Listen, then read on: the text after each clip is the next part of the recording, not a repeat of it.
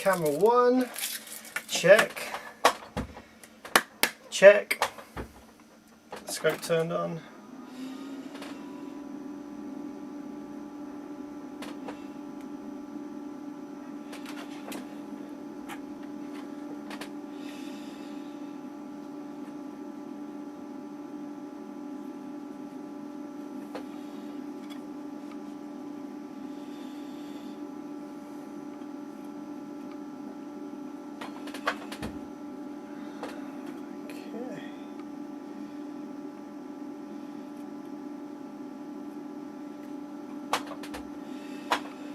Think we are ready to roll. How is it going, guys? Welcome to our Wednesday evening live stream. Now, this board on the bench is not the Sundown that we're going to be looking at this evening. This is a Defbont Apocalypse that just so happens to use the exact same circuit from the same factory as the Sundown we're going to look at.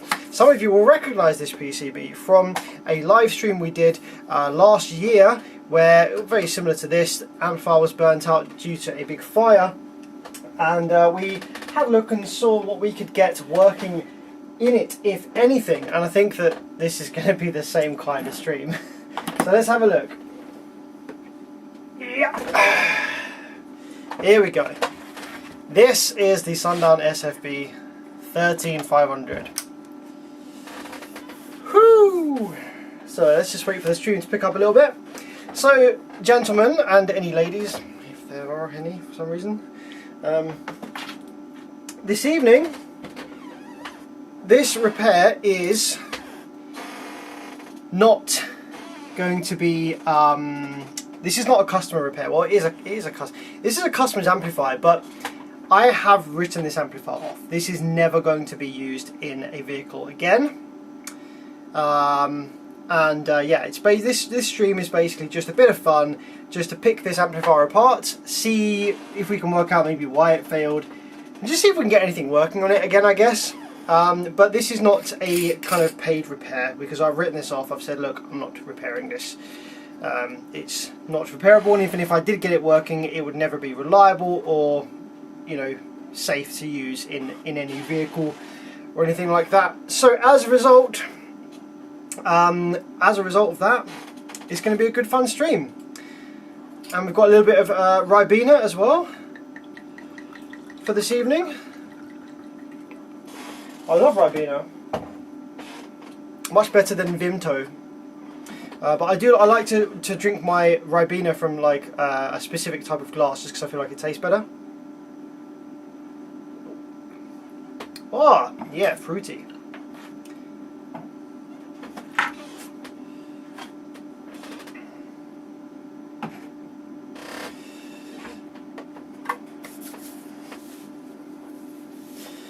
Who have we got in the live chat this evening? Let's check it out. Jordan was number 1. Big man Jordan in there straight away. Lowry Damin, how's it going, buddy? Damon, apologies if I pronounce any of your names wrong, I have no idea. 13BTRX, what's up, buddy? That's a regular viewer there, nice to see you again. Jared, I think that is, made another one, you certainly have. Sean, what's up, my friend? Brendan, loving all the emojis. Don't know if that tells a story, I don't think it does. I think it's just a bunch of animals there. Nice, love to see it. What's up, Daniel? From Mexico. Straight up, what's up, my man? Nice, finally caught a stream from the start. Yeah, you did. Yeah, you seem to kind of jump in halfway through and you're like, yo, what's going on now? Oh, fucking hell. We've got a bloody Adrian Bauer with a 20 bucks. Let's start today with a good one. My man, thank you so much, Adrian. That is absolutely phenomenal, considering I haven't bloody done anything yet. Thank you very much for your support, Adrian. It doesn't go unnoticed, and if you need any help with anything, just ping me a message. I'll be happy to help you with anything, but massively appreciate your support there, buddy. Yep, another full meltdown. What's up, my man, Sinewave? Yes, we've got Sinewave in the building. Yeah, it's going to be a good one. It's going to be a good one. Let's start cracking this thing open then and seeing what we've got. Seeing what we're working with this evening. Now, I do have the vacuum cleaner up here again. because I really don't like the idea of getting all this soot on my nice legs and carpet in here. Who the hell would have carpet in the workshop? Man like Bevits, that's who. Right, let's find a little bag to put all of these burned parts in, shall we? Let's get a nice big one. The big ones are hiding, that's fine. Maybe I can, got a little pot maybe? No, that's fine, bag will do. Matthew says, I'm starting to think the newer amps seem to get more burned when they go down. Well, it's a couple of things really. Obviously, not many people had this much power in the past. So newer amplifiers are way more powerful than older amplifiers, just because tech's moving forward, big power's getting cheaper. It's definitely a thing that these amplifiers, they certainly don't have any thermal cutoff that I'm really aware of, and they don't have any overcurrent protection to the power supply section either. So there's a few reasons why these things tend to like go on fire badly like this when they fail. And as you've seen, this is the second one of these that I've got, which is almost the exact same like fire meltdown. Yeah, this is basically a Chinese clone of the Sound Digital 12K. I don't know what corners have been cut. I don't know whether these clones are like more susceptible to this fiery meltdown than the original Sound Digital circuit, because I haven't really done like a detailed comparison of like, you know, Sound Digital versus the clone. You know, what did they get right? What did they change? What have they cheaped out on? I haven't done any kind of comparisons like that, so I can't really comment on what whether the Sound Digitals are any safer in that manner, but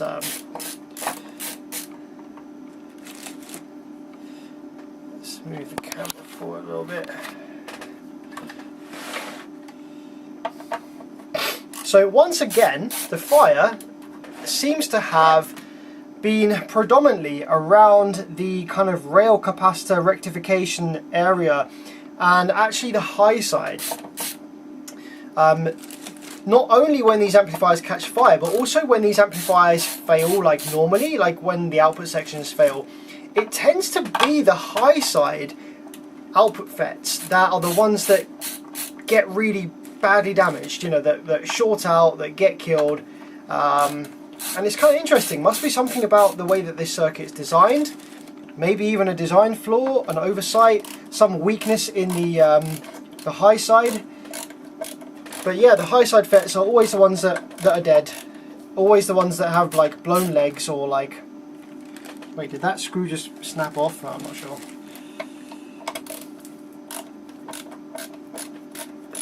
John says, been an iPhone user for nearly 20 years, getting my first Android later this week. Gonna be an interesting weekend. My man, making the switch. You don't see that very often, especially having had iPhones for that long.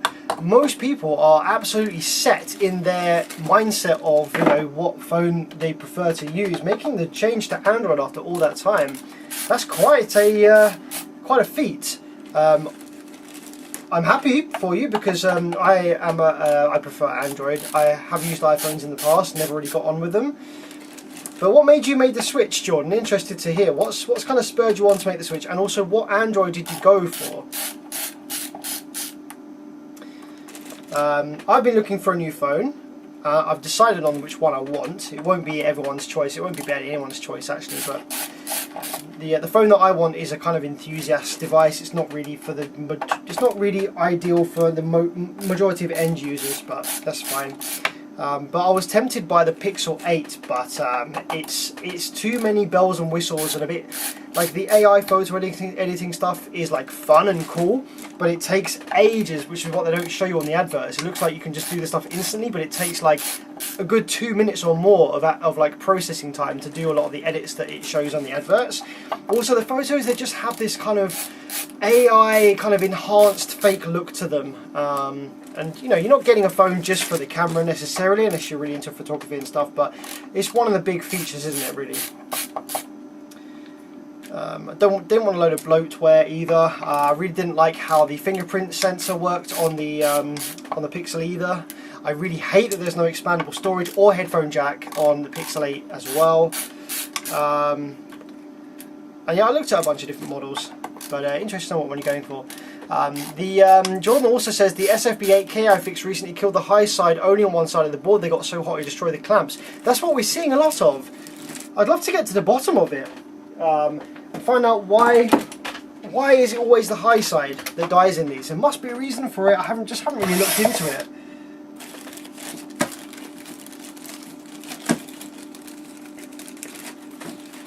BTRX, hey!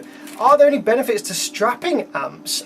Say two 1500 watt amps versus a single 3000 watt amp. Well, all things being equal, possibly, but I would say no. When you're strapping amps, there's more that can go wrong. Everything needs to be balanced perfectly. You've got basically 2 amps that can fail rather than just 1. So you've got more things that can go wrong, more chances and more points of failure. However, having 2 1500 watt amps means that you've basically got 2 power supplies, double the board thickness, double the trace thickness. So you have kind of got some benefits of having 2 amplifiers strapped over 1 amplifier. You've kind of got 2 of everything, and the chances are that the 1500 watt amplifier will actually be, provided it's a decent one, will be overbuilt enough that kind of when you put the 2 together, it equates to slightly more like components and mass than a 3000 watt amplifier would be anyway. However, like I say, there is a lot more to go wrong, and also you have to think about the ohm load. I know you said all things being equal, but typically most car amplifiers are 1 ohm stable, like generally. I'd say 90% of subwoofer mono amplifiers are like 1 ohm stable, and that's it. So if you're strapping 2 1500 watt amps, you're going to generally be stuck with a 2 ohm final load, whereas a single 3000 watt amplifier, you've got your 1 ohm there. So it depends on your application, but I would probably always lean towards just 1 single large amplifier versus strapping 2 smaller ones, because there's a lot more that can go wrong. There's a lot more that can go out of balance. You've got to absolutely perfectly match each of the preamp sides. Even when you're in slave master, it doesn't actually necessarily mean that both of the amps are going to be perfectly matched, as I've showed before in a video with 2 ground zero amplifiers, and even in slave master they weren't perfectly matched anywhere near each other.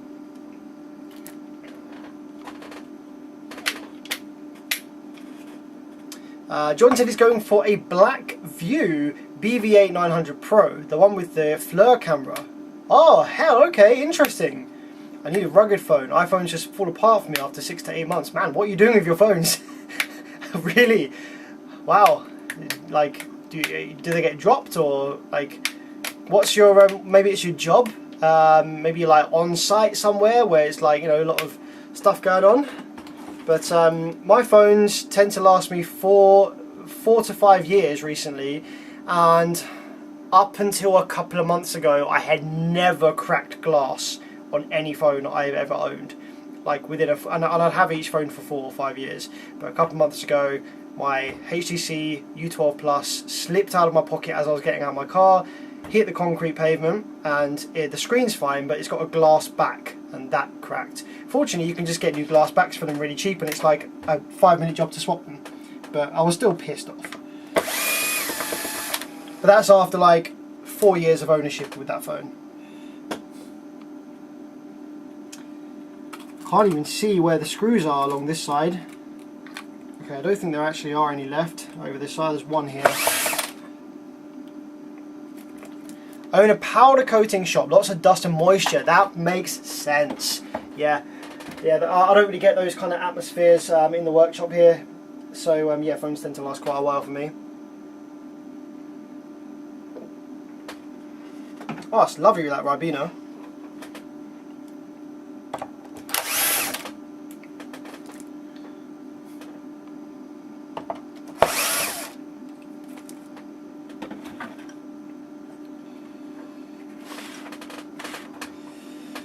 Okay, let's get the side panel off, then we can get the board out and see what we're dealing with tonight.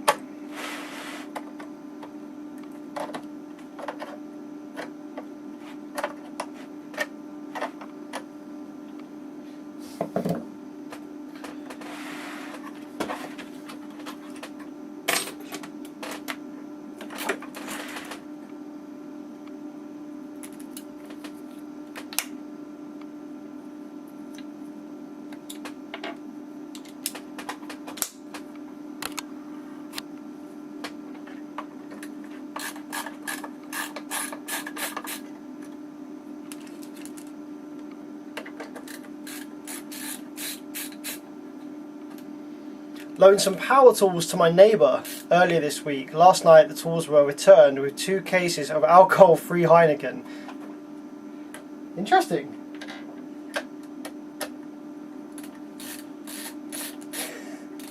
I don't know if that's an insult or a compliment, or you know, like a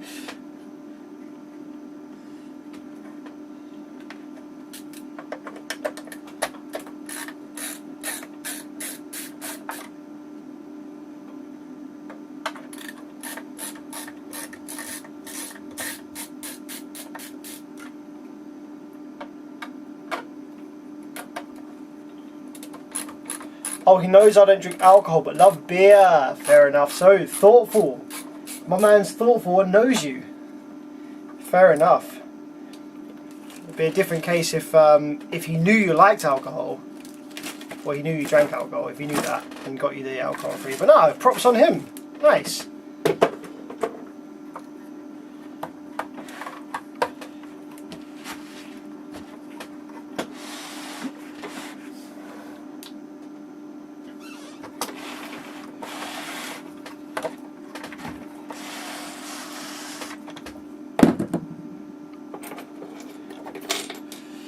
Alright, how many people we got watching? 53. Nice.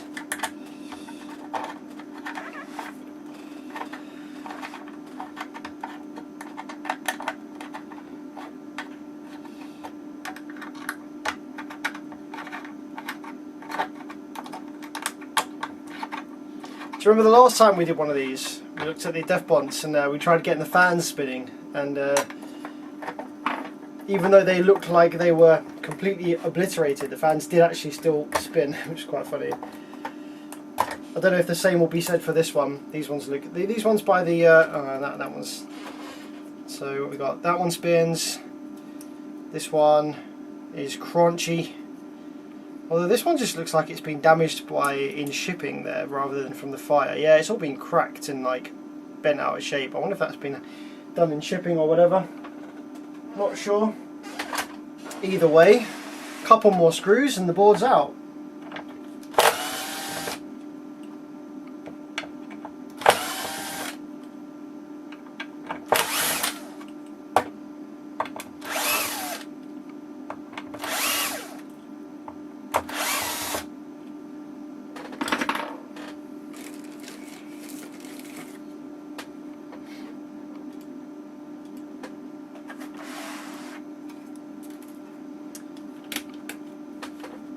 Why don't more of these larger amps use IGBTs versus MOSFETs?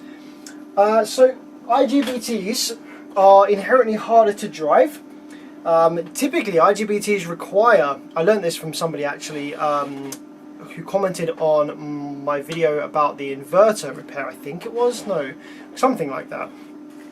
Basically in IGBTs, when you want to turn the IGBT off, so in the pulsing of the drive signal being sent to the gate, rather than just pulling the gate to ground, because IGBTs typically are quite slow to turn off and have relatively decent gate capacitance, you need to actually pull the gate drive below ground, below 0 volts, into a negative voltage to pull that IGBT off faster.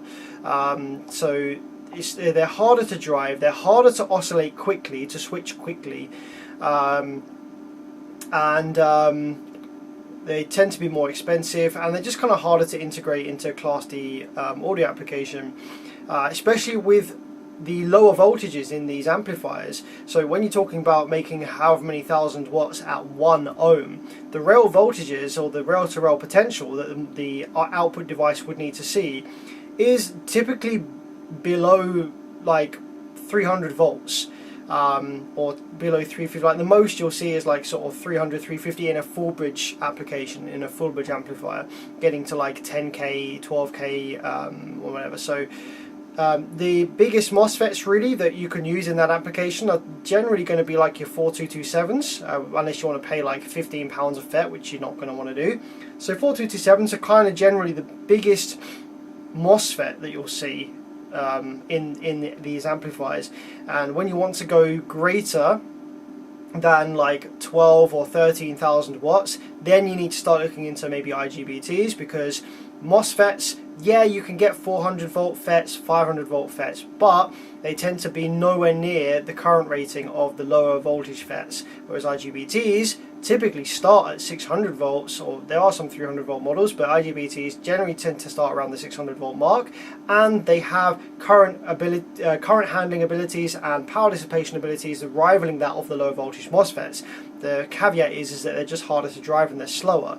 So provided it's a subwoofer amplifier for low frequencies, you can tune your Class D switching frequency lower so that it suits the IGBTs, have a whole bunch of dead time to account for the slow IGBTs, and tweak your drive circuit, and then it can be done. You see it used in Banda Viking 15K, Banda Viking 10K, Taramps Bass 12K, 15K, etc. Even the HD10K uses IGBTs. Yeah, a lot of the Brazilian larger amplifiers use IGBTs. This kind of thing needs to use IGBTs really. This thing has no right using MOSFETs. Once you're getting above like 12,000 watts, it's pushing the MOSFETs right to the edge, right to the limit voltage wise, which possibly is why they're so unreliable. It's pushing the MOSFETs to the limits, it's pushing the drivers close to their limits, and they don't perform well right at their limits. MOSFETs generally, if you look at the graph, which is the safe operational area graph, you tend to see that MOSFETs can handle the most current somewhere between somewhere between a quarter and half of their breakdown voltage rating.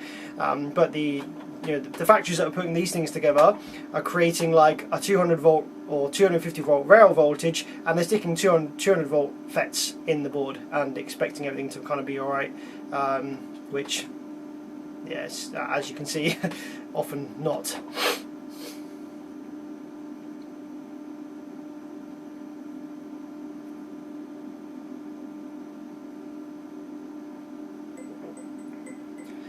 What might be your thoughts on my idea to run a pair of 15s isobaric sealed magnet out in a single small box for my Passat? I think that's a cool idea. So isobaric only ever makes sense if you have if you're like limited on space. So if you have a specific, if your absolute limit is space. So let's say you've got like an exact certain amount of space that you can't go any bigger than, and you have excess money, then what you can do is you can buy 2 woofers and you can mount them isobarically to get the same performance that you would from one of those woofers in a correct size box, but in half the size. So 2 15s in isobaric will be about as loud as one of those 15s in the correct size box. So really you're paying double the money for the smaller box, and it can get a bit tricky with ported, because obviously as you make a ported box smaller, it's harder to get the same tuning without making the port too small and chuffing or really long. So sealed can work better, can be like a cool option for isobaric, but then obviously you're at least 3 dB down versus a ported box, but you might not be able to get the tuning with the ported box anyway. But yeah, isobaric is cool, but its applications are limited, and it's kind of a waste. If you can go bigger, then it's better just to mount the woofers regularly, not isobarically. But if you're just seriously limited on space, then you can.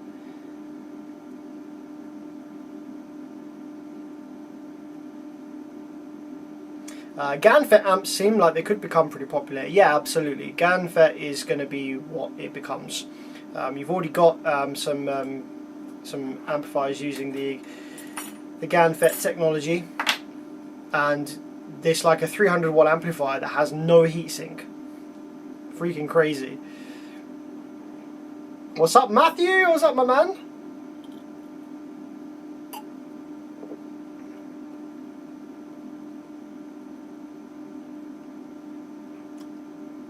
The Stetson 21K I repaired had 8 IGBTs, and the power and the output seemed very strong. It didn't fail. The traces on the power supply FETs did. Yeah. I have an SFB13500D, but I am on the fence about using it in my current setup. Problem is, if I did use it, the woofers would be at 0.5. Nah, don't do that, bro. Don't do that, bro. Sell that piece of junk and buy yourself a Paris PW15000 0.5 ohm version. Then you're perfectly safe within the operational spec of the amplifier, and you have a properly designed, beautiful circuit amplifier.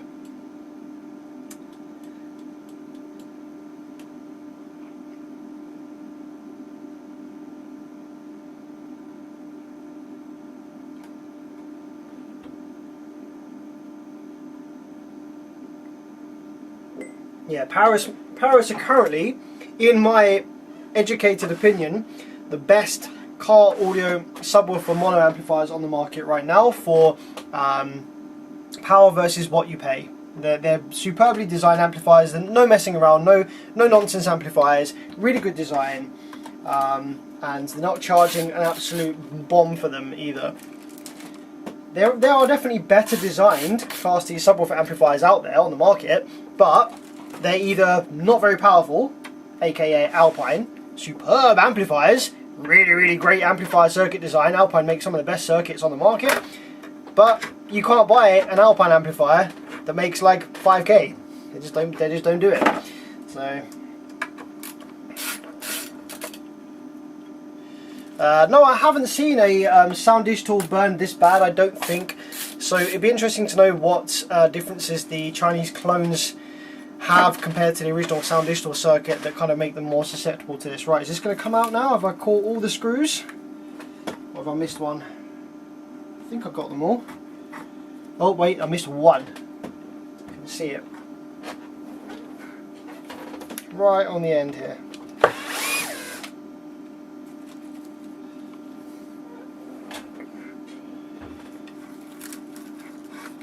There we go.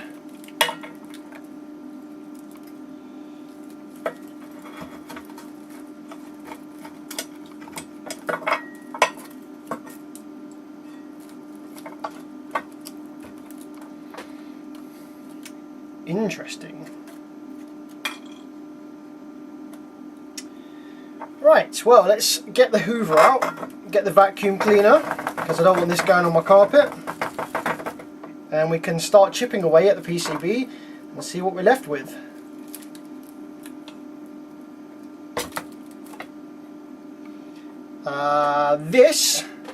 This used to be a fan.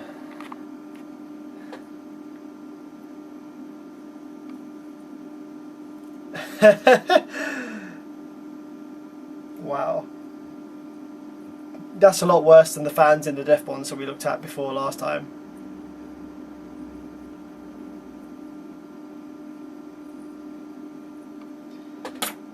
This also looks like it used to be a fan. That used to be a fan? Yeah, I'm pretty sure that used to be a fan. Yeah, there's no way I'm getting any bearing movement off of that one. That's ridiculous. That's so funny. Keep that as a souvenir. Wow, that used to be a IRFP 4227. Look at the back of it. I've never seen that on the back melted like that. That's insane. Oh, Matthew, thanks for the 5. The fan didn't keep the amp cool, did it? No, it didn't. Matthew, thank you very much for that. You don't have to do that. Honestly, it's fine. Thank you very much though, buddy. Appreciate your support. No, the fan did not do its job. That's mental. I've never seen that before on one of the FETs.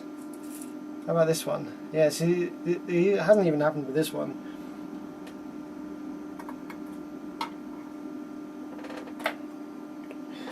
What are the best full bridge amps? Is Soundista one of the best? No, the best ones are Powerus, as we just discussed. Powerus are currently making the best subwoofer high power amplifiers on the market. Closely followed, I say closely followed by Taramps, actually. Taramps are absolutely kicking it out of the park at the moment with their Smart and Big Boss range. Very nicely designed circuits. Possibly a few things to correct here and there. Not quite as good as Powerus, but they're on the right track.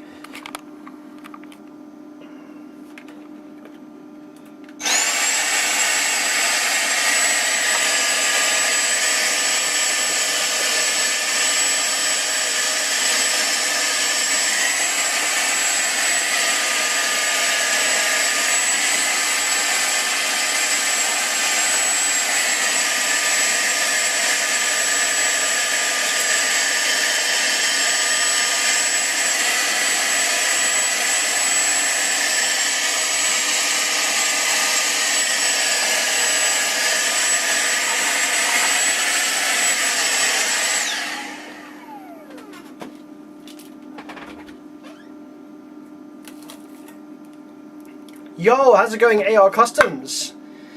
Jordan was unhappy with the sound quality of the Alpine PDX6 4-channel until I realised the issue was simply too much power for speakers. What do you mean too much power? As in like the speakers sounded bad with that much power?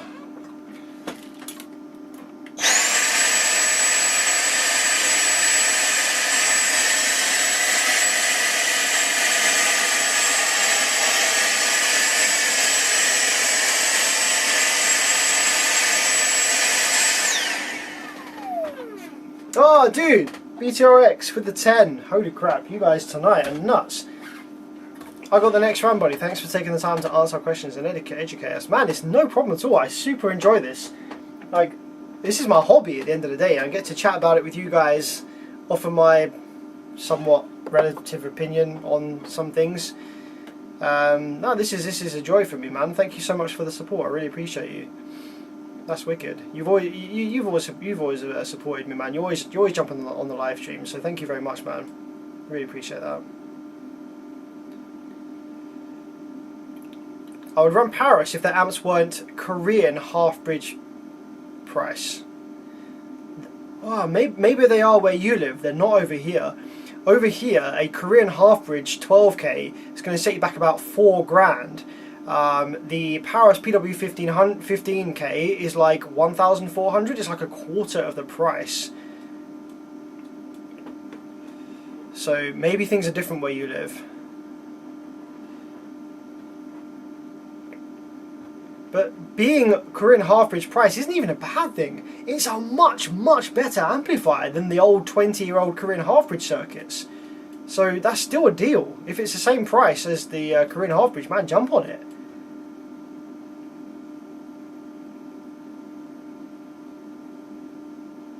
Some crossover adjustments, and I'm much happier with the Alpine. Nice, glad to hear that.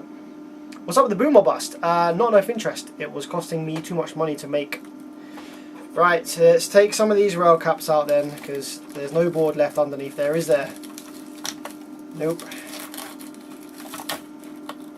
What's stuck to that? It's like a piece of wire?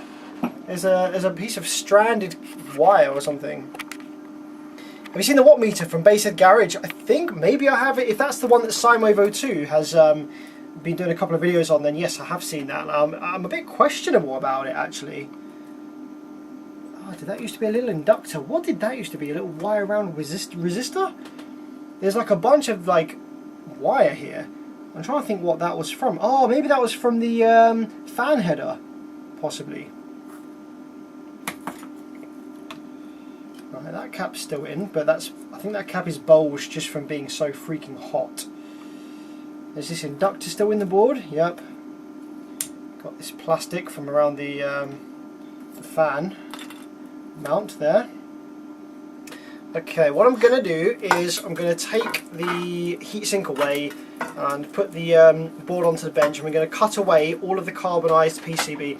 I don't know if I'm going to bother like trying to get anything running on this amplifier, because it will just be like the same exact video as the one we did on the Def Bonds. But I want to kind of see how bad it is, and be interested to see if the power supply works. Headphone users warning.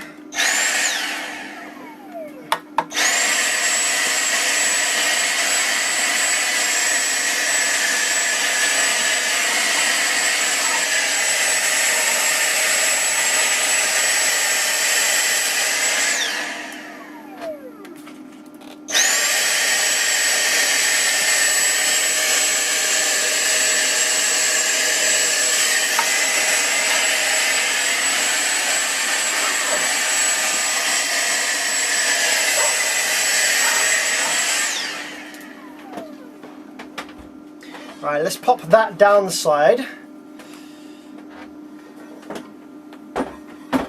Let's get to poking away at this PCB and see what is left.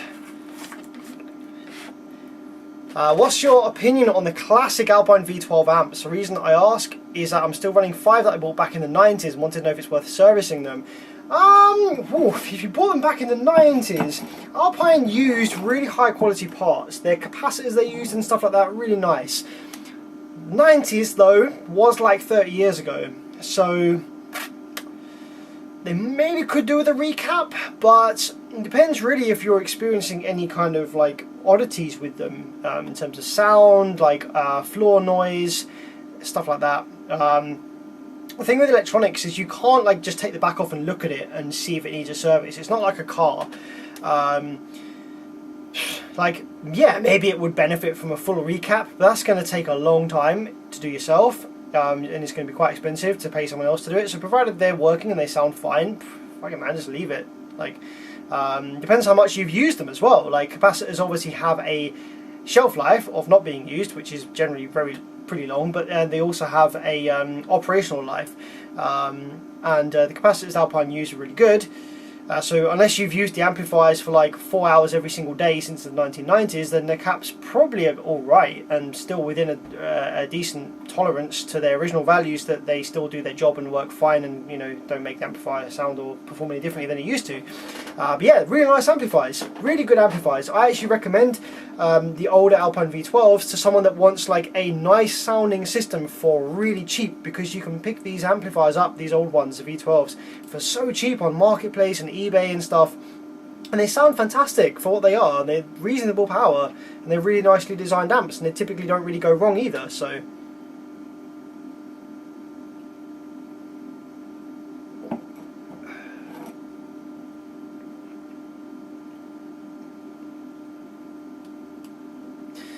what's usually the most common cause of an amplifier literally catching fire as opposed to a component or two blowing? Well, the problem is that when a component fails in an amplifier, or any electronic device for that matter, like there's going to be no two components in any electronic device that fail in exactly the same way as one another. So basically, in this case, this amplifier, there is no overcurrent protection of the power supply side. So this power supply section is taking 12 volts from your battery, from your vehicle's battery and alternator supply, and it's turning it into like 200 volts. That's what it's doing. And it has no monitoring. It doesn't know what's going on with the output section, really. The output section has protection, and if the output section detects a fault, it will shut down the power supply. But if the output section, for whatever reason, during the failure, doesn't detect or trigger a fault, the power supply will just keep creating 200 volts with a lot of current behind it. So basically, in this case, what's happened is you've had an output section failure. So you've had high side MOSFET probably has shorted here. Now when a MOSFET shorts, it can short to a very low resistance, which will either instantly sort of blow the power supply MOSFETs, preventing them from creating 200 volts, or it will blow the trace to the FET, or it will blow it in such a way that it sends a spike back down the gate path, and it will kind of trip some circuit up that then triggers protection. However, sometimes one of the MOSFETs might fail with a high enough resistance that it doesn't cause any of those events to occur. It just becomes a freaking heating element, and a heating element that has the potential to get in excess of 2000 degrees Celsius. Like, this has got really hot, like ridiculously hot. So if a MOSFET fails and the short circuit environment inside the MOSFET is a high enough resistance not to cause any of the aforementioned events, then it will just become a little heating element with monstrous amounts of current behind it and a pretty high voltage, and that's what causes things to spontaneously ignite. The heat is just unbearable for even the metal. I mean, the aluminium heatsink clamps melted, gone. So you know it's above whatever aluminium melting point is, 800 degrees Celsius or something like that. So every time a component fails, it's a flip of the coin, it's a luck of the draw. How has that component failed? And that then determines what the chain of events that happens from that failure becomes. Yeah, I do some subwoofer repairs, but I don't have any. I don't have any suppliers of like any soft parts. You know, recone kits and stuff. It's not really something that I advertise or that I'm super interested in doing, but I do enjoy getting things working again that don't need to be broken. So for example, if someone brings to me a subwoofer where the coil is perfectly fine and it's just snapped to tinsel leads, it's got a spider come away from the basket, it's got torn surround or something like that, where it's like, this subwoofer could be fine, it just needs a physical repair to the soft parts, then yeah, I typically tend to do some soft part repairs. If it's got a dead coil, then I'm not interested unless you can source a recone kit or something, because I can't be bothered to source parts like that.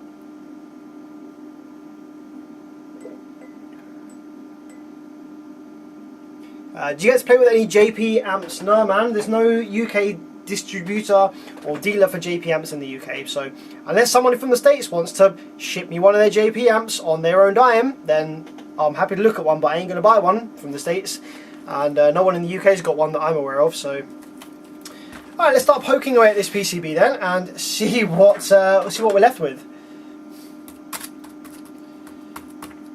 So this is a power trace. Everything underneath it is falling away as I touch it. That's a ground trace.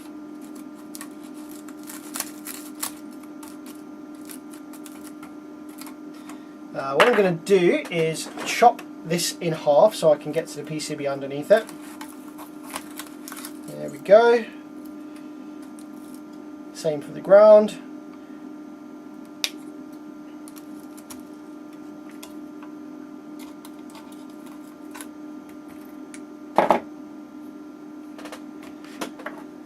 Now I'm not sure yet if this one is as bad as the Def Bonds or whether it's worse. We need to cut away all the PCB first, and then we can know what was worse.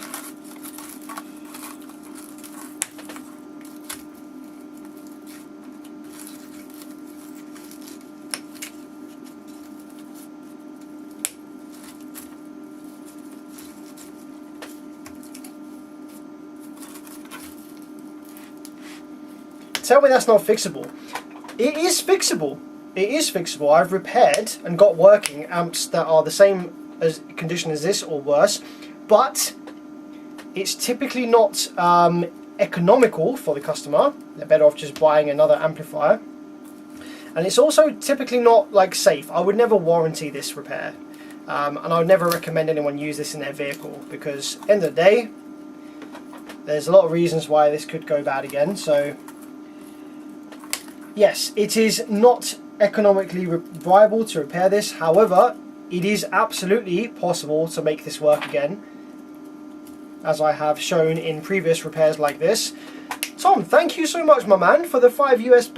Once you told us about using Pro audio woofers in your car, Would you be willing to tell that story again? I'm intrigued. Here's half of a beer. That would get you a beer up here in the north of the UK. Drinks are cheap up this way, man. I'll tell you what. What was it? I was at a pool bar the other day. Bloody, what was it? 3 Jaeger bombs for £5. So you can convert that to your own currency. 3 Jaeger bombs for £5. And what else was it? There was something else that was really cheap as well. A burger, fries, and onion rings was £3.80. So stuff's quite cheap up here, depending on where you go. But in answer to your question, Tom, you told us about using Pro Audio woofers in your car. So I'm just trying to think back. The only times that I've used Pro Audio drivers in my car. One time in the Proton, many years ago, when I first got the Proton, we're talking like 12 years ago or so, I hooked up the 18-inch Celestion driver in a ported box in the Proton, and that sounded quite cool. Probably about as loud as a powerful single 12 these days. Probably maybe not quite as loud even. It was maybe doing like 140 or something around there. I didn't have it on the biggest power by all means, and it wasn't an optimized box. It was just a box I happened to have laying around. But it sounded cool, sounded fast, transient, rock music sounded good. I then did also have, for a couple of months, I actually ran my JBL speakers, speakers in the Proton, kind of like as a boot wall. So like they just happen to fit perfectly in portrait mode, where the back seats would be, and they kind of created like a kind of wall, if you like, where the back seats would be. And obviously there was no stereo image, blah blah blah, but it was really loud and fun to listen to, and very accurate and transient, and like kick drums were amazing and stuff like that. I would actually be really interested, and I would love the idea of doing a full PA build in a car with a tapped horn subwoofer, and with some kind of waveguide, kind of hard acoustics-y style PA pillars, door cards, that kind of thing. I think it would be really nice sounding. I think it would be really nice sounding. Get shafted in London, you're looking at 12 quid for one. Yeah, that's London for you, bro.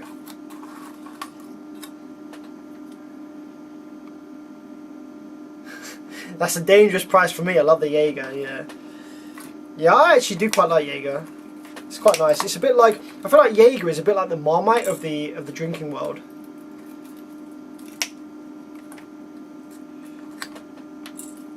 Would you agree? Although I suppose most you guys in America won't really understand what Marmite is, so that probably doesn't mean anything.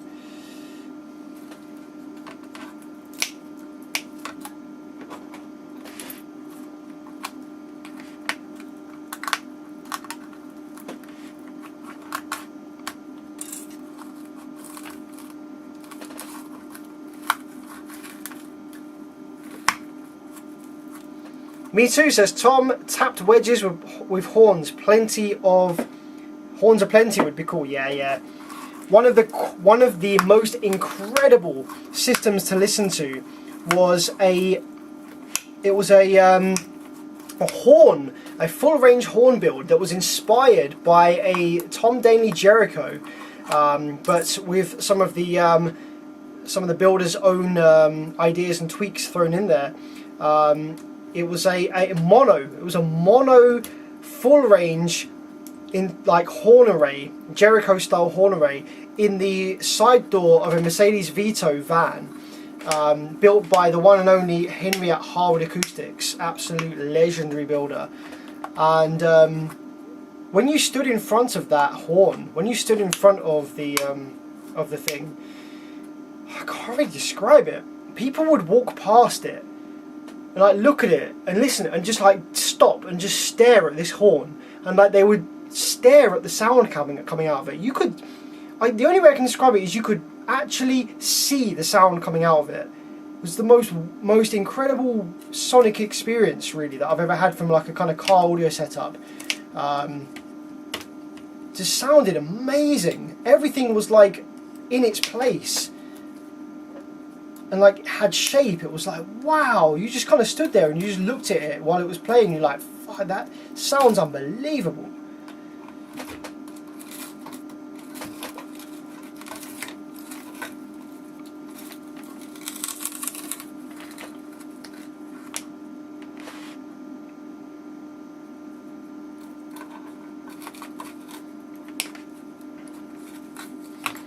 Do you want some pictures of it? I'll get some pictures up of it.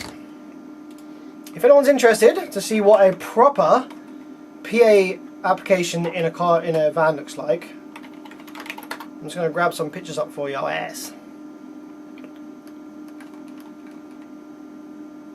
I've used a Stetson Vulcan 3K, never missed a beat. Yeah, you know what, actually, as much grief as I give Stetson for their larger amplifiers, their smaller kind of 1500 to kind of 3K range amplifiers, absolutely fine. Yeah, seem really good, especially for the value for money.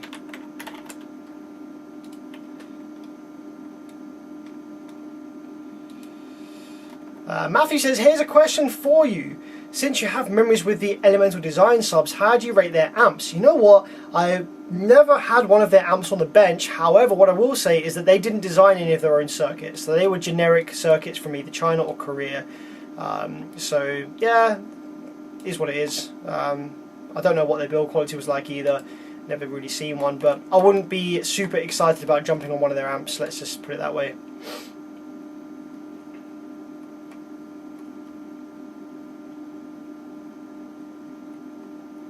Okay, I'm just grabbing a couple of pictures of the Jericho-inspired horn build that sounded incredible.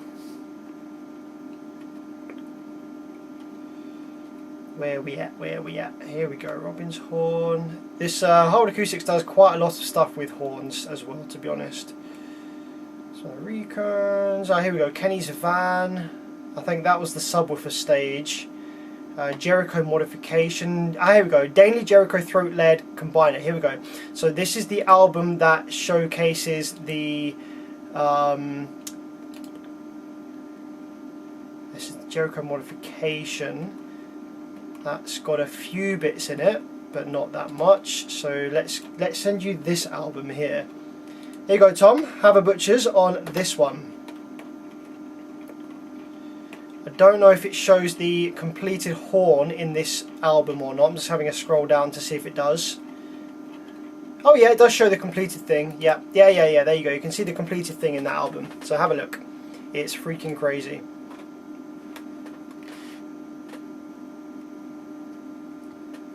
I'll put the link in the live chat if anyone fancies taking a butcher's at what I was just talking about.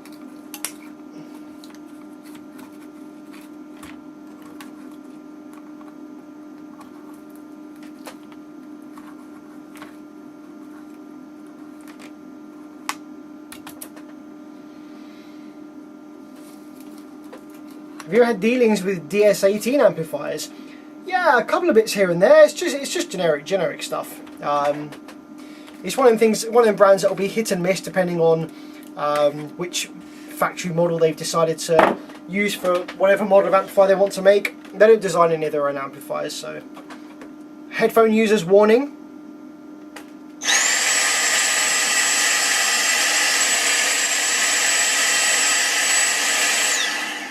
It's a bit big for the vacuum cleaner, that stuff.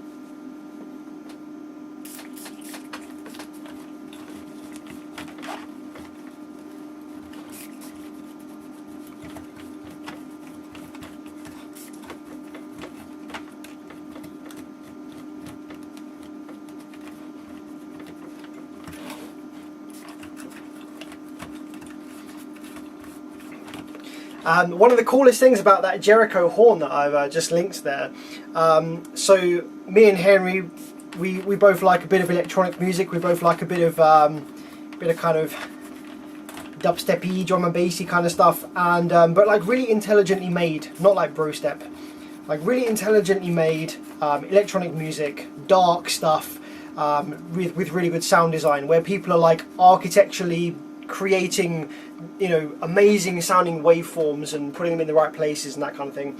And when you listen to something like that on that Jericho horn, so usually when you listen to a piece of music or a piece of electronic music that's got synths in it, your brain doesn't really, it doesn't think that that's real. It doesn't, you know, you listen to a piece of music and you're like, yeah, that sounds like a good tune or whatever, right? When you listen to it on this horn, the synths, like the kind of waveforms and the sounds that the producer had made for this track, your brain, instead of being like, that's a cool piece of music, it was like, what creature made that sound? It was reproduced in such a way that it kind of gave you a different perception. You perceived that sound differently, and your brain painted a mental image of something, like something real that would make that sound, like something alien or some horrendous like sea creature or some freaking mammoth like monster. Like, it was a really weird experience. Like, some of the synths that come out of it, they had real shape. You could kind of see the shape of it, and your brain could imagine a real physical thing making that sound. Like, if you're chilling out in the woods or something and you hear a sound from behind you, you don't think, oh, that's like a fake, that's like a synthesized sound. You're like, what made that sound just now? And your brain like thinks of all the possibilities of what creature it can be, whether it's friendly, whether it's danger. And that's what kind of happened with this horn. Unnatural sounds that came from it made you be like, what was that? And your brain made a picture of what it thinks would have made that sound. It's really interesting.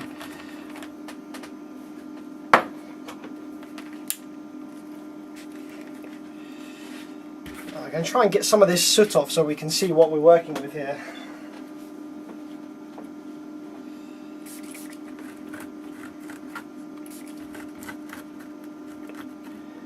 Would the clone amps have died if you ran them at 2 ohm rather than their recommended 1 ohm? No, it's got absolutely nothing to do, interestingly, with how you run them.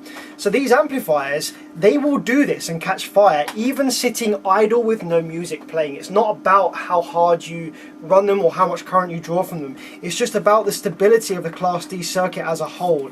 So even when it's just sitting idle doing absolutely nothing, the output MOSFETs are still turning on and off over 100,000 times a second, with like 200 volts sitting there with ridiculous amounts of high current available to them. One tiny glitch in the drive circuit or one tiny bit of breakdown inside the silicon of one of the MOSFETs will cause this. Doesn't matter if you're playing it hard or if you're just sitting there with no music on. That's what's so crazy about Class D amplifier failures, is that generally they don't tend to fail when you're pushing them hard. I mean, obviously they can fail when you're pushing them hard, and you can kill them by pushing them hard, but it's not, I would say it's not the most common way that Class D amplifiers fail. The most common way Class D amplifiers fail is low volume, sitting there idling, playing nothing, just randomly, you know.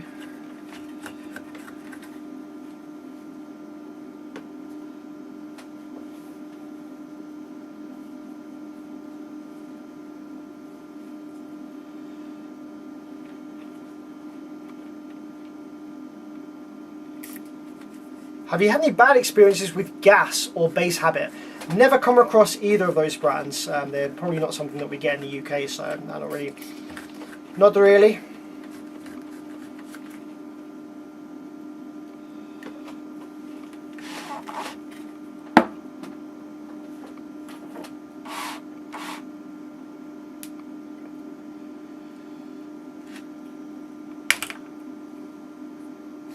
Look at the look at the material inside these capacitors. It's so weird. So weird.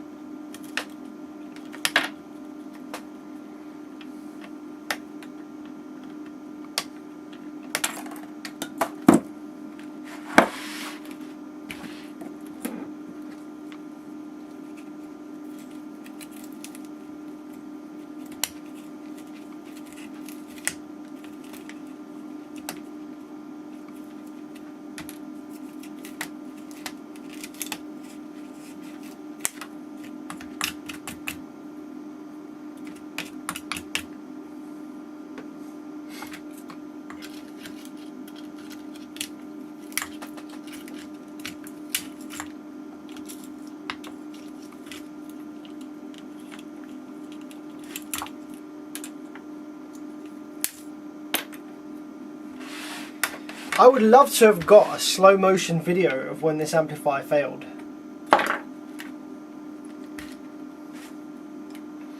Right, there we go. Let's compare the state of this board to the other one, the other one of these. It's kind of similar. Is it the same side? Hang on. No, you know what? It's the other side. Look at that. So this Def Bonds Apocalypse, which is the exact same circuit, failed on this side. And this Sundown SFB failed on this side. It's quite funny, isn't it? So I wonder if we cut down the middle of the board, we could make one working output section from these two dead ones.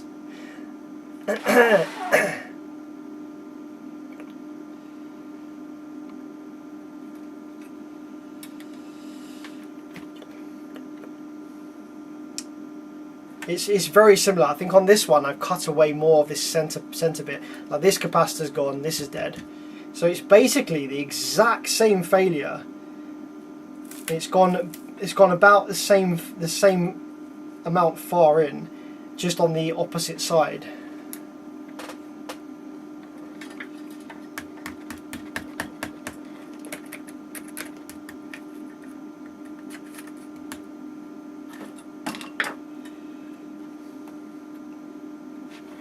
So interesting.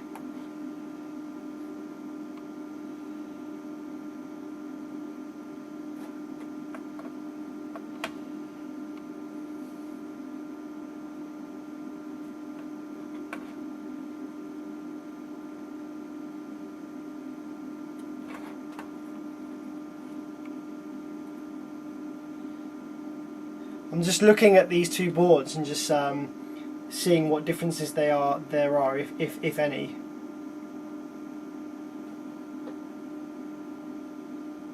No, it's exactly the same. I think the only thing I can see that's different is that this one has 4 speaker terminals, this one has 2.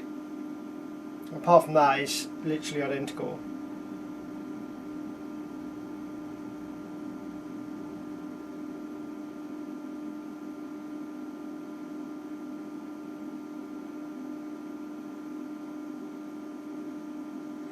Are Def Bonds amps any good? I wouldn't really say so, no.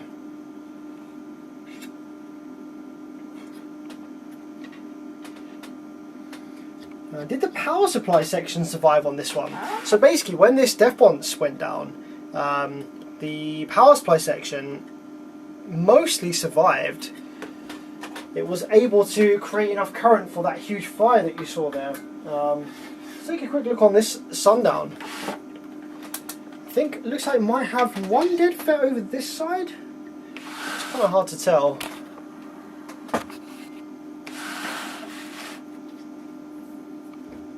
Don, it's just a 2-sided PCB, so you technically could just, like, you know, if you devoted, you know, 2 or 3 days to it, you could make tactical cuts in the board and join them up and, you know, make one working amp from the 2 dead ones. But I don't know why you'd want to. They're not very good amplifiers in the first place, and it would be like super sketchy, and you know, you wouldn't necessarily know that you got all the current ratings of the traces that you recreated correct or anything like that.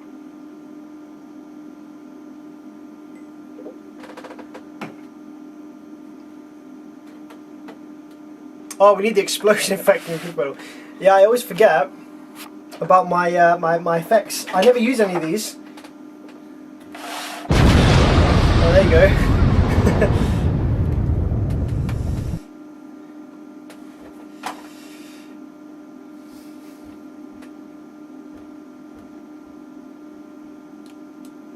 So if anyone's interested, in the live chat with us tonight we have AR Customs. So this guy in the live chat is the owner of this monstrosity. This is the owner of this Sundown amplifier.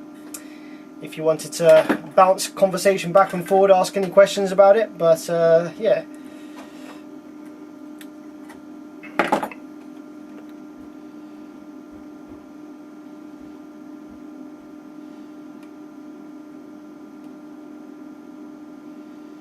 Yeah, fortunately the transformers are okay. These transformers are all going to be fine, I know that for a fact.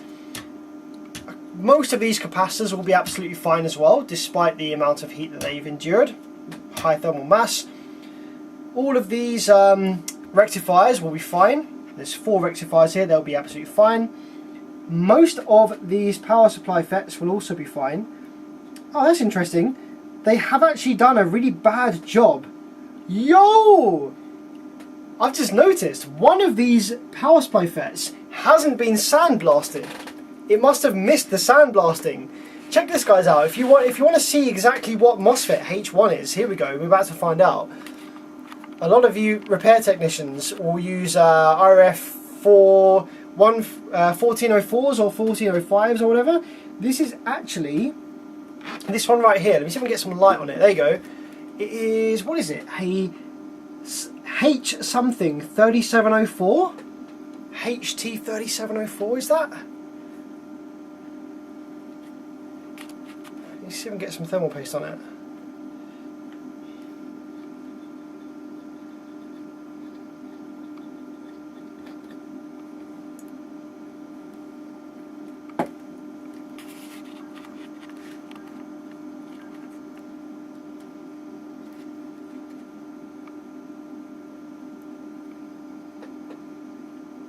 HT 3704 that looks like.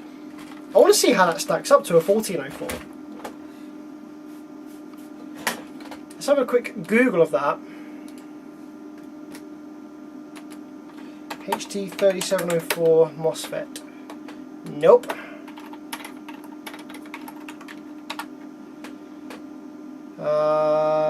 Okay, maybe it's a Y. Maybe it's not a T. Maybe it's a Y. H. Oh yeah, it could be HY. Yes, HY.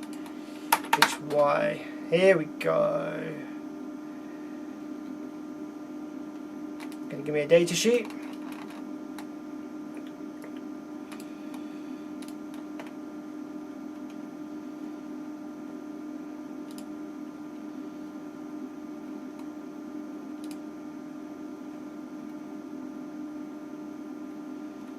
Bro, why integrate the bloody datasheet into the nonsense website like that? Right. So it's a 40 volt, 176 amp MOSFET. Let's have a look at the specs. Pulse drain current 648. Where's the RDS?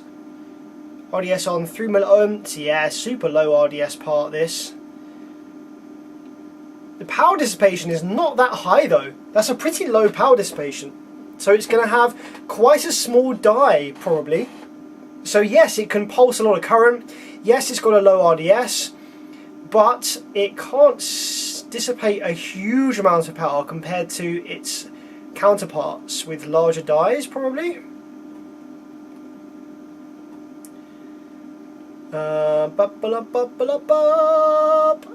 Yes, relatively lowish input capacitance for the class of MOSFET that this is.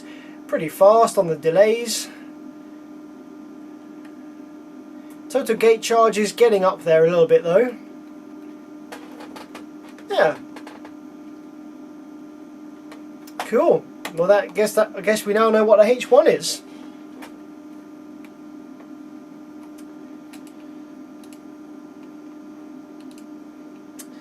What about recoil audio amplifier? Not sure, haven't ever come across any of the amplifiers on the bench, so I can't really give my educated opinion on them, unfortunately, buddy. Sorry about that.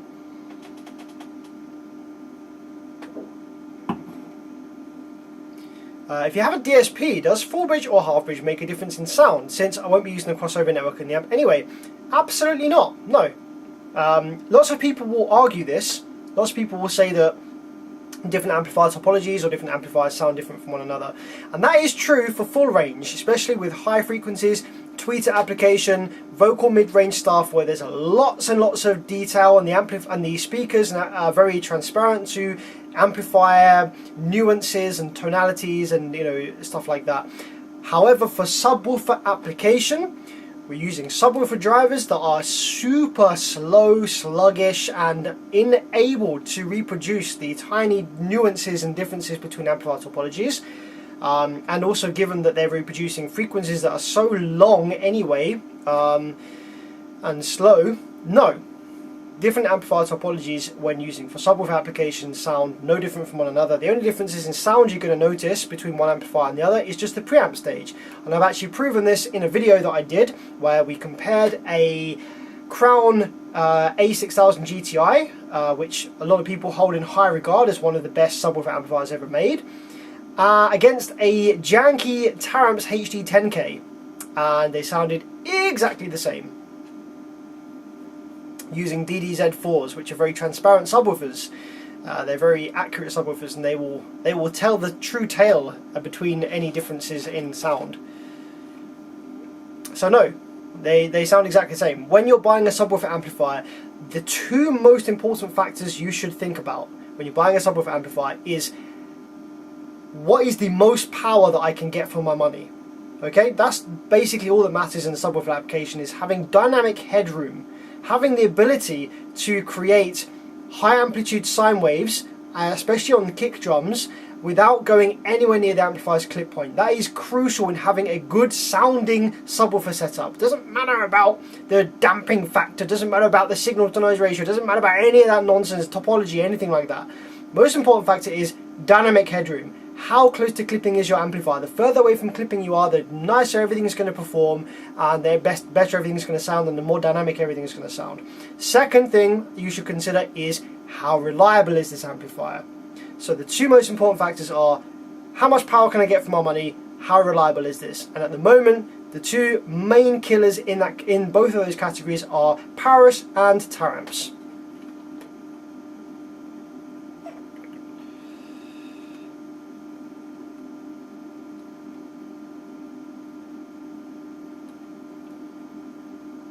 Is there a conversion for the H codes they use? It varies, because they'll typically use whatever FETs they can get their hands on at the cheapest price at the time. So H1 is just the stamp that they give for a generic power supply FET for a range of amplifiers, but the actual model of MOSFET that is actually used can vary between amplifier brands and date codes and all sorts. So at the moment, this one, as we just found out, is a HY3704. But in the past they've used 3077s, 1404s, etc. Michael C. Fry, what's up my man? Congratulations on catching a stream.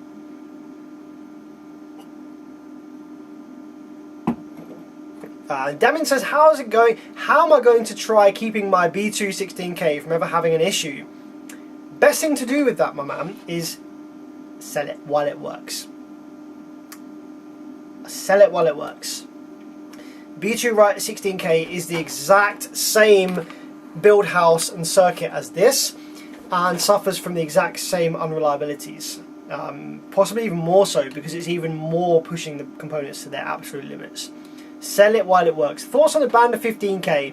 Has great potential. I am actually a big fan of what Banda are trying to do. The Banda 15K, I love that it's using IGBTs in the output section. Right choice for that amount of power and that amount of rail voltage. The power supply section is freaking monstrous. They've done a really good job on the power supply section. However, I don't know, they just seem to be a bit plagued by drive circuit faults.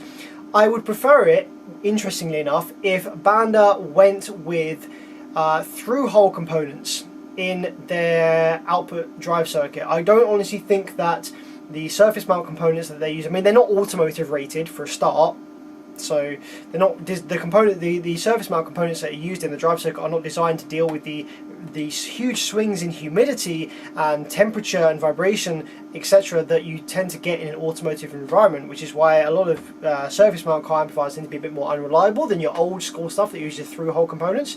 What was I even talking about? I can't remember what the question was, but yes, something about that. Sometime, can you show how to modify the high-pass circuit on these Brazilian amps? Yeah, it's pretty simple. All you've got to do is just jump over a few capacitors in the preamp stage, generally quite early on, close to the RCAs. Sometimes the DC blocking capacitors will actually have a high-pass filter. Well, they will have a high-pass filter effect, because that's basically what they are, but they will actually high pass into the frequency band that you want to listen to, just by nature of them being a capacitor in series with your signal. So yeah, you can either change the capacitance value to still create a DC blocking environment, but to not basically roll off the frequencies you want to listen to. But there are some capacitors that are further down the line that are not just used for DC blocking, that are a fixed high pass, and yeah, just bridge over those and you'll be fine. Muckmental94, what was your question even? Oh yes, thanks for that amazing answer. Would you say it's more worth to pick an amp with more power than my electrical can handle? Yes, absolutely. This is going to be a controversial topic, but basically, your amplifiers. So amplifiers don't make power. Amplifiers don't make power. Amplifiers convert power from your electrical supply. Having an amplifier that is rated for 2000 watts means that it has the ability to convert up to, forgetting efficiency, has the ability to output up to 2000 watts, thereby converting about 3500 watts from your vehicle's electrical supply. If your vehicle's electrical supply can supply 3.5K to then therefore output 2K at the speaker terminals after efficiency losses, then great. Using a 10K rated amplifier in that same electrical system and having the amplifier turned down to a safe level that is within the capabilities of your electrical system in your vehicle is actually better than running that 2K amplifier closer to clip point. So basically, by having an amplifier, the best thing that you can do, and the reason that people don't recommend doing this is because people don't know what they're doing, and they will buy a 10K amplifier and they'll turn it up trying to get 10K out of it when their vehicle supply can only supply 3K. That's when you get issues. But if you know what you're doing and you understand about the conversion of power, and you understand that amplifiers aren't making power, they're just converting it, if you actually know what you're doing, I would absolutely recommend you buy the biggest amplifier that you can afford, regardless of your vehicle electrical system. And again, this will be controversial because this goes against everything that anyone will ever tell you, and it's actually bad advice to give out into the public, because then people that don't know what they're doing will do this and then be wondering why their amplifier caught fire. But if you know what you're doing and you understand the limitations of your electrical system, and you understand how to calibrate an amplifier to your current electrical system's capabilities, then by all means buy the biggest amplifier you can afford, and run it within the capabilities of your current electrical system, and then you'll be far away from amplifier clip point. You won't need to worry about ever clipping your amplifier. All you're doing is you're just widening the goalposts, if you like, or you're widening the headroom that your amplifier has. You're far away from clipping. The amplifier is going to be nice and chilling, man. It's going to be running really cool, very, very high efficiency because it's nowhere near clip point. It's just running easy, and yeah, you'll be able to extract as much power out of your current electrical system as you can, versus running like a 2K amplifier and being very close to the amplifier's limits where the efficiency is poor, and actually you end up with less power. Even though the amplifier is smaller, you'll end up with less power converted to your sub than you would if you used a bigger amplifier and ran it at a lower volume based on your capabilities of your electrical system. So yes, provided you can afford it, run a bigger amplifier, provided it's reliable, provided you're investing your money wisely into a decent amplifier that's not going to cost you a lot of money in repair or replacement, hence this thing. By all means, buy a much bigger amplifier. And you can, again, like 666 says, you can wire the amplifier up to a higher impedance by having that additional headroom available. You can wire the amplifier up to further increase the amplifier's efficiency, therefore further extract more power from the vehicle supply and convert that more efficiently into power for your subwoofer.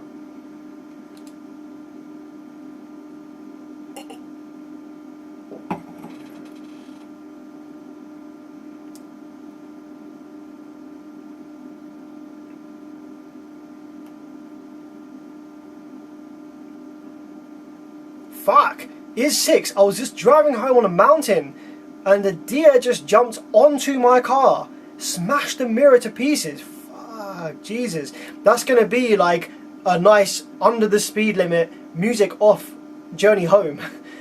Fuck, man, I hope you're okay. Just take it easy, maybe pull over, just take a breather. Pull over, a few deep breaths, just catch your nerves a bit, because stuff like that spooks you, and yeah, just make sure you're in the right mindset to continue your drive home.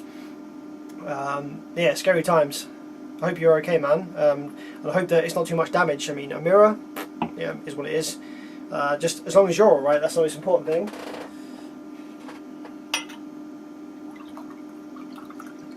This stream is kind of interesting. This stream has become more of a chill and chat rather than a fix the amp.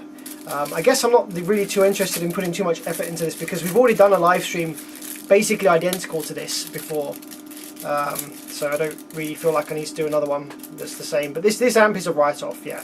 I could get it working again. Like, with enough time, you can fix anything. With enough time and enough money, you can fix anything. It doesn't matter how badly it's damaged, you can fix anything with enough time and money. This is not worth the time and money. The amount of money I'd have to charge the customer would be more expensive than just buying a new amplifier. And then I wouldn't even give warranty on this anyway. So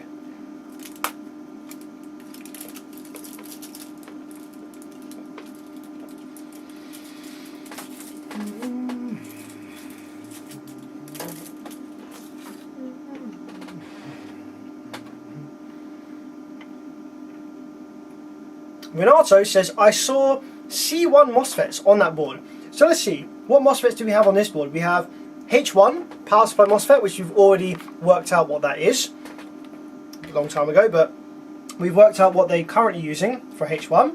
We've got rectifiers, which are remarked as S5 and S6. And they also say 1640.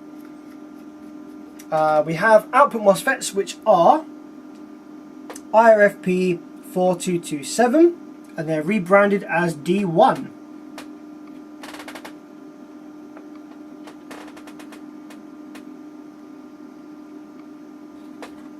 There's no C1 MOSFET, I'm afraid, on this board. Sorry to tell you.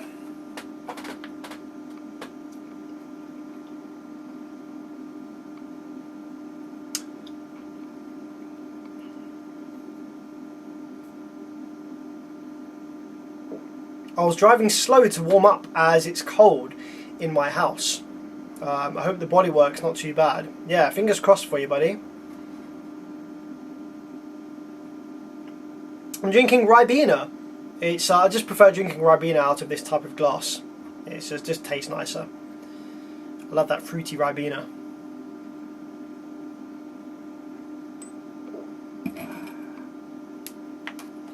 The computer keyboard doesn't look much better state than the amp.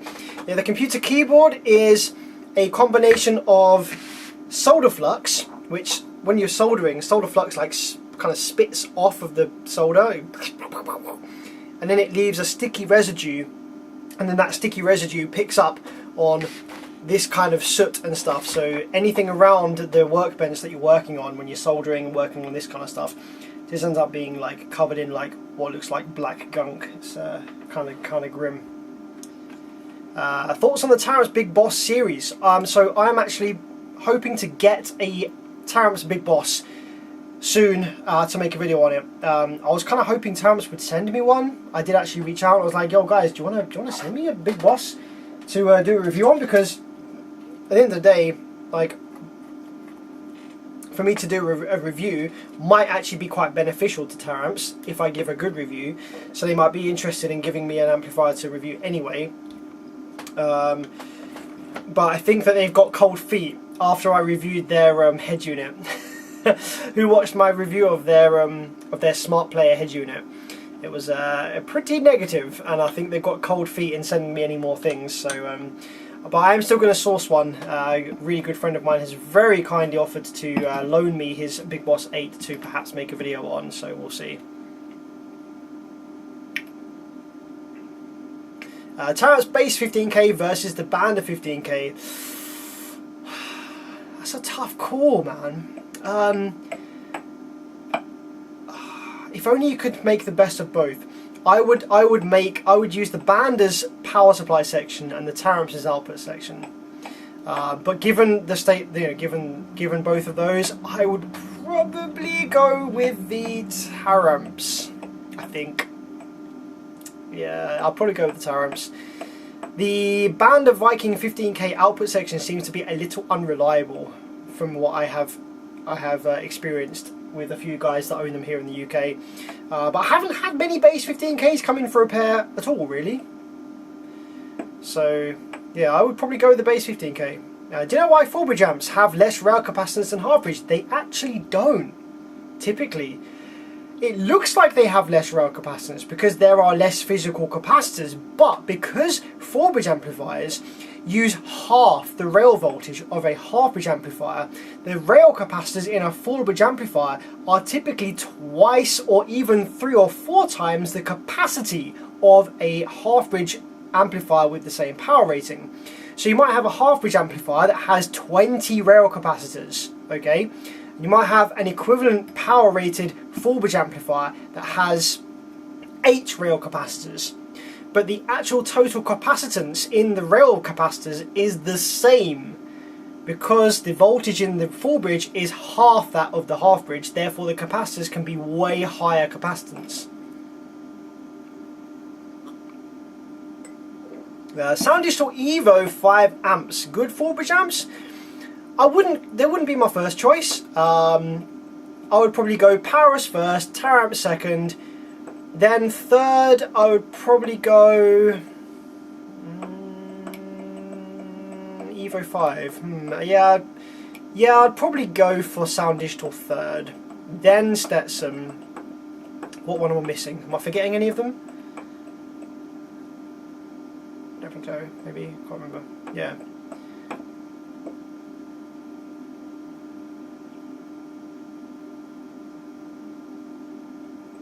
Yeah, the head unit did kind of suck. Like it didn't suck. Like that's the thing.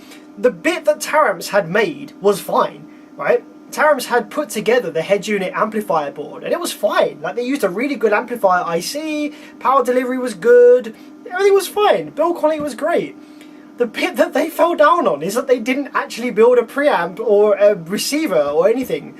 They just bought like a $2.99 eBay special AliExpress freaking multimedia like board and slapped it on. That's where they fell down. They actually did a good job on the actual amplifier side of the head unit.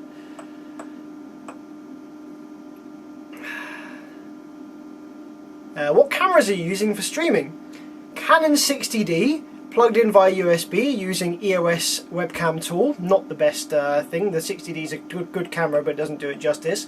A JVC Envirio. Oh no, hang on. Sorry, a JVC Envirio Handycam kind of thing, like a little camcorder with the SD card, but I've got that plugged in via HDMI to a capture card. Then we got Logitech webcams, Logitech 9000 series webcams from like the early 2000s. I've just got a bunch of those dotted around the workshop for like the scope and the power supply. I've got an endoscope cam for the multimeter camera here, plugged in via USB. Oh, and the hat cam, which I'm not really using this evening. The hat cam is a Logitech Stream Cam that was very kindly donated to me via a viewer, so that was really cool.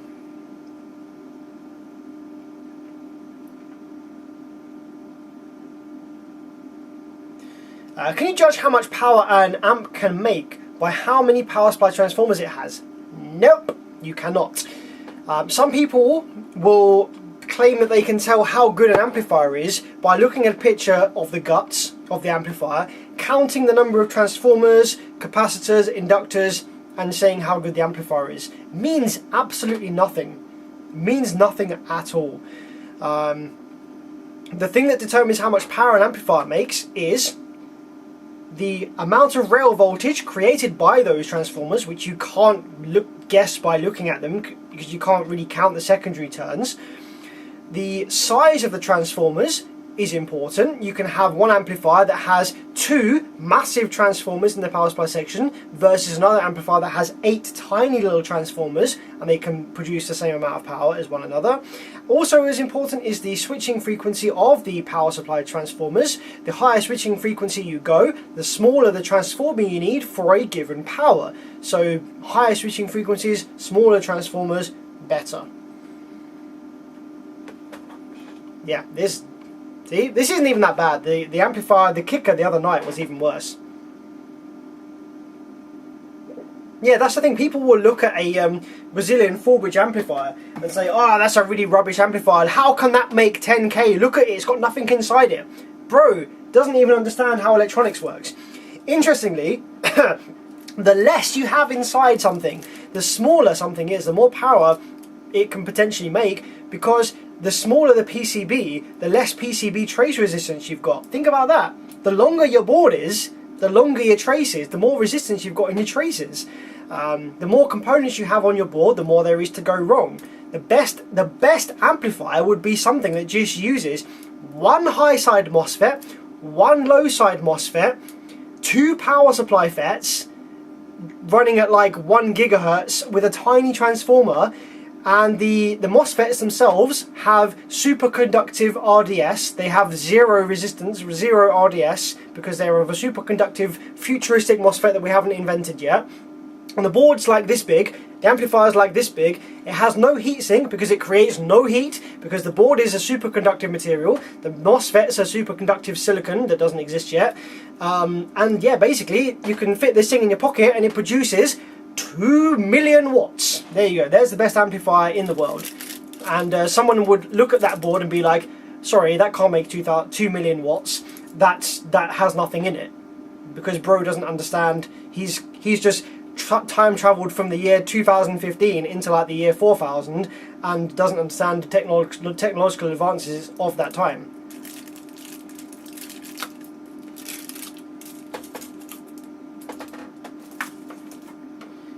You know what my favourite thing to do is, right? My favourite pastime, right, is to... This is jokes, right? So on Facebook, you have Facebook groups. There are Facebook groups for pro audio, AV disasters, pro audio, rig resale, etc. There are Facebook groups where the pro audio guys hang out. And I don't know why, but for some reason it seems to be a trend that pro audio guys seem to kind of be blind to the technological advances of semiconductor technology when in relation to amplifiers. So you think about in the 1990s, right, your typical computer, your most expensive, most powerful computer in the 1990s is less powerful than your smartwatch is now, okay? Like you have a office building in the 1990s with a big mainframe computer that will take up the whole room, less powerful than your smartwatch now. But those guys in the AV forums will like look at an amplifier made in the 90s, like a Crown Macrotech or something like that, 2000 watts RMS, fucking massive heavy ass thing, and that's a good amplifier to them. Fast forward 30 years, where now the same silicon that made that computer in the 1990s, the advancements have now enabled you to have that same power in your watch. They don't translate that to amplifiers, and so someone will post a picture in an AV Facebook group of a car audio amplifier, something like this, or something like a Taramps, and they'll say, this is what a 15,000 watt amplifier looks like. And the guys there can't really understand that MOSFET technology has improved at the same rate as other silicon technologies have in processors and stuff like that. And they can't understand that, yes, you can have 8 IGBTs that can pass 10,000 watts. And the supporting other power supply sections to accommodate for that. And they say, no, that's not going to make 10,000 watts, that's going to make like 1,000 watts at best. Because they're still looking at that amplifier as if it was made in the 90s with 90s silicon. It's really interesting, it's really fun to go in there and like throw up guts pictures of like amplifiers that actually make X amount of power and see their responses.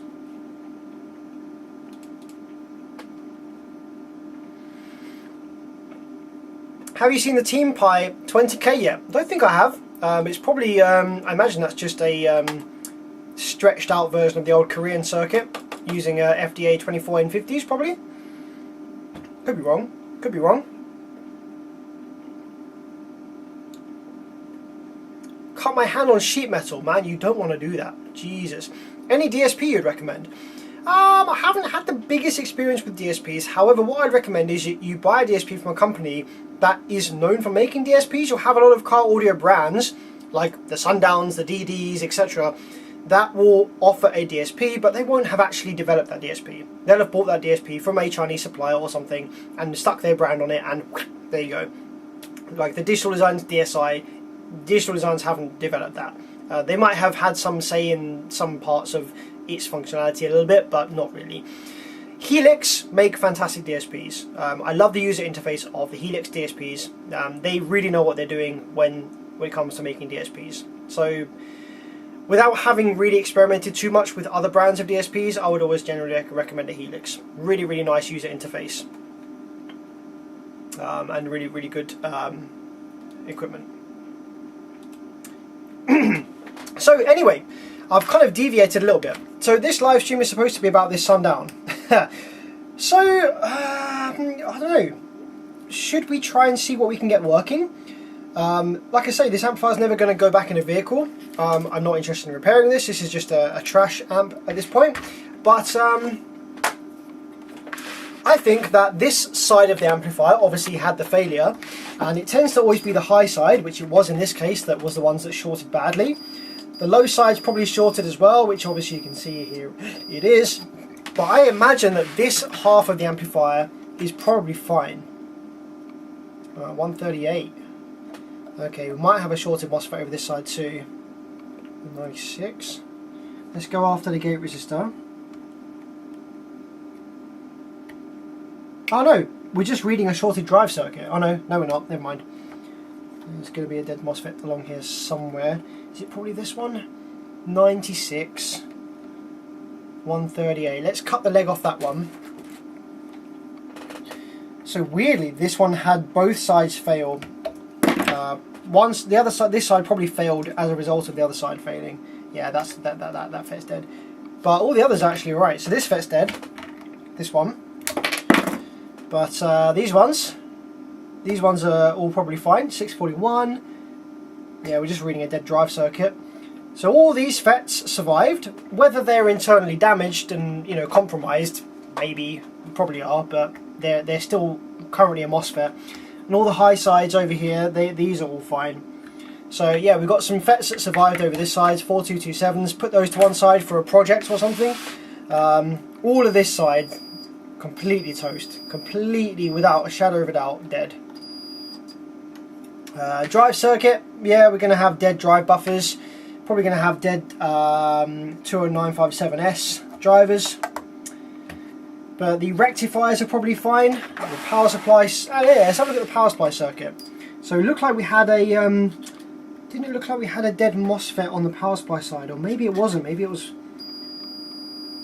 I think, oh, maybe we do have at least one or two dead power supply FETs.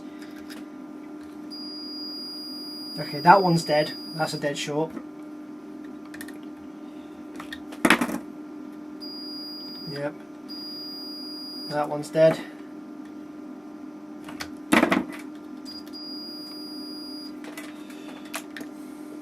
$19. What are we doing after the gate resistor? Okay, this one's probably right. I think we're just reading dead drive circuit now. So the power supply drive IC is over here on the board near the MCU. Okay, that one's dead.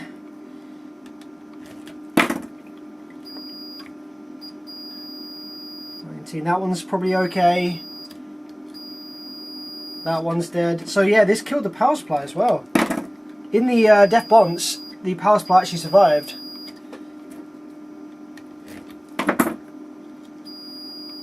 That one's dead. That one's dead. Yeah, all of these are dead. What's really interesting is that usually when a power supply fails, it like cooks the power supply FETs, but I guess everything was too busy cooking the output section. That by the time the power supply FETs died, probably my man here, the owner of this amplifier, was already pulling the power wires out, so the power supply FETs didn't really get like visibly cooked.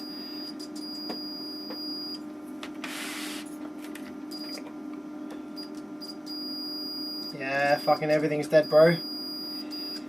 Should we, I'll tell you what might be fun, cut out all these power supply FETs and just see whether the MCU is alive, because if the MCU is alive, that's really useful because we can keep that for a future repair where maybe one of these needs a new MCU. That would be really useful to have.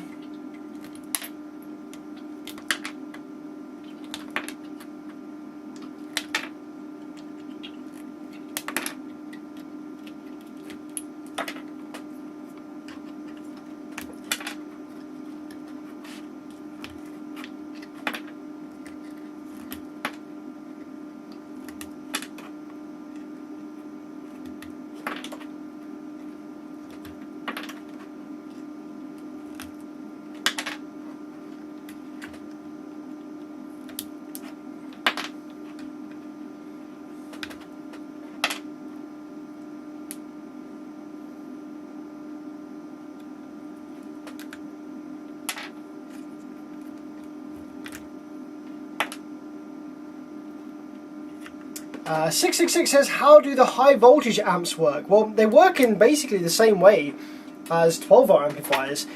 They just don't require a power supply section. So the only thing that basically, you see this board, right? You see this board, right? Half of this PCB is just turning 12 volts into like 200 volts.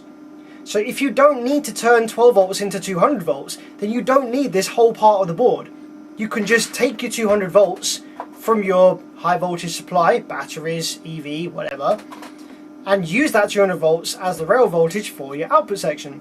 So if you were using this amplifier in a vehicle that used like 200 volts, whatever, batteries, whatever, then your 13 kilowatt amplifier would only have to be this big rather than this big.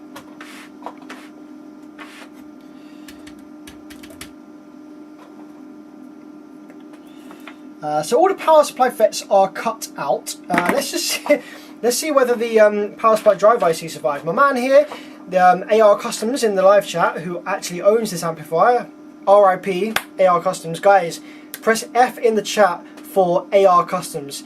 He owns this amplifier. He bought this amplifier probably for quite a lot of money, and look at it now. RIP. That's a bunch of money you're not going to get back. F in the chat for AR Customs, guys. Send him your respects. Fellow basehead, down. Like, you don't want this to be you. You don't want this to be you spending however much ridiculous money on an amplifier. Most of the time, amps are repairable. Even if an amplifier smokes up badly, almost always repairable. Something like this, technically it's repairable, but it's probably going to cost like £400 or £500 and not be reliable in the future, so it's not worth doing.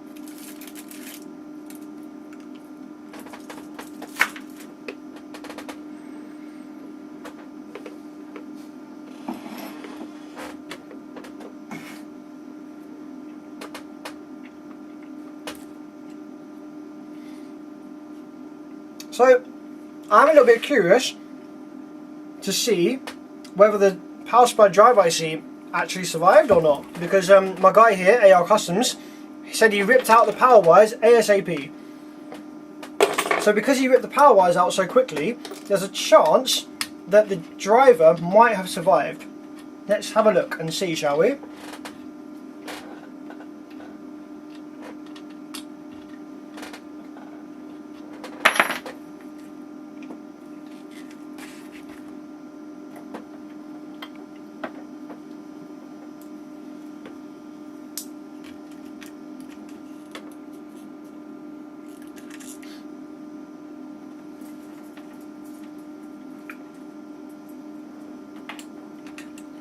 What do you guys reckon? Did the power supply driver and the MCU survive this?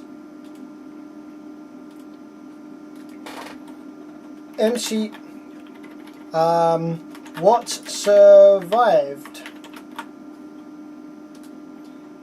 MCU plus driver. MCU only. Nothing. Place bets now. What survived? If you get this right, then you can have, I don't know, what can you have? Something.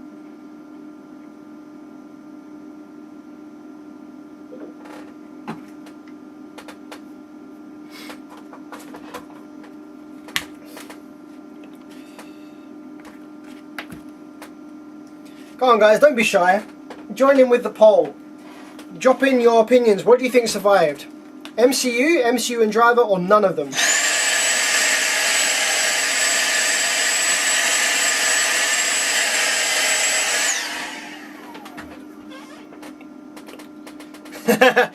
Subdomain says, I'll take the remaining good MOSFETs. Really? There could be all kinds of messed up inside.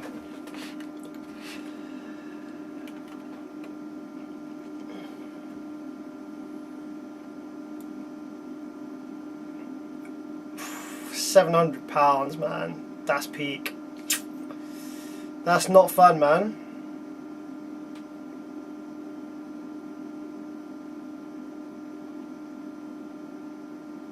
Rockford got sold a while back. Really? I don't know if maybe I knew that already, but I hadn't really registered it. Damn.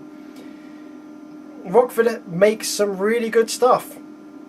They actually do. Yeah, it's expensive. You're paying for the R&D, but Rockford makes some really good stuff, man. That's sad. I suspect it probably will go to poop eventually.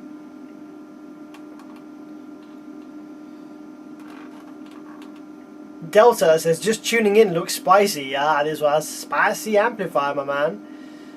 My hands are too cold to type. Ah, crap. Oh yeah, you're out in the car, aren't you? Wait, are you driving? Man, wait, don't be typing while you're driving. Sheesh.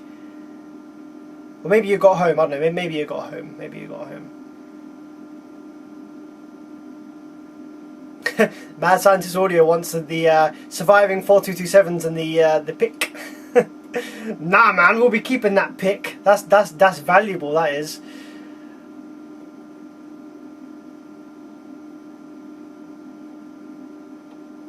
Okay, what are you guys saying? What are you guys saying? Can I click on this poll? Here we go. So we've got 47 on the MCU only. What would I guess? Given the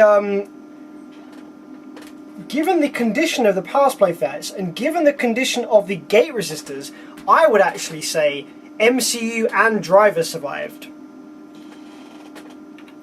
I want to guess that the MCU and the driver actually survived this.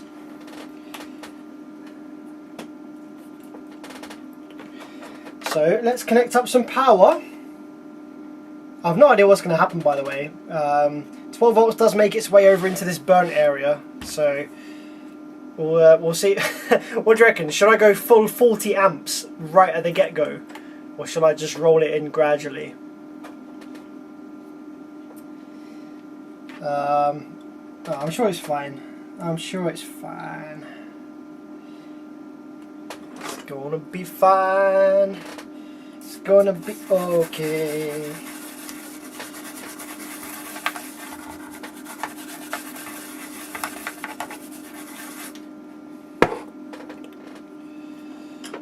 I like these fire damage amps. Makes me feel better about the amp I bought with a slight hole in it. Yeah, having a hole in the board isn't the end of the world, provided it's been repaired correctly and the traces go where they're supposed to with the correct thickness. It's fine.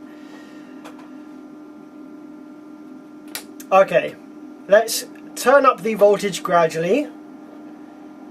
Okay, we've got no parasitic current draw by the looks of it. That's good to see. 12.3 volts, nothing drawing any current.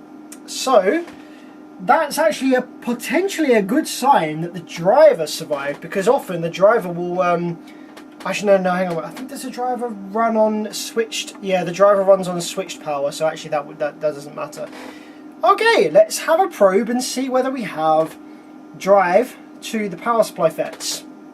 I'm going to change my scope settings, so we're going to probe the push bank first. Reject low frequency. See what we got. Okay, nothing at the moment. Okay, we've got remote voltage going in. Okay, so we've got nothing there at the moment on that bank, and nothing there either. Okay, right, let's follow our way down. It might be that the trace that connects the remote actually to the this section over here has been severed by the fire. So it might just be that we're not actually getting any remote power up by the MCU. Let's probe the MCU. Yeah, we're not getting anything up here. So I think what we need to do is figure out what is supposed to connect remote up to this part of the board, and a really easy way to check that out would just be to look at this one, because this is the Def Bunce board, and this one the remote actually did work. So let's take a little continuity check from the remote. Let's work our way up the board. So that goes, oh, it's so black I can't actually see it. That goes from the remote. Let's see where that goes. Here we go, somewhere. I've got some continuity somewhere up here.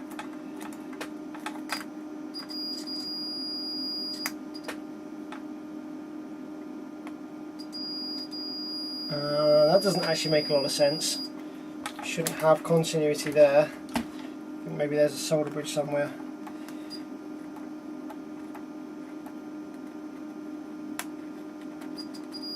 Okay, here we go. Oh crap, I've got, for some reason, I've got 17 or 10 ohms. Oh, that's because there's a solder bridge on these two. Because you see here, I removed this terminal. But I've created a great big solder bridge across the lot. So I'm just going to quickly remove the solder bridge. Is Taramps better built to those? Oh dude, yeah, so much better. Taramps are actually one of the better, like, makers of subwoofer amplifiers on the market at the moment. They're up there as one of the better brands to buy. Way better than this nonsense. Yeah, absolutely.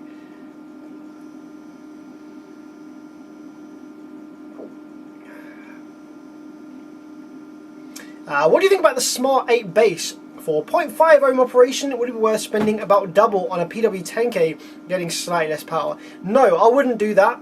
Oh, if you have a blown Salt 8, if you can repair that, if you think that you have the ability to repair that, do it yourself. Don't pay somebody to repair it. I wouldn't, I don't know, you see, it's difficult.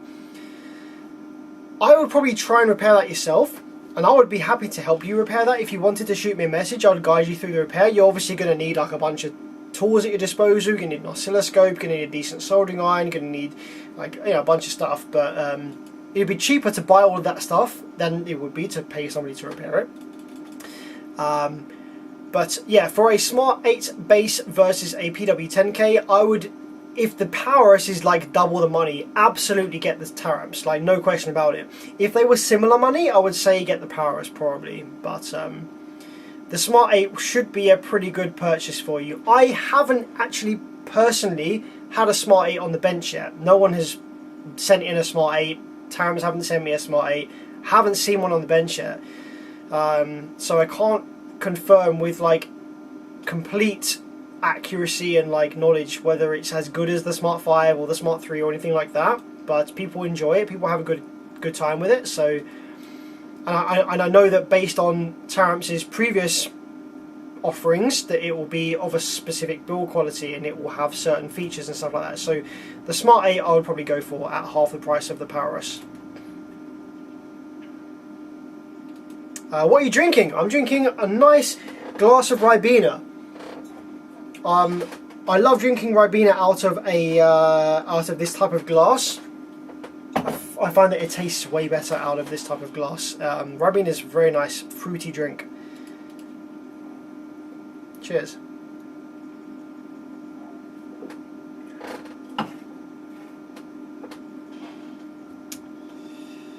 What was the cause? Any way to prevent it? Yeah, so to prevent this kind of failure, don't buy a Sound Digital clone. There you go. It's just a poor circuit design. Who makes CT sound amps? Well, CT Sound isn't a brand we get in the UK, but from what I've seen of their boards, you know, guts, shots and stuff like that, doesn't look like they design their own circuits, so I would say that they're your kind of typical Korean or Chinese built amplifiers, but yeah, I haven't really had any hands-on experience with CT sound amps. So right, there we go, there's the solder bridge removed. So let's continue looking for our remote connection up on the top of the board.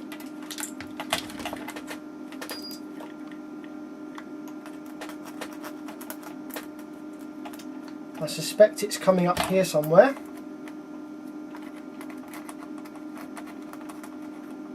probably on one of these resistors maybe. Maybe there's a diode. Oh no, it's going to be this middle section, isn't it? Yeah, I remember now. Okay, so we have continuity to resistor here somewhere. Where is it? That one.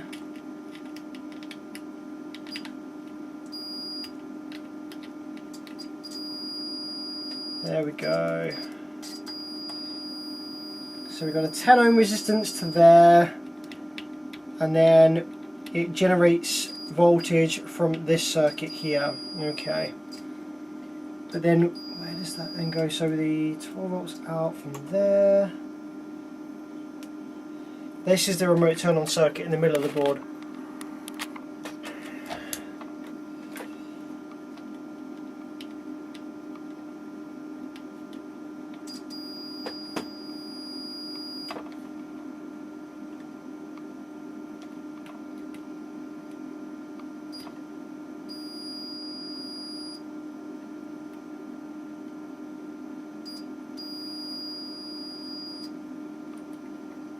Sorry about the arm, just give me a sec.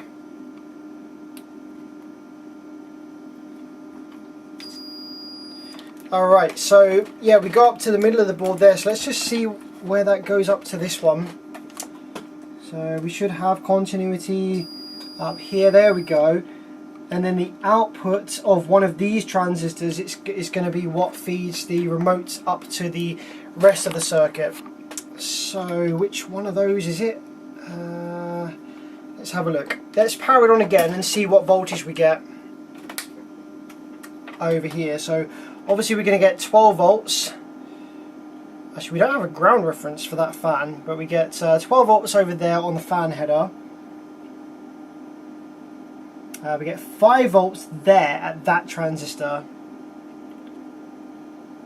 We get 12 volts there, 5 volts there on that transistor. And that probably goes over to VCC for the MCU, I imagine. 2 volts there. Okay, so I need to actually make a, I think I need to make an output ground reference here. No, we have ground reference. 9. Okay, so this little transistor in the middle of the board has 5 volts on it.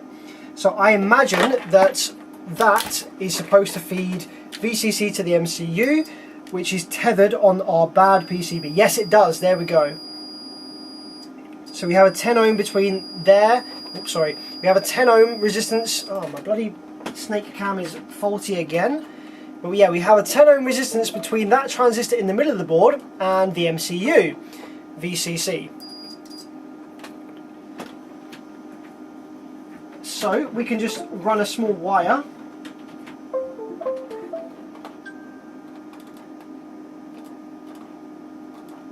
There we go, it's working again now.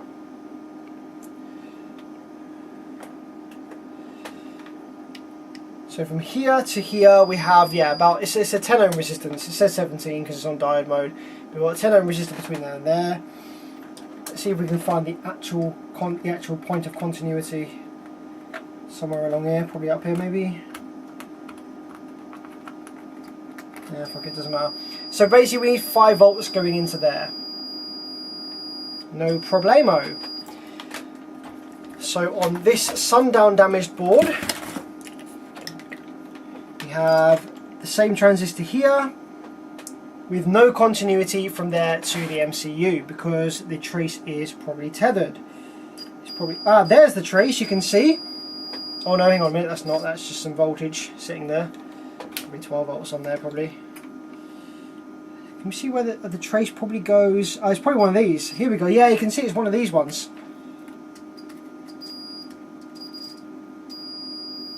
There we go, there it is. So we just need to make a connection from here. If I can find a piece of wire, and then we'll jump over to the MCU, and then we'll see what this thing's doing.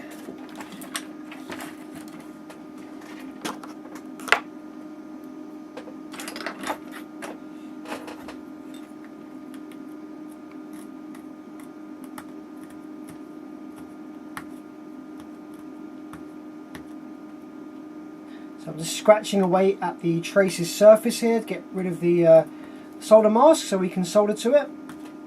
There we go. Let's find a long bit of wire somewhere. Something long enough. Is that going to reach?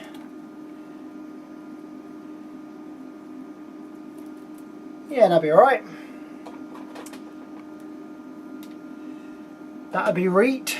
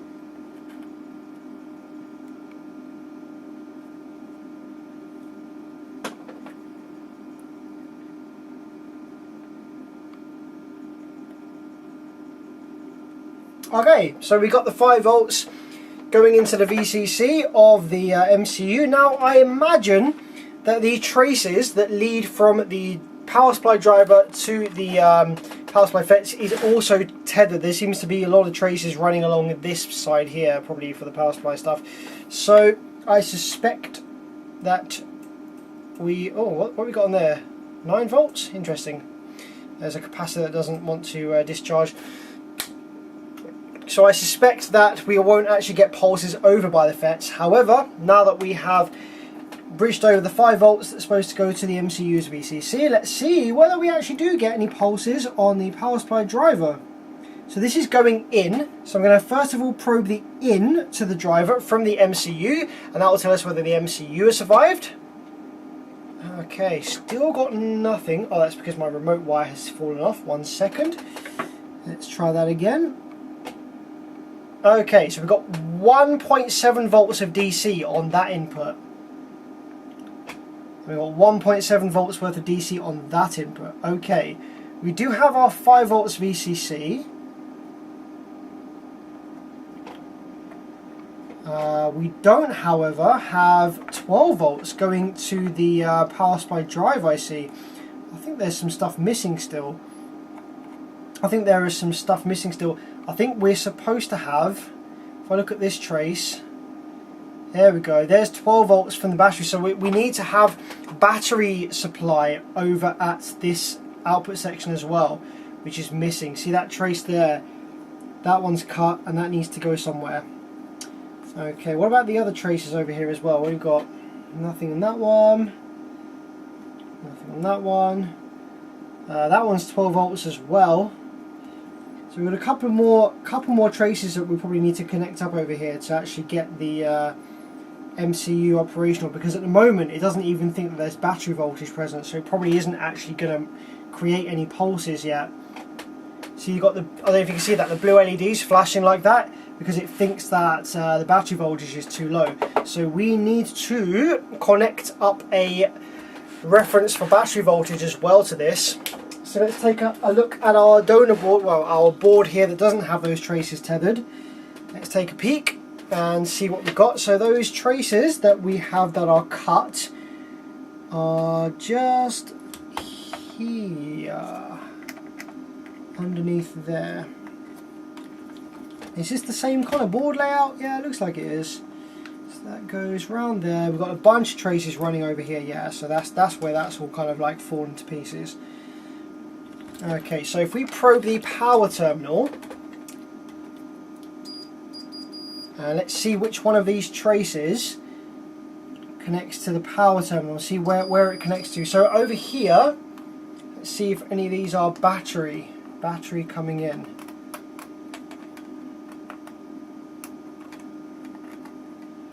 It's going to be one of these resistors around here, probably. There we go. R12, we have battery voltage on. That goes round here.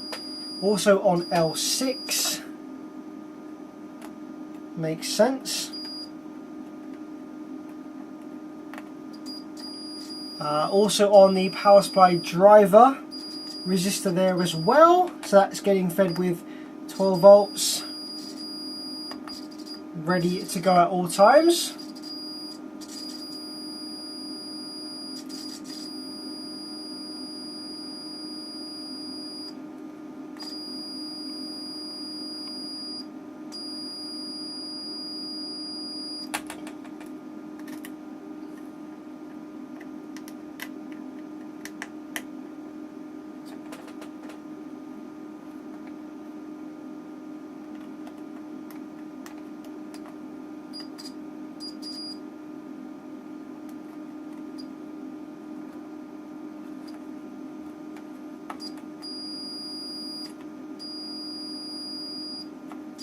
Okay, so I think we're going to connect up 12 volts to one of these inductors because that's a nice easy place to tether it onto.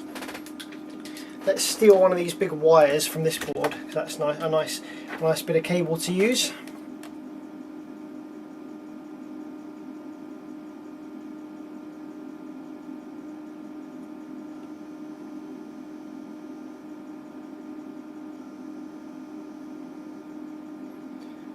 So we still don't know what has survived yet because we haven't actually managed to get the amplifier powered up enough to see.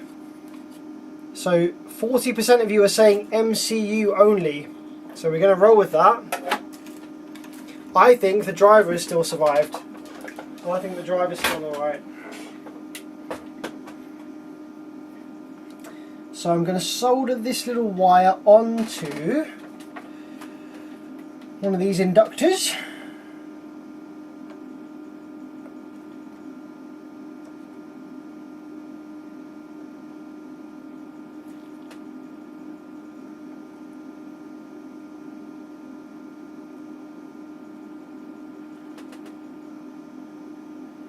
If I can actually get a connection there. Plenty of flux.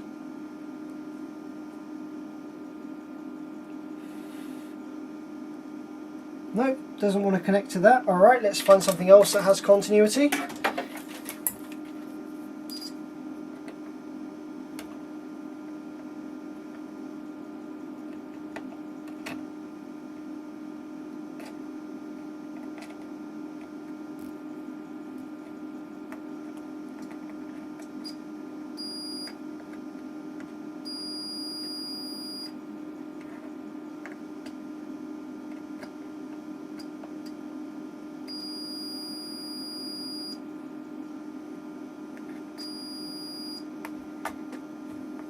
That resistor will do.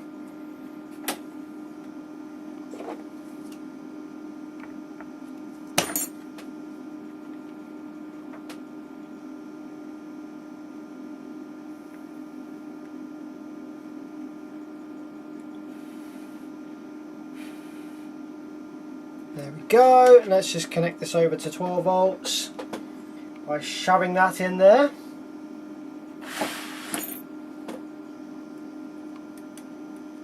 Go. Lovely jubbly.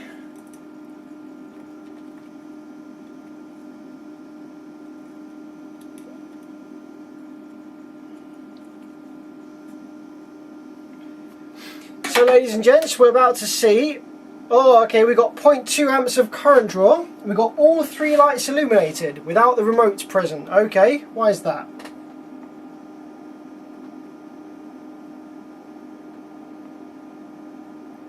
Looks like we have a missing ground. Yeah, we're missing the ground on this side of the board. As you can see, look at my oscilloscope. So we have ground over here, that's fine. However, this side we have 5 volts. So we're missing ground over that side. So we need another little piece of wire to reconnect the ground from this side over to this side. And that should correct that problem. Let's find another little bit of wire to connect that over.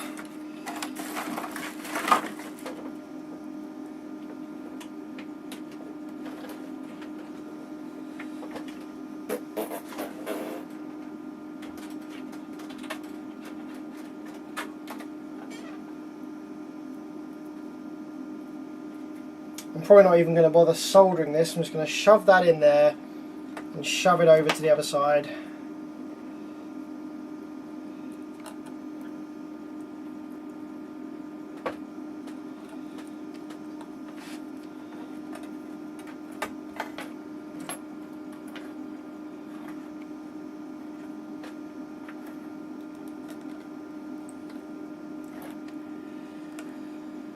Okay, ground reference. There we go, that's fixed that issue. So now we have ground over this side and that side. So now if I hit the remote, we're going to see, hopefully, whether we get pulses on the input to the power supply driver. Okay, we don't. We still get a flash of the LED. Oh, we actually get a bit of smoke there, I think. Something smelled a bit funky just there. Whoa! We get a big drop in voltage across this 10 ohm resistor. That's interesting. Why is that?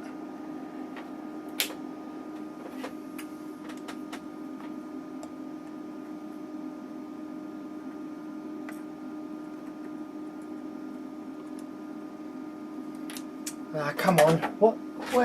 Where are we supposed to be connected to battery? Battery voltage coming in.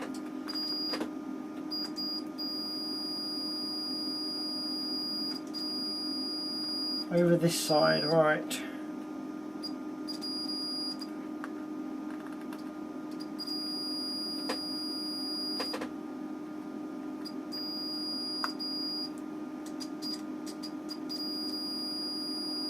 Right, that resistor there, R14.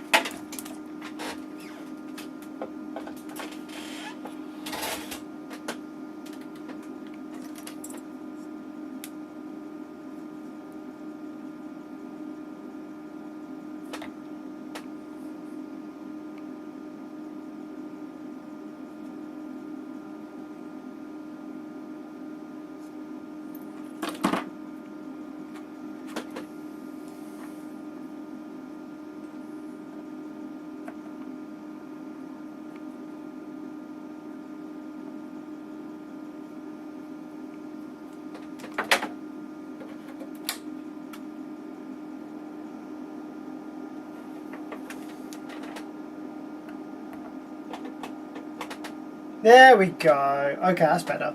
Right, let's have a look now then. So we're looking for pulses on the input to the driver here. Okay, there we go. We got a little something, something. See if I can get that locked in. There we go. So we've got pulses going in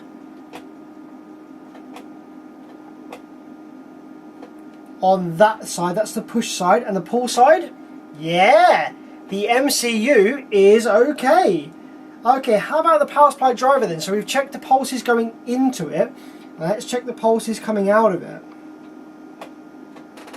Okay, got pulses coming out of one bank and pulses coming out of the other bank. So everyone that said MCU only, everyone that said nothing, everyone that said MCU and driver, well done. You were right. MCU and driver is fine. And I kind of guessed that because the gate resistors were okay on the power supply side.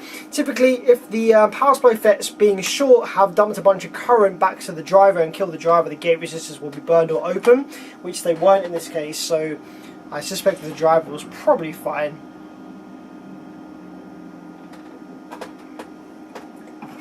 So, yeah, we have PWM from the power supply driver. No worries. Do we have, what do we have being generated by these boost converters? So basically, now that that's all up and running, these boost converters should be doing their thing and generating some voltage for the output section to roll with. So let's see. So we've got one boost converter up here. Let's see what this one's doing.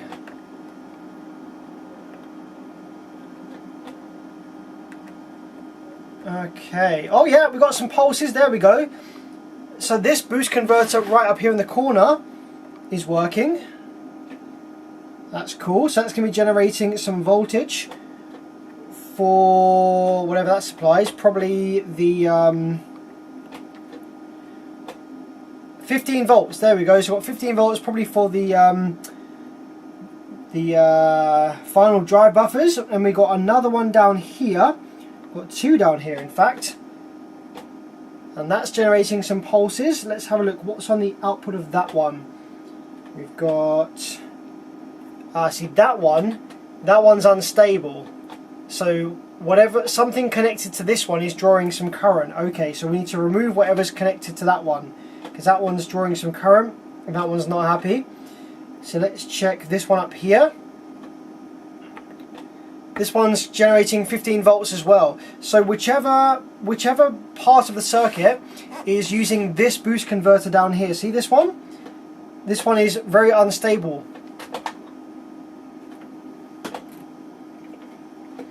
So something is drawing excess current from this boost converter, and I suspect it's going to be, well, it's going to be this drive circuit over here, isn't it? That formed part of this exploded channel over here. So let's have a look at the VCC supply going into this drive IC here. So we've got 15 volts going in there, and that's stable. Let's have a look at the voltage going in. Here we go, it's the drive buffers. So you can see if I probe the drive buffer resistor for this side, you can see that the voltage is all over the place.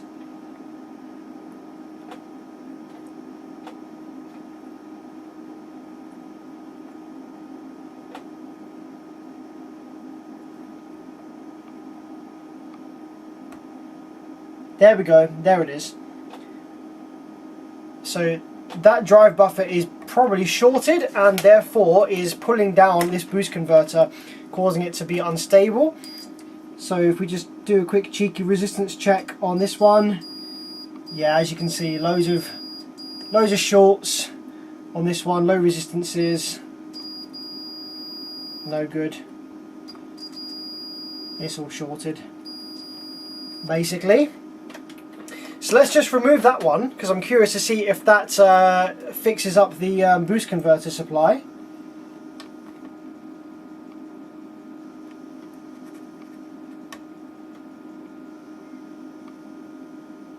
Sam Perry, what's up my man? Good to see you on the stream.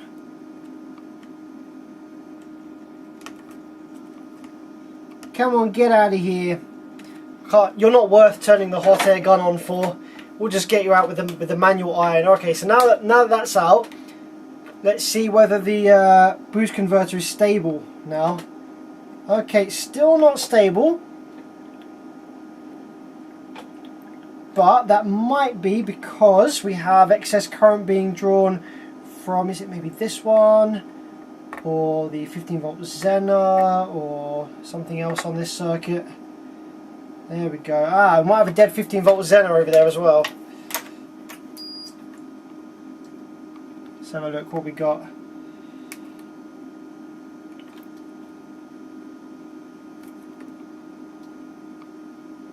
No, seems alright. Maybe I'll try removing this drive IC here. Although I don't think this buck converter actually supplies that one. But it could be the one on the other side. Let's have a look. So we've got, yeah, super unstable voltage there. Let's check. Okay, so the supply going into this buck converter is okay. Although actually that's got 15 volts everywhere, so that looks kind of shorted to me.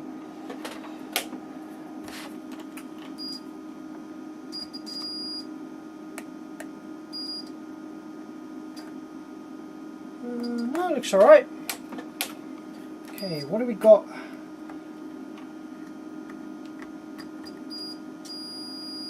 Okay, that's 23 ohms. Okay, something has 20 ohms from the output of this boost converter to ground. So something is shorted. It's probably, actually it might even be these MOSFETs. Let's remove these MOSFETs real quick. That's probably not doing us any favours. Let's just remove these dead FETs from this side.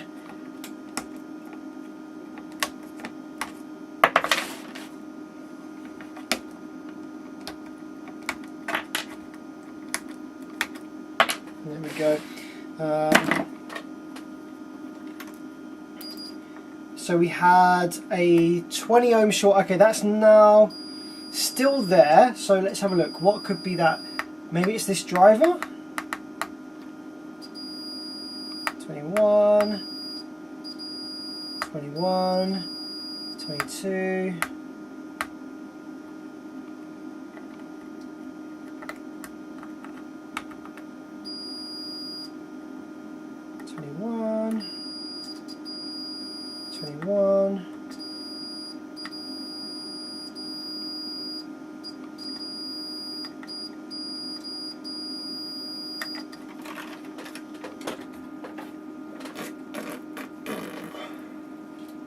Looks like my e-bike controller. Oh, what happened to your e-bike controller, Les?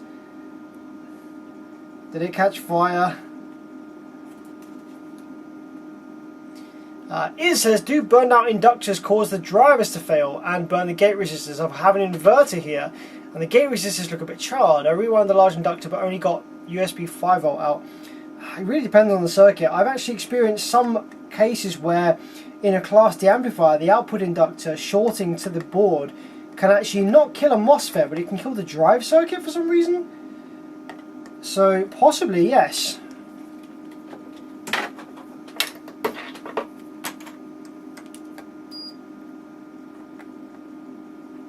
Okay, that seems to have removed the short to ground on that boost converter by removing those two drive buffers. So let's just confirm that we have operation on these boost converters now. Yeah, see now we have 15 volts stable. So just by removing these two drive buffers, we have 15 volts stable on this boost converter. We have 15 volts stable on this boost converter, and also on this one. So yeah, basically the output section drive circuit is probably kind of happy-ish. I don't know the condition of this driver, this 20957. Probably not too healthy, I wouldn't suspect, but it's kind of got 15 volts everywhere, and so is this one, so I suspect that both of these might be alright. I don't know, it's kind of hard to tell. But yeah, so we have a working MCU, we have a working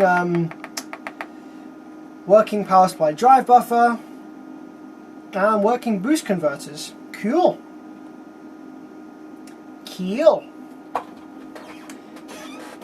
But that's probably as far as we're going to take it. I don't really. I mean, I could get audio out of this for sure. We could replace the drive ICs, the drive buffers. We could fit some MOSFETs in the output section. We could get some audio from it, but you've seen that in the last one. We probably don't need to do that again.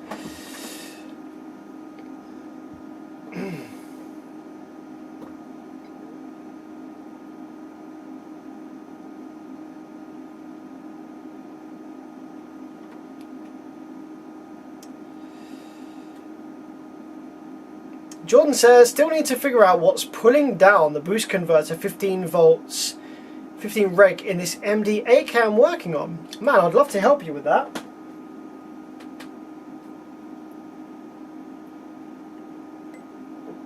Do you recommend the DD Redline SA500.1? I'm not actually familiar with that one.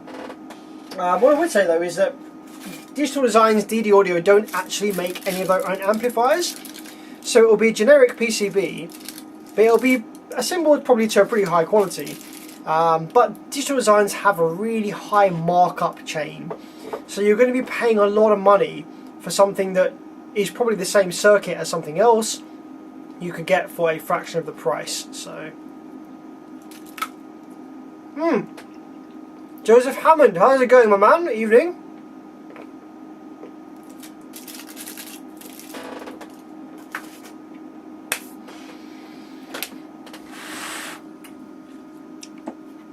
Alright guys, so that was the Sundown. That was the Toasty Sundown. So, now we can have a bit of fun. What should we do for the rest of the stream? So we can say bye bye to the Sundown Audio 13K.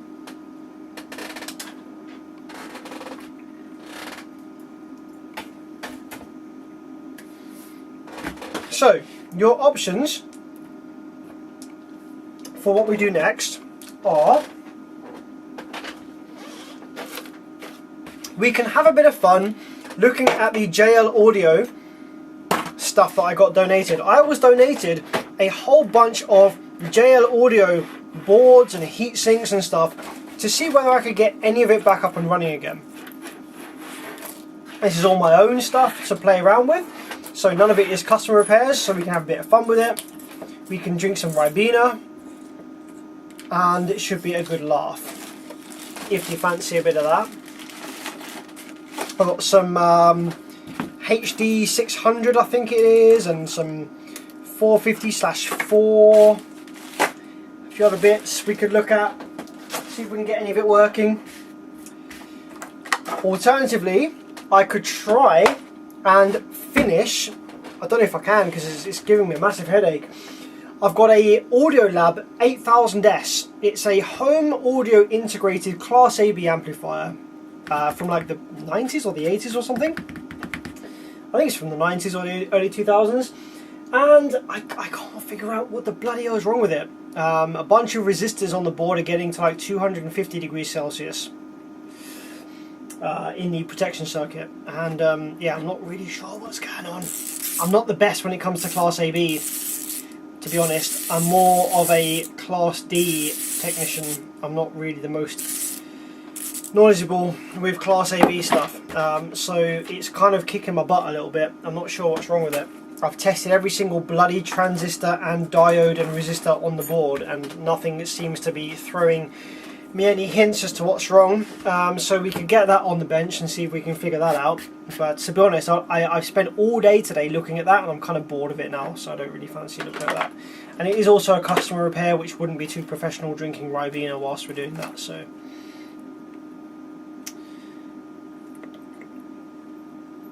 got any tube amps to repair? No, absolutely not.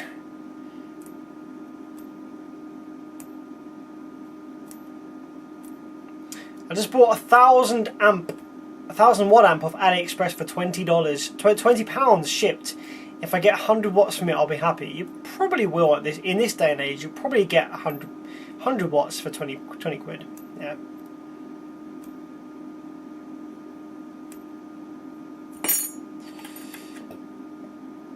If you were able to add bigger high voltage caps on an amp, how would it benefit it? It probably wouldn't benefit it at all. Higher voltage caps aren't going to do anything to it, just waste of money really. Higher capacitance capacitors might give it a little bit more dynamic power, possibly, but not really anything noticeable.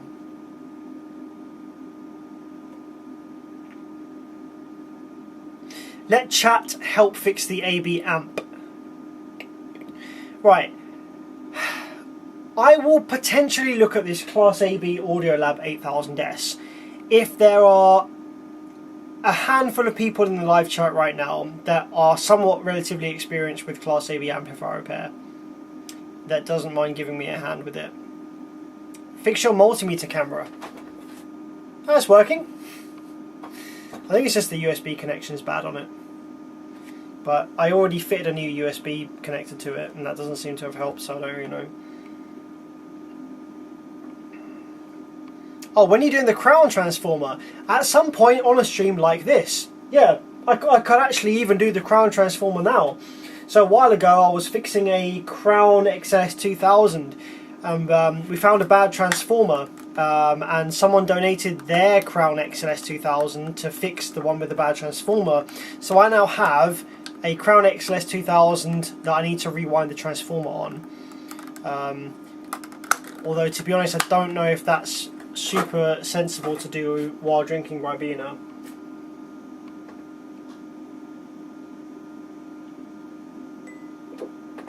But I could maybe try and have a look at. I think I've written down all of the inductance values that I need from the transformer, so we could look at that.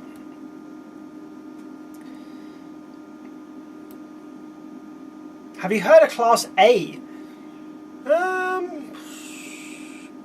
I've heard of very, very, very high bias Class AB, so it's pretty much biased into Class A, if that counts.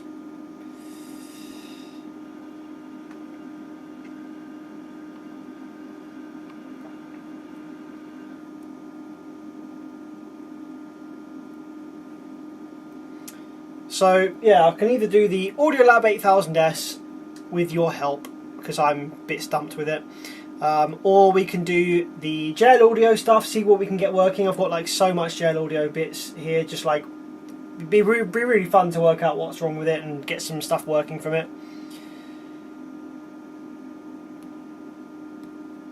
Or we can do the crown repair.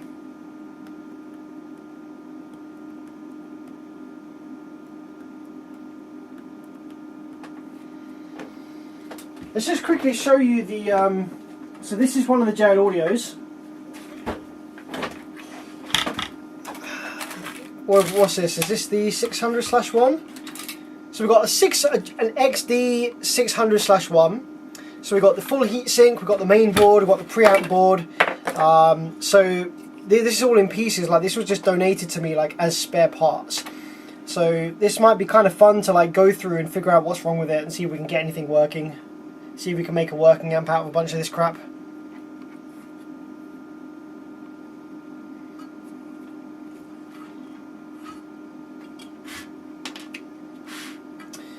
So this is the main board from the 600/1.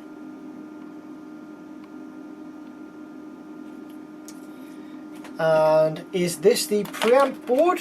No. Oh wait, yes, this is the preamp board.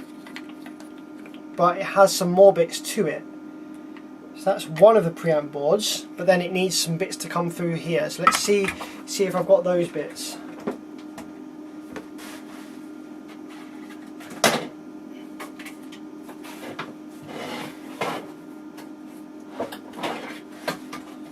We got this one here, this one here.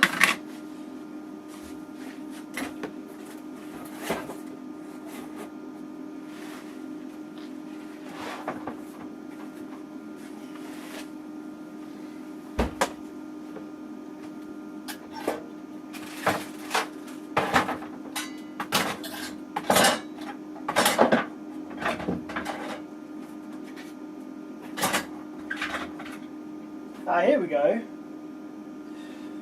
Here we go. So this is a complete 600/1 preamp card, and that has the kind of daughter boards on it. Okay, so that is it. That and that.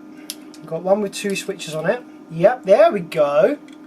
Okay, so therefore I can produce a fully working preamp board from these bits and pieces. Let's have a look and take reference from this one that's currently assembled. Yep, so the one with the 2 switches goes at the top like that, and that one goes on there. Wait a minute.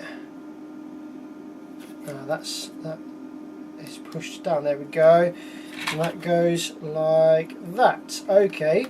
Alright, fantastic. So we have a couple of preamp boards here. You poured these out last stream. Good content though. Yes, I think we're going to look at these on this stream and see if we can get anything working. I'm just checking that there's nothing missing from either of these that has been pulled off as a donor part or anything like that. I think these are all fully intact. Alright, cool. Let's use this one for this amplifier. Okay, so let's take a look at this 600/1 then, shall we? See if we can make a little gel audio work. So what have we got then? Let's take a look at the main board to start with. So I have no idea about what's wrong with this or why it's in here, why it's been donated to me or anything like that. So we're going to start from the ground up, and this is a good place for you guys to learn as well. So first thing we want to do is check all the MOSFETs, check for shorts. So go between legs 1 and 3, 1 and 2, 2 and 3. Okay, nothing found so far.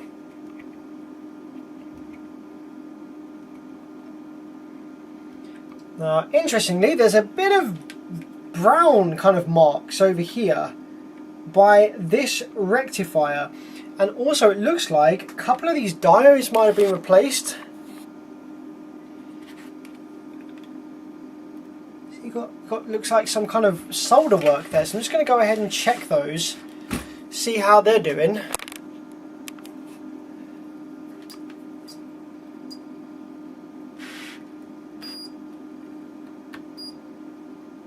So we should have 438 and 469. Okay, that checks out alright.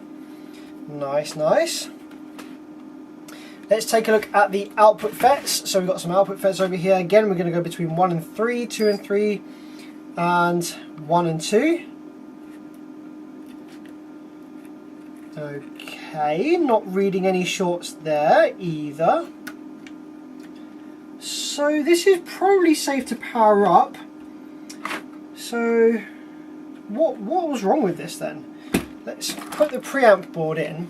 This is the preamp board for this amp, because it actually needs the preamp board present in order to turn on, just due to how the remote voltage routing works. So we're going to pop that in there.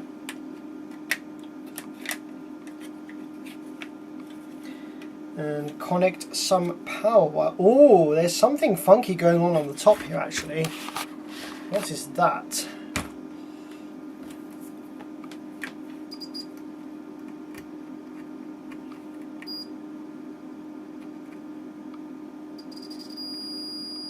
Ah, we've got 34 ohms there on, what's that, Q46?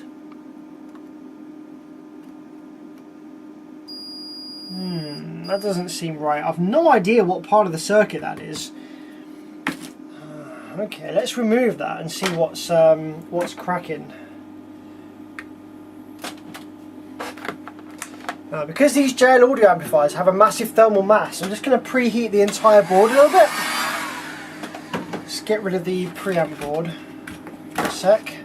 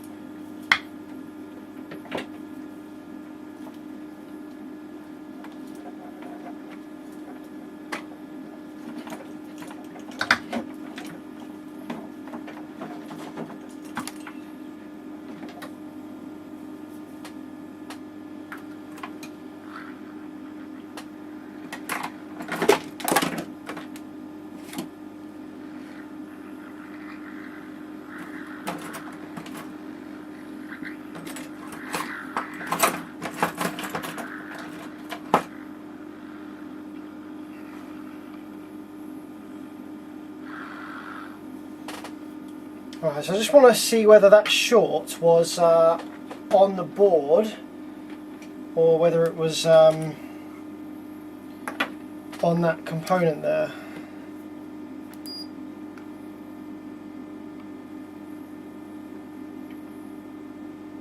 Okay, it's on that component there. So what exactly is this?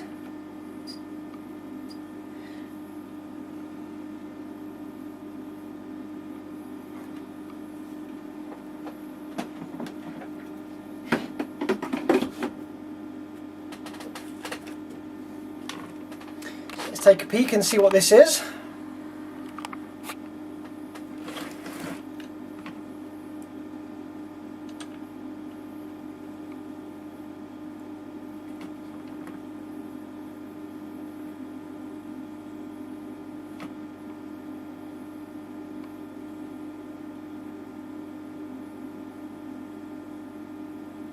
G something. I need to get some isopropyl alcohol on that so I can actually see what that is.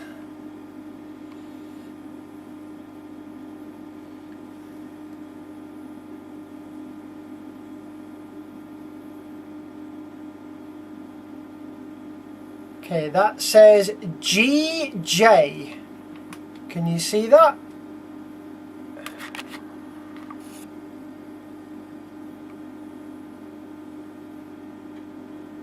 GJ. So let's, oh, what's happened to my camera? Let's use the power of the interwebs. Ah, dude, Dre flew with a $10. Holy shit. Thank you very much, my friend. That's very kind of you. No message in there either, just a straight $10. Wow. Very, very kind of you, Dre flew. Thank you very much indeed, man. That's super, super kind of you. Thank you. Wow. Thank you very much, my man. Appreciate that.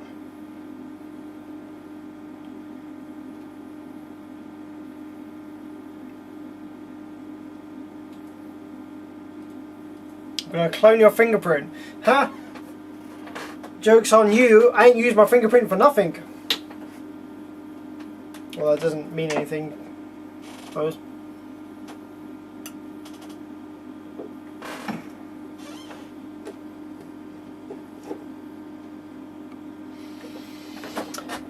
So, GJ, what's that? What is that? Let's take a look on our interwebs. GJ SMD transistor, what are you? GJSOT23. GJSOT23? Ooh, usually it would be at the top of here, but it's not. Ah, see, See, we don't have actually a straight answer, because this is GJ and then like a bunch of numbers, and that would be a voltage regulator, and I don't think that would make sense here. A Zener diode would make sense here, possibly, but it's marked as Q rather than D. So I don't, honestly, I think this is a transistor, not a diode, so I think that this website isn't giving us the answer we need. Okay. Right. Are there any other ones on the board?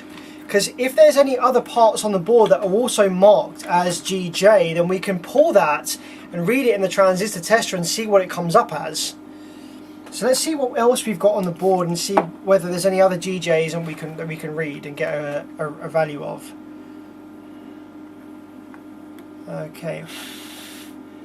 Nope. RO5, RO3, actually that one by the looks of it, so that's not useful. Q46.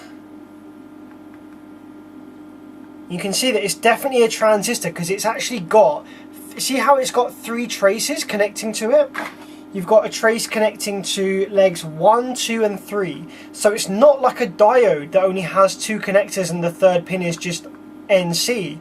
It actually has connectivity to all 3 of those pads, so it's definitely a transistor or something like that. Right, let's see if we've got any other GJs on the board anywhere else. It's going to be our luck that we don't, isn't it? It's also possible actually that that GJ part was replaced by a previous technician, and that's just kind of what they had on hand, and the original part was not in fact marked GJ, it was in fact marked something else. I'm just going to do a quick check over on my racks and see whether I've got fucking Q-tip. Where's that come from? That must have come from these amps. I'm just going to do a quick check and see whether I've got another 600/1 PCB, because if I have, oh, there we go. There we go, we've got another one. This is another 600/1 PCB.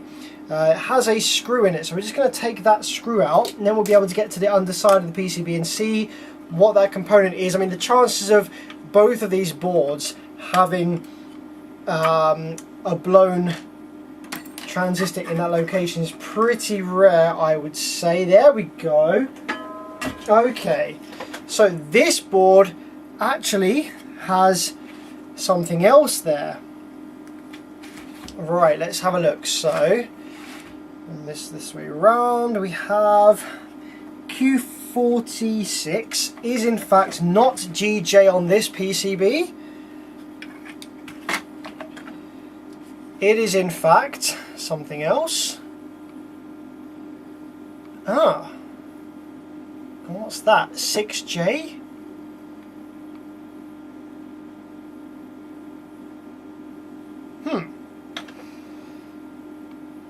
Now that's an interesting marking if I ever saw one. I might have to drop that into the transistor tester.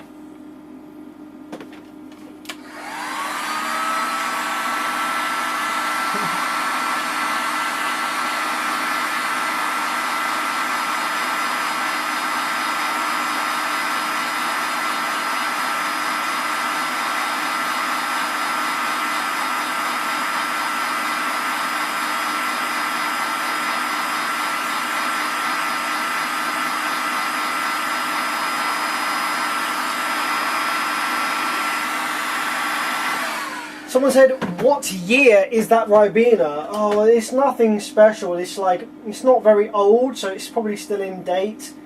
This Ribena was in fact manufactured in... It's not very old. It's a 2022. It's a pretty new Ribena. It's not very expensive Ribena. Like, some of that vintage Ribena costs quite a bit of money. But I just fancied like a nice little bit of Ribena for the stream, you know. Didn't want to spend out any big bucks.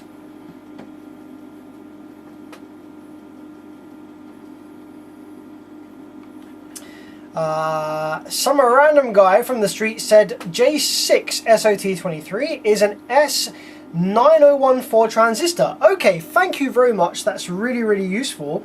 What we're going to do is pull this part and drop it in the transistor tester and see if the polarity of the silicon inside matches up with that data sheet of that part that you've just suggested there. If it does, then that's a pretty good, you know, that's a pretty good confirmation that that is in fact the part that we're looking at. So let's go ahead and drop this out. Nice and easy. Okay, lovely stuff. Transistor tester está aquí.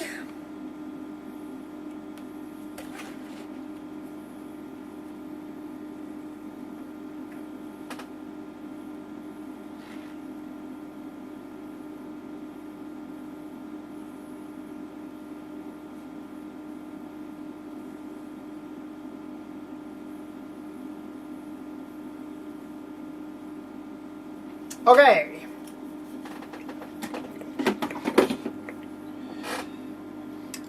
Rickard says, I stand by my guess on MMBF 4391. Well, if that's based on the part that was in this board that was shorted, that might not be the right part because that was replaced by a previous technician and they might have got the wrong part. We want to go by the original part that JL fitted, which is this thing right here. So let's wait for that to cool down, hit the button and see what it says. What do we have here?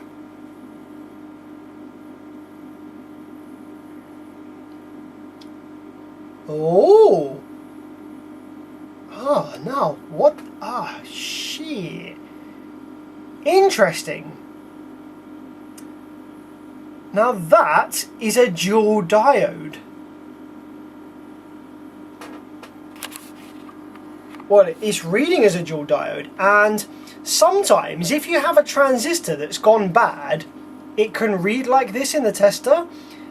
However, the reason that I think that's not the case with this is that the pin configuration 1, 2, 3, we have common, what is it, anode or cathode, I can't remember. So we have pin 1 is common, 2 and 3, and then we have actually the same, pretty much the same readings for each of the diodes from 1 to 2 and 1 to 3.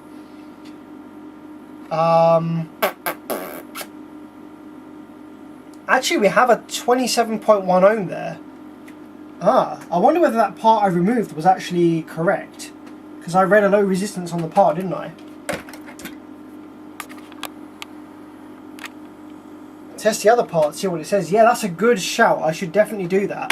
Problem is, I'm not sure what I did with the other part. It's probably on the bench somewhere. Let me just drop that back in.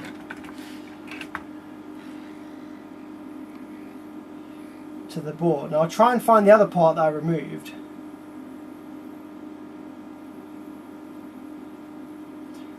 But no, this doesn't. The markings don't make sense. If it was a diode, surely JL would mark it on the silk screen with D rather than Q, which is supposed to be transistor.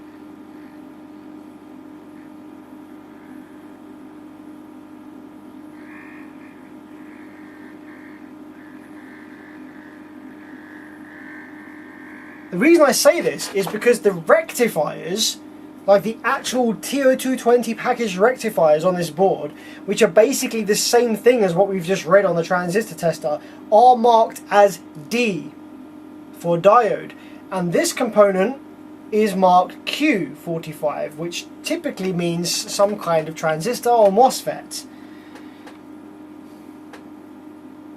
So I'm not super convinced, if I'm honest, that that is actually supposed to be a dual diode.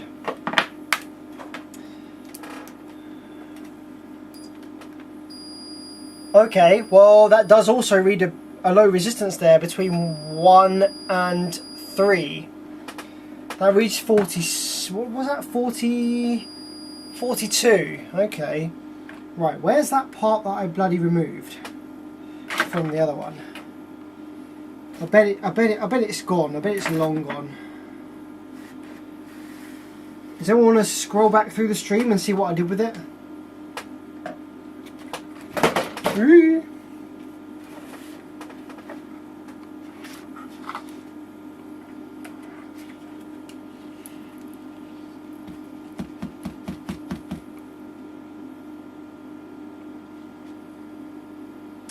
I think it might be long gone, unfortunately, which would be a bugger, because if that was the correct part, that's a real shame. Oops.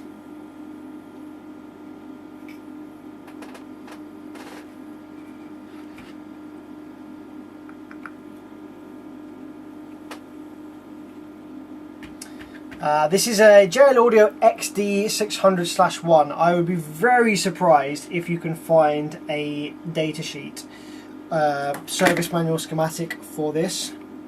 I had it in my hand, didn't I, under here. Now what did I do with it?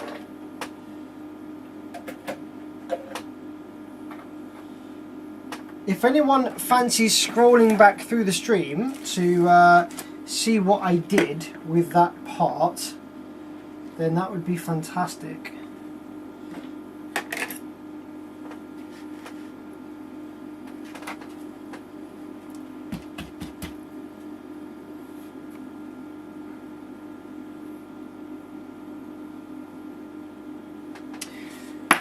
But either way, we could actually turn our attention now to this one. So obviously we've got two of these, so we could start probing around on this one. So let's check to see whether this one's got any shorted output or power supply FETs.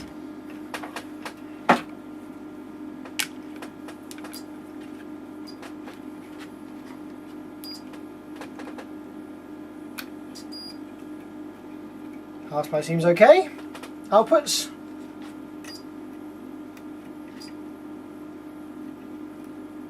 .603, 582.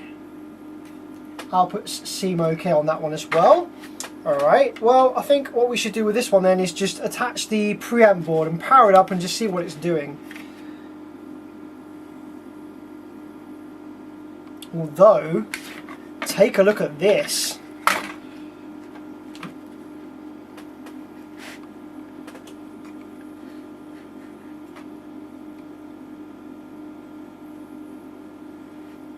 Look at that. U10? That looks very damaged.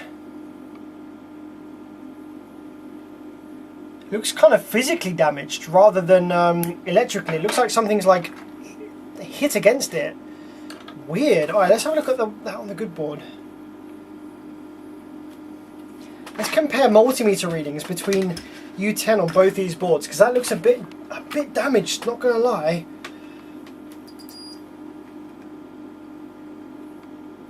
So on this one that looks damaged, we've got 1726. Okay, we've got the same readings between the two middle ones. We've got 1622, 622. Okay, we've got the same readings.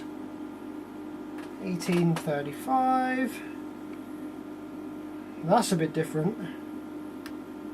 Oh no, hang on. 1830. No, we've got the same readings. Okay, that's probably fine. Just looks a bit physically damaged, that one, doesn't it? It's a bit strange.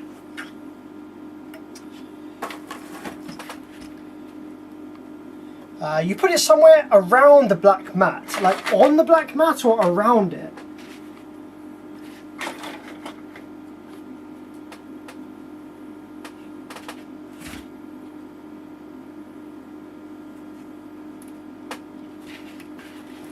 Because I don't think it's on the black mat, because I've kind of done this and it's not fallen off.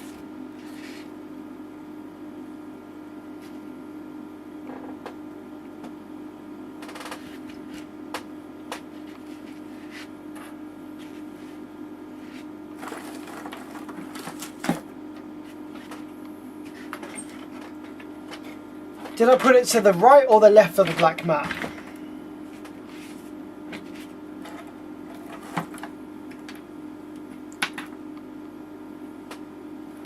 So annoying when that happens.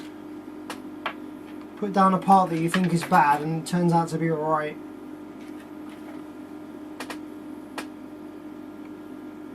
And then it's gone forever.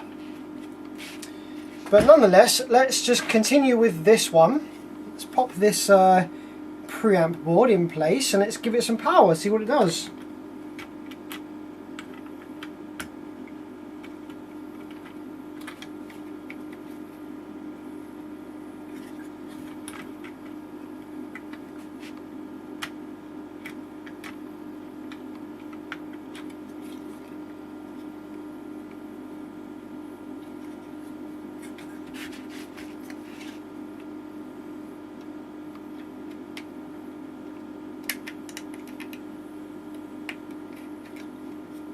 Okay, for some reason this one's not lining up.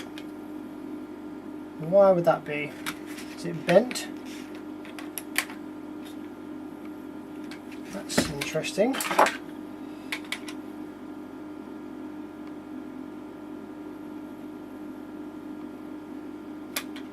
Now that's weird. Look at this, guys. This is kind of backwards. Look at these two preamp cards, right? So see these two bottom ones, this one and this one. This one here doesn't have headers on the bottom, but this one does have headers on the bottom. Ah, the layout's different. Look at this. The placing of this 2-pin. See how that's quite far away from that trace, whereas on this one it's right next to it. So they're not interchangeable. One of the preamp boards only can connect with there we go, this one here. This preamp board is the only one compatible with this main board because of the placement of that header. That is so interesting. Must be a version difference or something. Right. And that makes it kind of difficult, not gonna lie, to line that up and get that in. That is mad.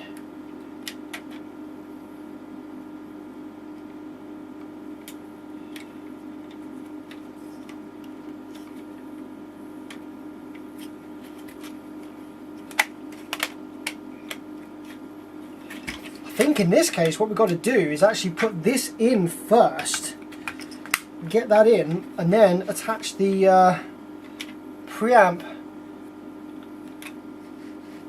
like that.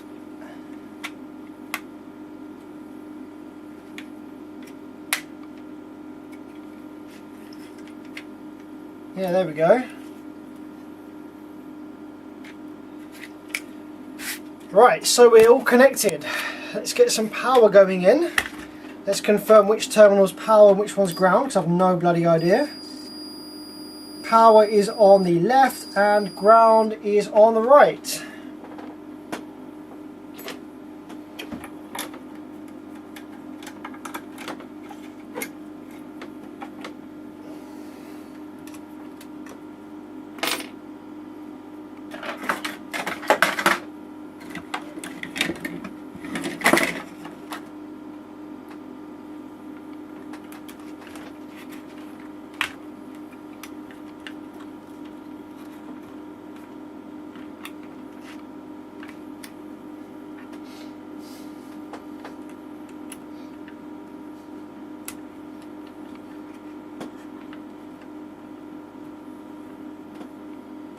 Radgreen says, just scroll back, you put it down with your left hand, on your left hand side. So it will be somewhere over here then, I guess. I don't see it, so I probably knocked it off or something at some point. That's very frustrating, isn't it? I bet that part was absolutely fucking fine.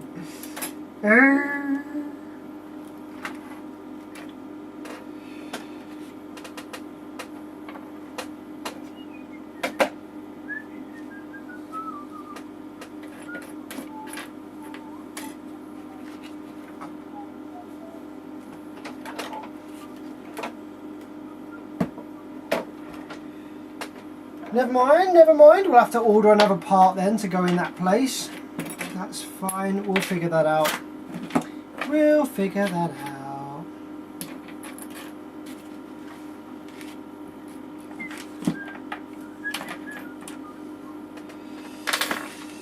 Power, ground and remote. How comes you have so many of that JL600.1? So I was donated these by Gordon at the Amp Doctor, to see if I could get any of this stuff working again. Very kind of him. Thank you very much, Gordon. It's good fun to have a play with. Right, so we're going to go ahead and turn on some power now. So nice low current. We're going to go down to like 9 volts. Got 10 volts going in there. Let's make sure we got 12 volts going to our power supply FETs. There we go. So 9.7 volts on the back of the power supply FETs. I'm going to allow about 4 amps into the board. There we go, there's our remote. Now with the JL amplifiers, when you touch the remote, you actually do activate the output section for a brief moment. So I'm just going to touch the remote and just see if we get any pulses on the output side at all. Got a little bit of DC there, a little bit of DC there. Well, it looks equal, so that's good. A good sign, I guess. So let's go for a full power up and see what we get. Okay, whoa. Alright, well, we got some Class D switching there at least. There we go. Class D switching. Okay. Well, that powers up fine. So, let's plug some RCAs in and see if we got any audio. Maybe there was nothing wrong with this? Confused.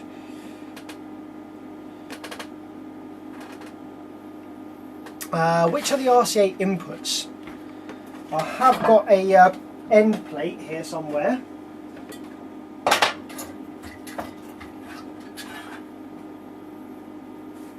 That is a 700-5. That's another 700-5. There we go. There's a 600-1 end plate. So inputs are closest to the power terminals. Okay. Let's see if we've got audio or not.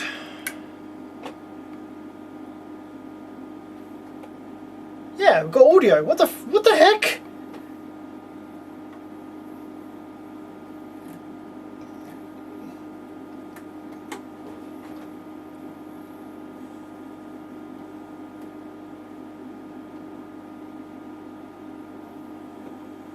This okay.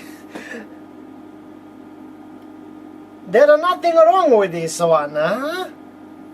This got a sine wave and a class D switching. Yeah, I guess we'll do some endurance testing, but this one appears to work just fine. V12 Alpine gives me the part number for J6. This is an LMUN511T1G. Let's just have a quick Google of that part. Let's just see what it says.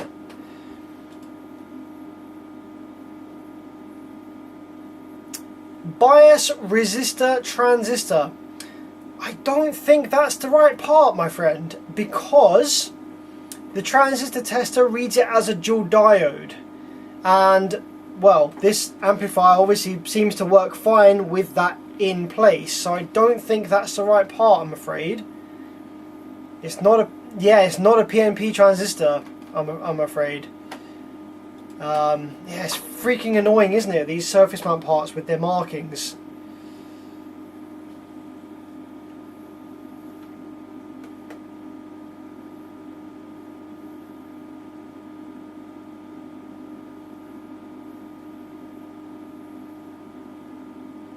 So now that we know that this board works, what I'm actually going to do is that part that I lost, unfortunately, from the back, I'm actually going to swap it over onto this board and see if there's anything wrong with this board.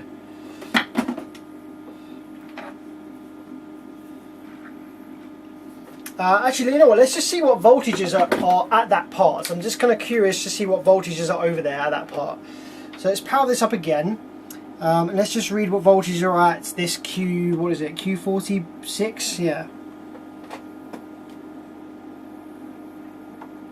Right, so looks like we've got negative 14 volts on pin 2, negative 6 on pin 3, positive 5 on pin 1. So we've got 5, negative 14, and 6, negative 6.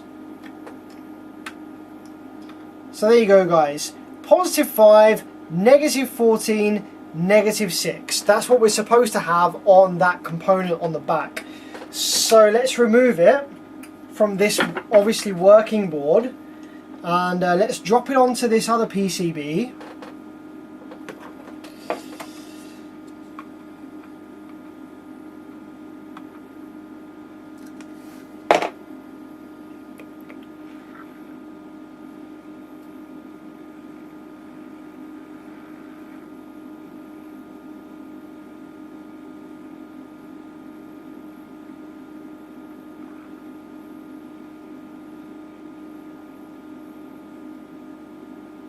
Ratty Cat, how's it going, buddy?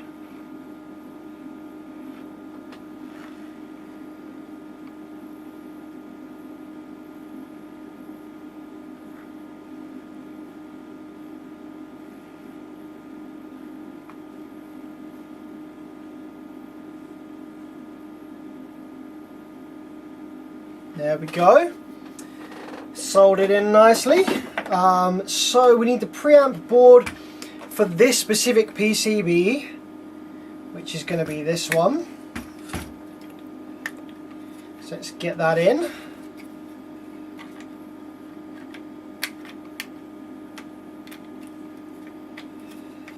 There we go. It's locked and loaded. This one has definitely had some work around the it's had, by the looks of it, it's had new rectifiers or slightly different model rectifiers from factory. So let's get our power cables over into this one now then, shall we? Let's see what we're doing.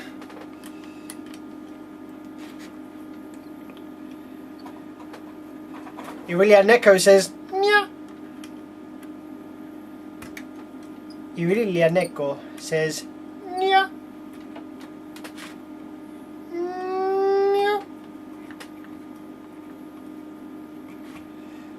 666, I've got to go run some errands. We'll leave the video playing though, so play several adverts if you want. That's a good point, guys. I never remember to do that. So basically, the way that I have my live streams set up is I do not let YouTube place adverts in my live streams where they want, because I tend to find that they don't really know where the best place to place an advert is. I hate adverts. I run an ad blocker, as should you. Everybody should run an ad blocker.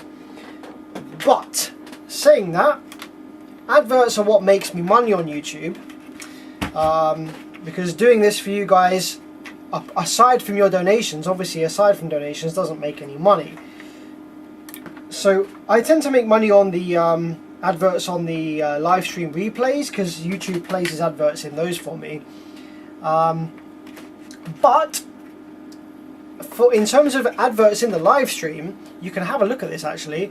I actually have this set so that I can place an ad whenever I like, and that obviously, by pressing this button up here, that makes me a bunch of money. If there's 115 people watching, if like 70 of you get an advert, that probably makes me like 50 bucks. So, but I don't tend to press it because I feel bad. So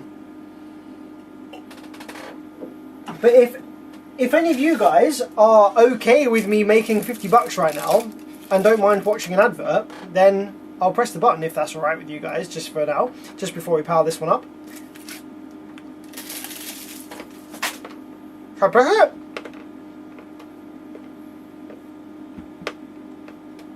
Do it, do it. Press it. Alright. Well guys, let me know. I'm really interested. Let me know what advert you get, because it's tailored, isn't it? Sergio said I won't see anything. Right, let's press the button, and guys, you tell me what advert you get. I'm really curious. Do you get an advert for hair loss, like I do? You get an advert for premium fuels, for bloody health insurance. Let's see what you're going to get. Right, ready? 3, 2, 1, boom. So, for anyone still here, you are the ad blocker crew. Where's my ad block crew at? Yo, yo, yo. But maybe some other people are getting some adverts. Or premium. If you're a premium crew, you won't get adverts.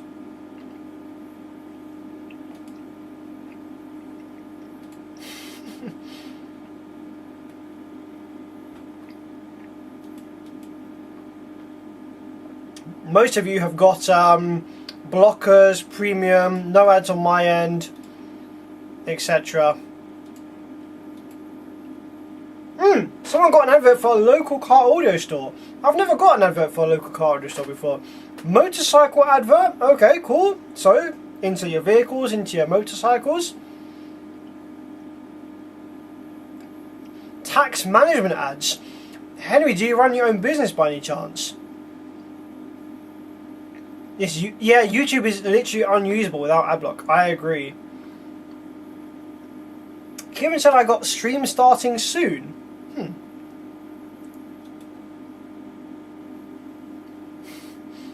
Some people said nothing happened. Jokes. Well, I don't know. DJ Bell said some game ads. Crypto and fries. Well, that's typically, yeah, crypto ads are everywhere, man. I actually do run my own business, but not making money yet. My product is soon releasing. Man, good luck to you. Props on making your own product, man. I wish you all the best. It's quite brave to make your own product from scratch, man. Temu oh, the Temu adverts, man. Freaking hell. Gotta make me chunder. I need some more Ribena after reading that word Temu. Whew. That's not where it is. Right. Let's see what this one's doing then. So this is the one that was missing that Q46, and we've swapped it over from the good board and dropped it into this one. Let's just have a quick look. What do the switches do on the top here? What do we got? We've got low pass, hang on a minute. Subsonic off, low pass filter mode off. Yeah, that's fine. So let's power this one up then and see what it's doing. So we've got no parasitic current draw, as you can see. That's good. So let's power it up and see if we get any Class D switching. So I've just tapped the remote. I want to see if we get the DC like we did on the other one. We've got DC on that one, DC on that one. So it's looking the same so far. So we should get some Class D switching here. There we go, Class D switching, that's what we like to see. So at least there's no Class D fault. That's really good to see. Okay, let's plug in some RCAs and see if we get audio from this one. I'll be bamboozled if these just work, and like, why were they sent to me for free? Okay, this one doesn't seem to output any audio. Right, so we have a fault at last. Excellent, fantastic. So we've got Class D switching. I'm just going to drop the rail voltage a little bit. These XD amplifiers are not regulated. You see how the rail voltage fluctuates with my input voltage. So with 9.4 volts, we've got a 29 volt RMS PWM here on the Class D side. And if I go up to 12 volts, you can see that increases to 36. If I increase further to 14 volts, we're up at 45. So these XD amplifiers are not as good as the older, like, you know, slash JL slash 500 or 1000. They're not regulated power supplies, so your voltage drop will eat away at your power. So let's flip this over and let's just have a play with some of the preamplifier switches and stuff like that to see whether we can get any audio out of this thing. So we've got we've got operation, got 32 hertz going in, got some pretty high level signal going in. Okay, so yeah, as you can see, we've got absolutely no audio coming out of this, regardless of where I put these switches, potentiometers. Doesn't make a difference. So we have a preamp fault on our hands. Okay, interesting stuff. Let's have a look and see what we can find. So what I want to do then really is probably start looking and seeing whether we got a sine wave on any of these pins on the headers, because I want to see whether the signal is getting lost at the preamp stage or whether it's getting lost once it goes into the main board. So let's power it up again and see if we get a sine wave on any of these pins. I'm going to go down into 5 volts divide.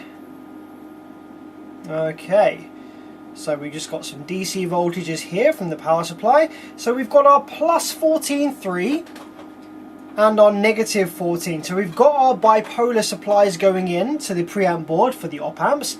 Got negative 4 and positive 5. Okay, there's a little bit uneven there with the negative 4 plus 5, but that's fine. Negative 14 there, positive 14, okay, that looks good. There's a positive 14 again, negative 14 again, positive 5, negative 4, positive 5, okay, positive 4.9, so we've got 2 volts there. Okay, that's a bit interesting. I can't imagine why we would need 2 volts on this pin. That's a little bit suspect. One beautiful thing is that we've got a fully working board here to take reference from. So let's go ahead and probe some of the other pins here. Going to, okay, so we've got our plus and minus 14, plus 5. We've got a sine wave. There we go. A little jiggly sine wave there going in on this second pin from the end. That's cool. So we've got sine wave there on these pins, and we got there. Okay, negative 14 plus 15. Sine wave on pin 3. Okay, now that's interesting. Now you see how these two sort of preamp cards have a very similar pin layout. You can see that on this one we've got negative 15 roughly, 0, which is probably ground, positive 15 there, then but pins 3, 2 and 1 all have a sine wave on them. Okay, so I would imagine that would be a similar kind of setup on this card. We've got negative 15 there, ground there, positive 15. Now on this one we've got 5.4 volts, where we did have a sine wave on this one. but we do have a sine wave on 2 and 1. Now, so I'm a little bit suspect of this pin 3 here with the 5.4 volts. I'm wondering whether that's a leaking op amp or something along those lines. Okay, let's take a quick look at the headers going into the board. Now that's fine. Interesting. So we clearly don't have a sine wave. Oops, that's my power wire that just come out. We clearly don't seem to have a sine wave going down to the main board. So the only connection to the main board that we've got, okay, is this header. We've got this header and these 2 pins here. These are the only connections from the preamp card to the main board. So what I'm going to do is actually plug my power wires back into our known working board, and we're going to have a look and see what pins we're supposed to have a sine wave going from the preamp card to the main board. And then we can work our way backwards on the board that obviously isn't working and figure out why we don't have a sine wave from the main board. So let's jump our 12 volts into here where it should be. Lovely jubbly.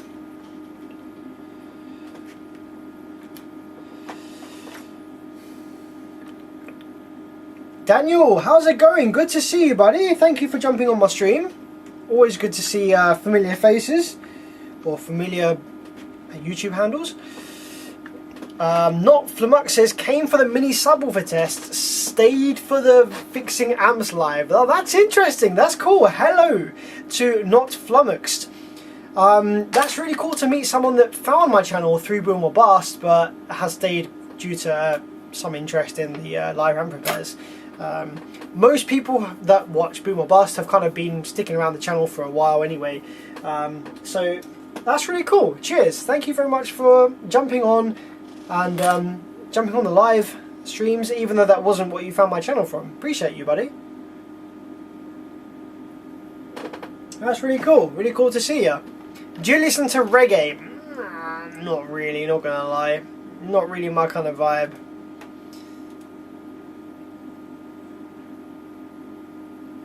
What did I miss? Well, I don't know where you left, so not sure really.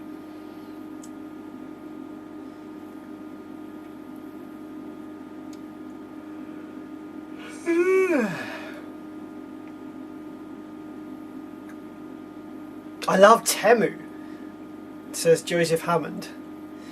Joseph, I mean you absolutely no offense here, but I'm not surprised that you like Temu. I mean you absolutely no offense by that, by the way. But you strike me as the kind of guy, the kind of guy that's a bit here, bit there, bit everywhere, kind of lot going on, and you love a good bargain on Temu.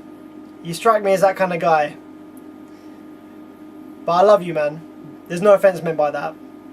But you do strike me as the kind of guy that would love a good bargain on Temu.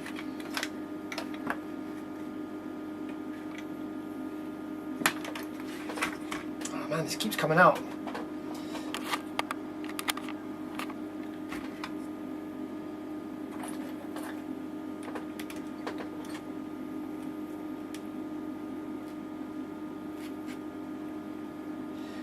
Speaking of little subs, I just got a Sundown U something. Hang on, this live chat. This heart covers up my chat. It's so annoying.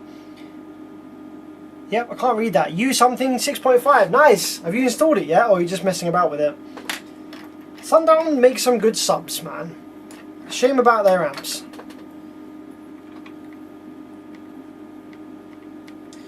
Okay, so let's plug some RCA signal into this known working board and see where we're missing some signal.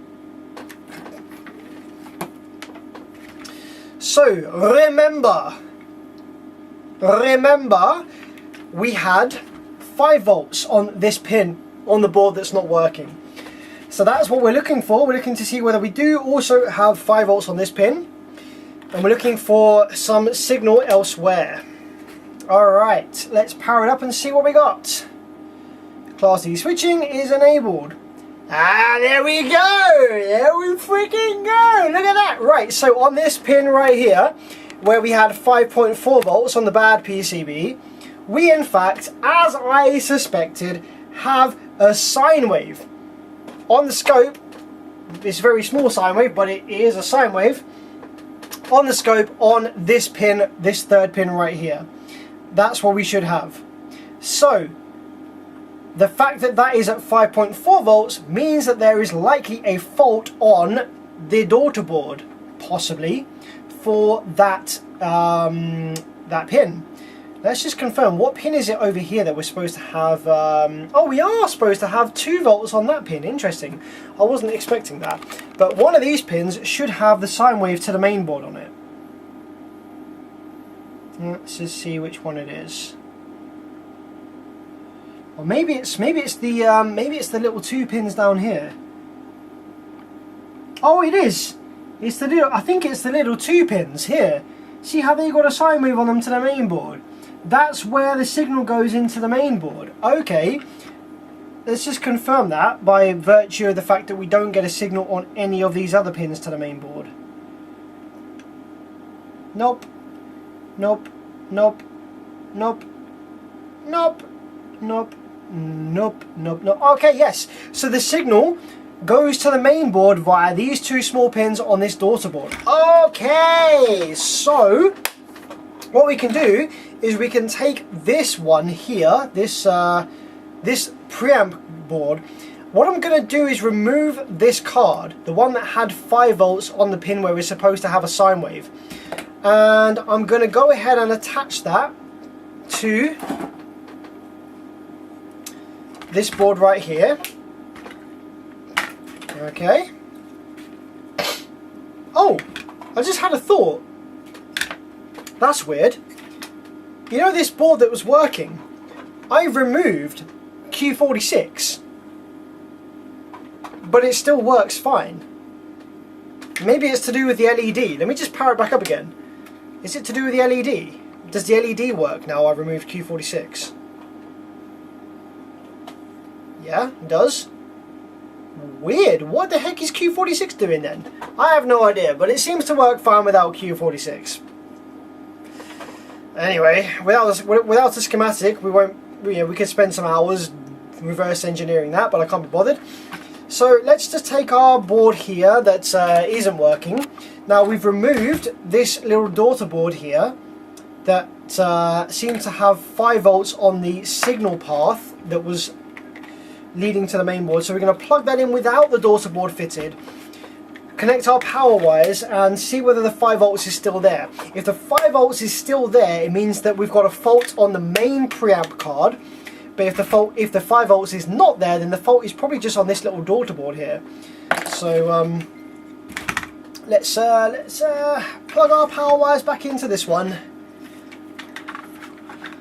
Q46 is living in your computer keyboard now. Yes, most likely, as are many other transistors, I suspect.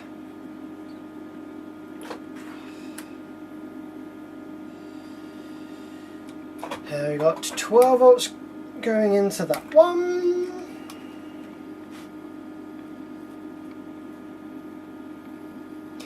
Daniel Doriot says, I haven't installed it yet. What are you planning for it, Daniel? Are you planning a little ported box or a little band pass, a little T-line?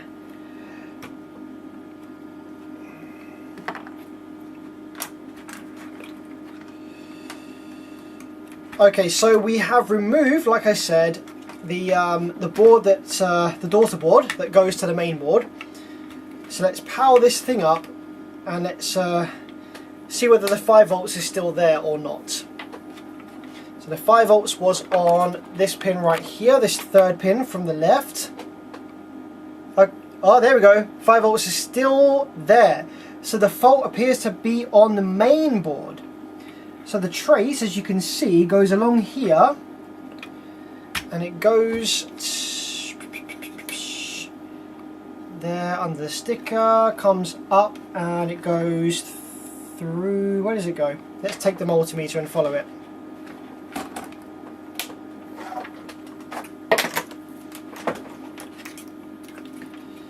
So pin 3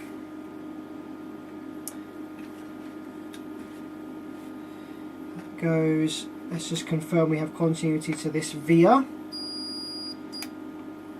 Yes sir, we do indeed. Okay, so let's follow this via, see where that goes. R138. Okay, and that goes over to U2 by the looks of things. Yep. Okie dokie. So one of these op amps is probably going to be bad. What I'm going to do is remove this daughter board as well, just to rule out the op amps on this daughter board. I'm going to plug this back in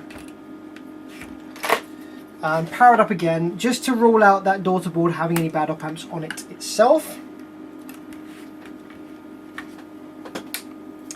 And we're going to check pin 3 again over here and see whether that gets to 5 volts. It does still get the 4.7. A little bit less, but yeah, we still get 5 volts on there. So what we need to do is, because this is obviously upside down, it's very difficult to probe this board because like all the components that I need are under there. So what I need to do probably is to actually feed this board with bipolar plus minus 15 volts externally. I need to inject plus minus 15 volts and a ground reference externally so that I can get this preamp board powered up and find out where our bad op amp is. So if I confirm which are the plus minus 15 volts coming from the main board by just flipping that upside down, will this actually, oh yes, it will come on. So I can confirm where our plus minus 15 volts are on the main board here. So we've got, there's a couple there. So we actually have plus minus 15 and plus minus 5. Now I see, I don't know which one it's going to be. I don't think I have the ability to do plus minus 15 and plus minus 5. Maybe what I can do is just make some extenders from this board to the daughter board.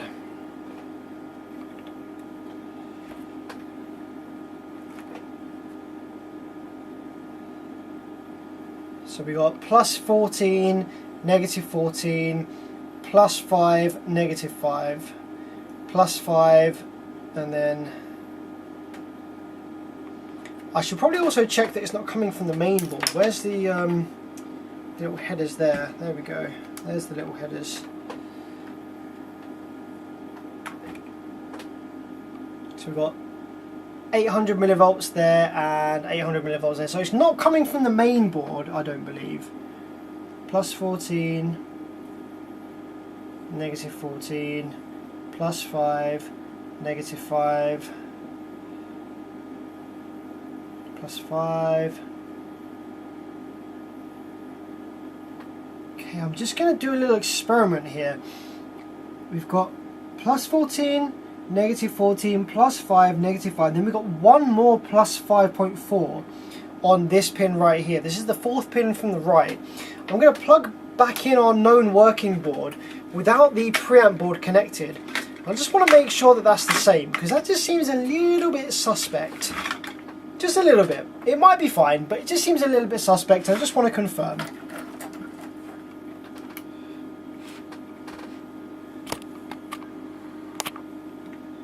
Can't you regulate the 15 down to 5? Yeah, I probably could do, actually. You know what, actually the main board might even do that for me. But I was planning on just getting the preamp board up and running on my Farnell supply over here. But I could just run some long cables from the main board to the daughter board. But I just want to double check that we are supposed to have 5.7 on that fourth pin from the right on this one.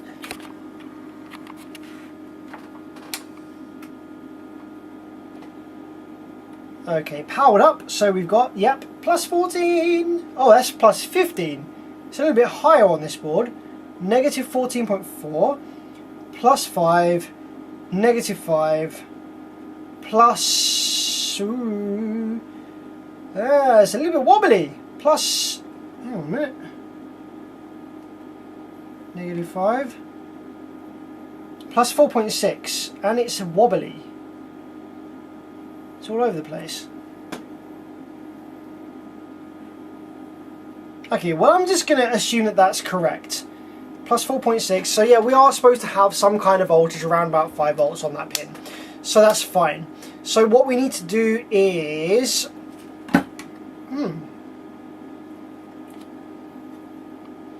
maybe I could just plug this one in to this board for a second, just to see whether we get our 5 volts on that one as well.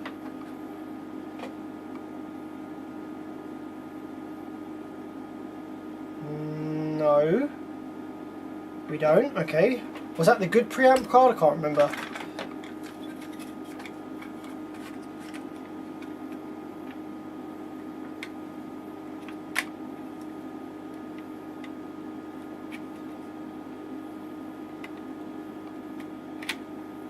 Oh, hang on a minute. No.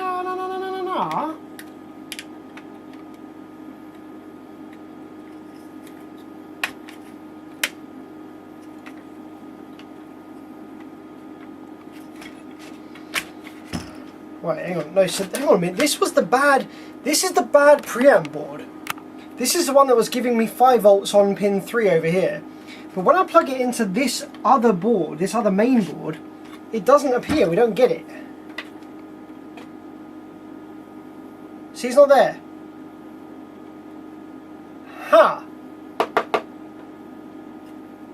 I wonder whether this is a mainboard issue.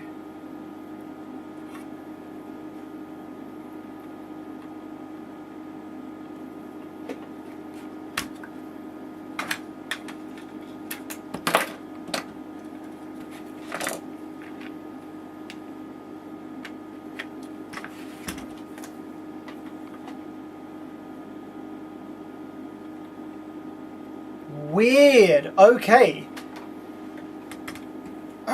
so the 5 volts isn't present on either preamp board on this main board. Maybe I should take a note of all the voltages on this header. Let's take a note of all the voltages on this header and compare it to the other board. Right, let's plug that in. So I'm just going to take a note of all of these voltages on this header. Right, so we've got 0, 10, minus 4.5,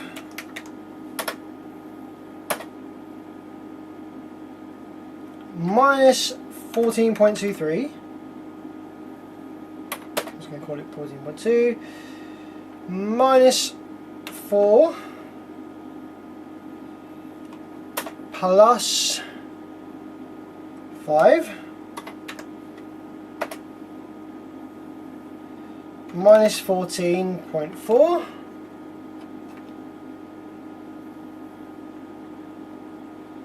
and then plus 15, 0, and 0, and next row down, got 2 volts, 5 volts, 0, 4.6, minus 4, 5, minus 14.4, 15, 0, and 0. Right, so that is all the voltages on this board. Right, so now let's turn that off. Let's swap to the other board.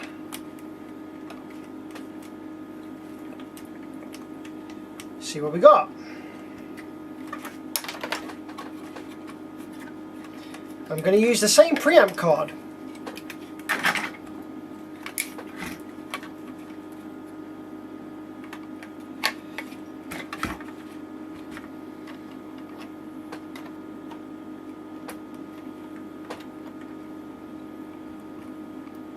Okay, Netherlands, it's a bit too late. Good night, good luck with that, JL. Thank you very much for joining me, buddy. I appreciate you. Have a great sleep, and I'll catch you in the next one. It's not too late here in the UK. So we're going to carry on for now, see what we can do.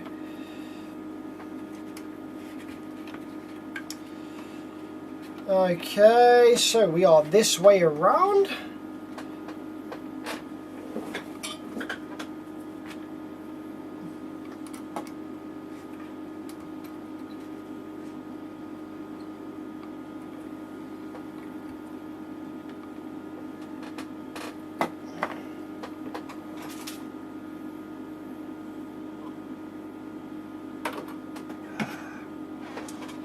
Okay, so now let's check on this board.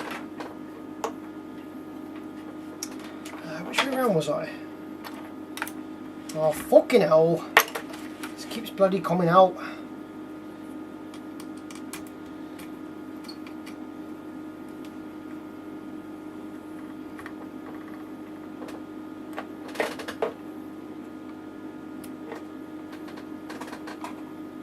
Henry Chan says, why would you want to drink Ribena in a wine glass? I thought you was originally drinking wine. No, bro. This is Ribena.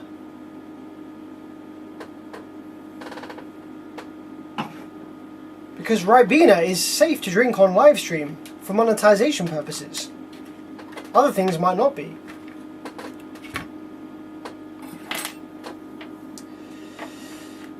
Okay, let's check this one and compare it, because yeah, this is interesting. We've got 5 volts on this one now. Weird. Right, let's confirm and check against the other one. So, pin 1, we got 0. Pin 2, we got 10. Oh, we got 10. Oh yeah, that's the same. And we got... Oh, weird. This one should be minus 4.5, but instead it's 14.3. That's different. And we got minus 14.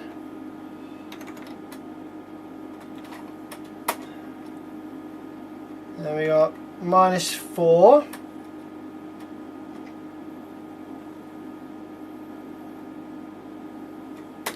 I think I might have just made a typo on the other one. Then we got 5.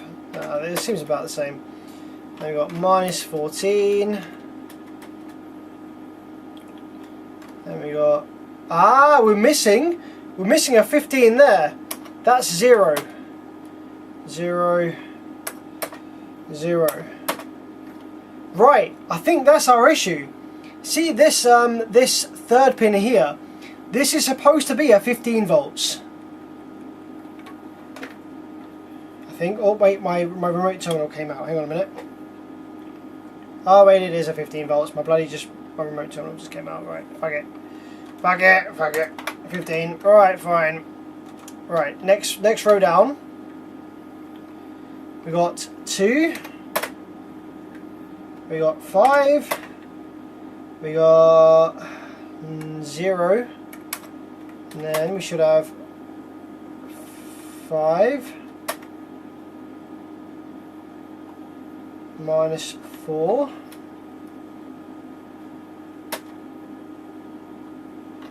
5 again. Oh, that's interesting. That's different.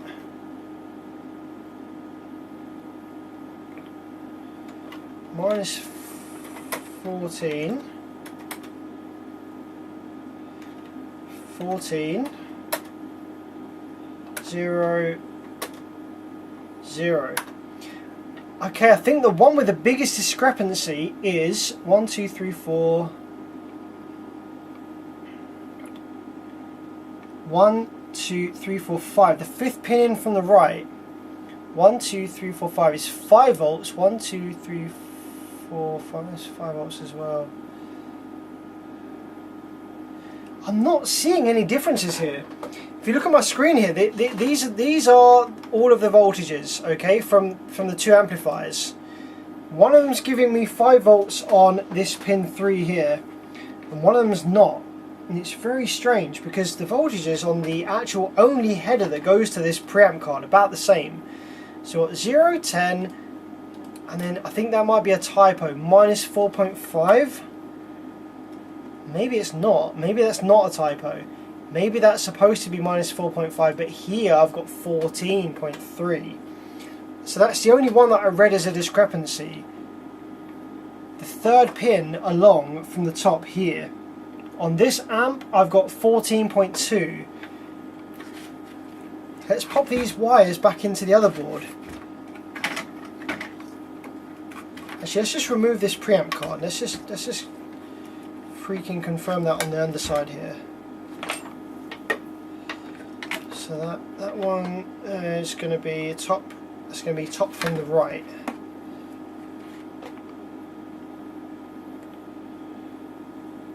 Zero, zero. So we've got 10.3, 14.9.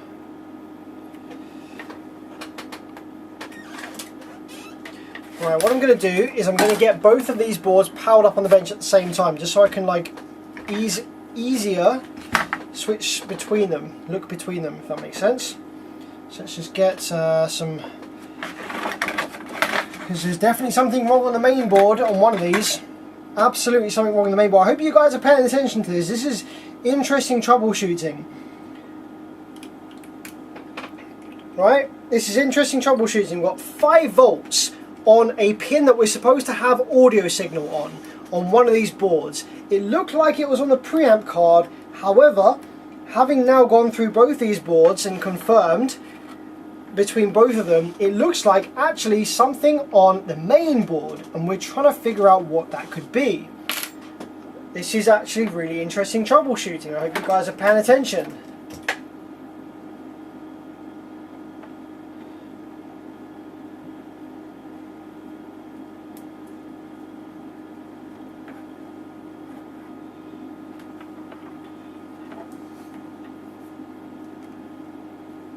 I need a little wire from that remote terminal.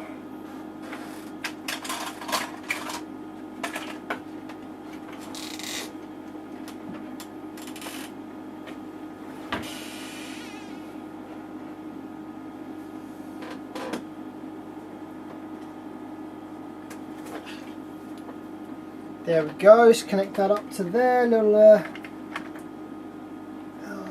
fucking crocodile clip, there we go. Just get that on there. Right, so now I've got remote and power to both of these amplifiers at the same time. So we can compare. Comparetheamplifier.com. I think it's one of these 3rd or 4th pins in that's different. So we're going to power up on both amplifiers. As you can see, both amplifiers have power. Excellent. So now let's confirm. This pin, 0 volts, 0 volts. Second pin in, 0 volts, 0 volts. Third pin in, 0 volts, 0 volts. Fourth pin, 5.4. Fourth pin, 4.6. It's a little different, but similar enough.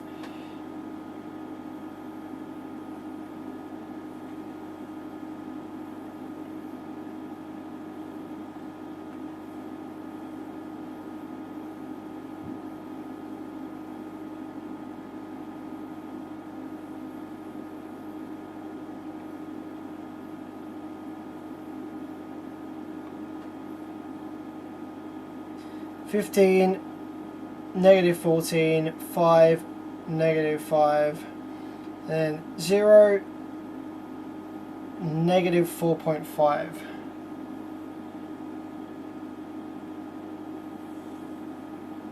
Right, there's our issue, guys. There's our difference. So on this board, we have 14.3 volts on this third pin from the end. However, on this board we have -4.5. Now, which one was the working board? I think it was this one.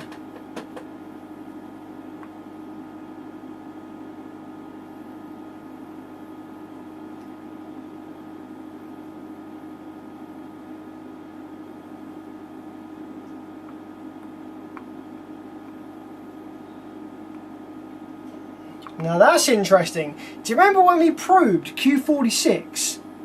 We had something like 14 volts. Well, see on this one we've got 5 volts and 5 volts and nothing. Whereas on this one we've got 5 volts and 5 volts. Oh, we've got 5 volts and -14. So we have a difference here. Negative 14 plus 5, nothing, nothing, nothing, nothing.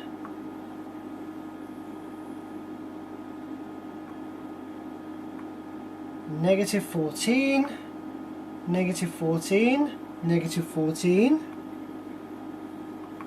I wonder whether Q45 is bad on this one. Which one was it that wasn't working?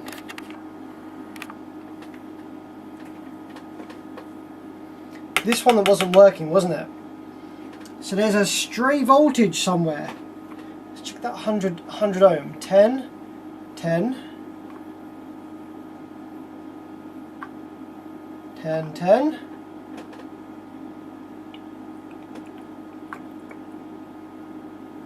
Nothing on there, nothing on there, nothing on there, nothing on there. 5 and negative 14, negative 14 and negative 14. Now that goes up to the main board.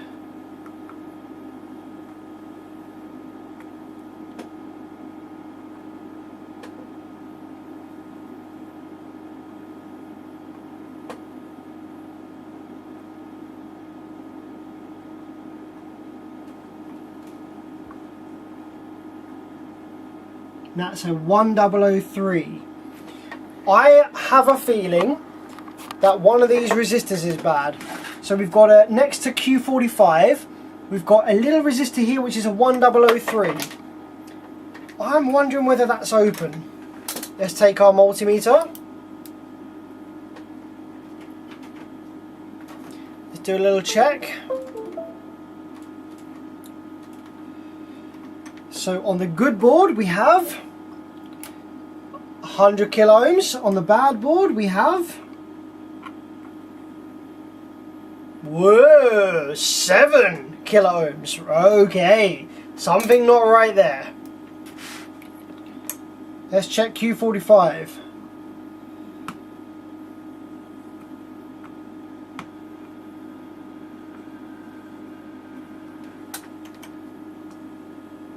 $435.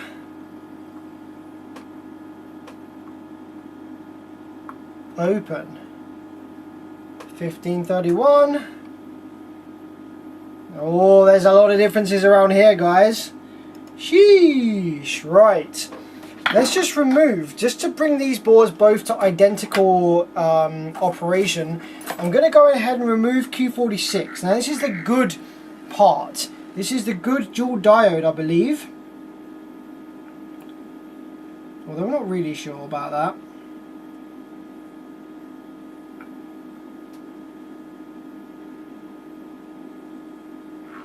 I'm not really truly convinced that that's supposed to be a dual diode. I'm pretty sure that's supposed to be a transistor of some kind. But anyway, now that these boards are both absolutely identical in terms of what's on them,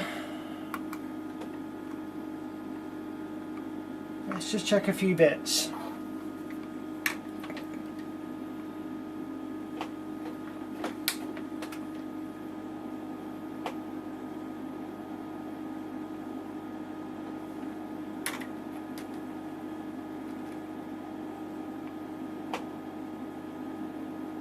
-14.3, -4, so we have a difference there.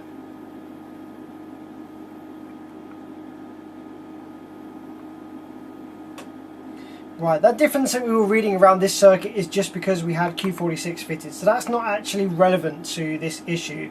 So we need to probe and find out what's connected to pin, the third pin from the right on this board, because that is where our issue lies, guys. That's where our issue lies. It's this third pin. This third pin from the right is where our issue lies. So let's have a look and see what has continuity to the third pin from the right. Well, let's have a look at both boards here.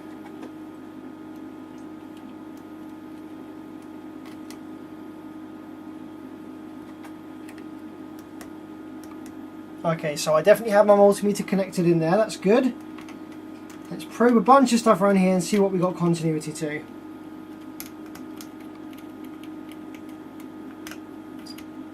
Okay, we had something there. There we go.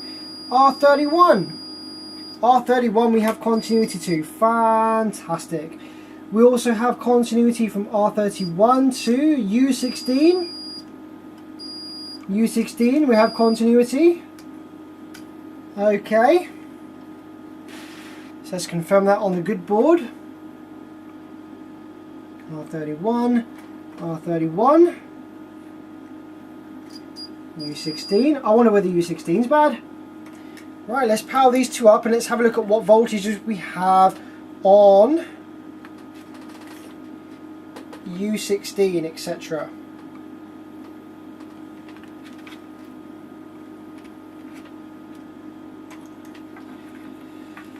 So we're going to have a probe round U16 and see what we can find. U16 looks like an op amp. Zoom in right here. So the pin that we're getting the incorrect voltage on is this pin right here.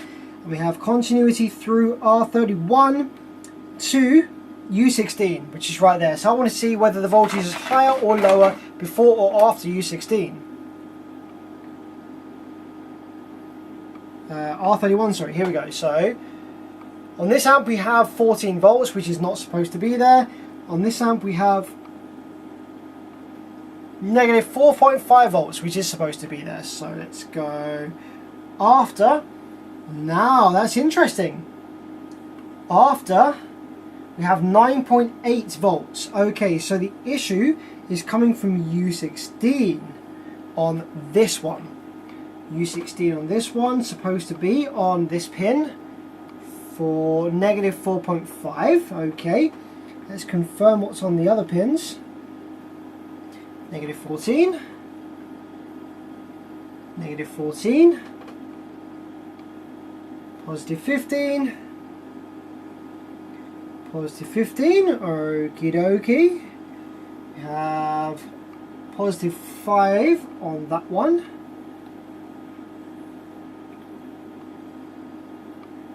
We have nothing on that one.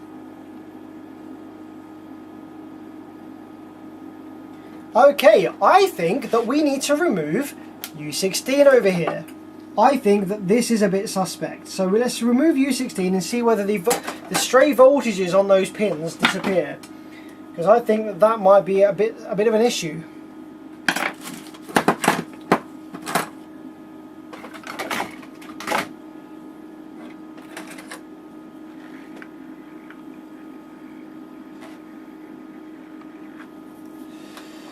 Let's read a little bit of live chat. We haven't done a live chat in a while. You should consider a T-line for that little sub. Yeah, that'd be pretty awesome, that would. Do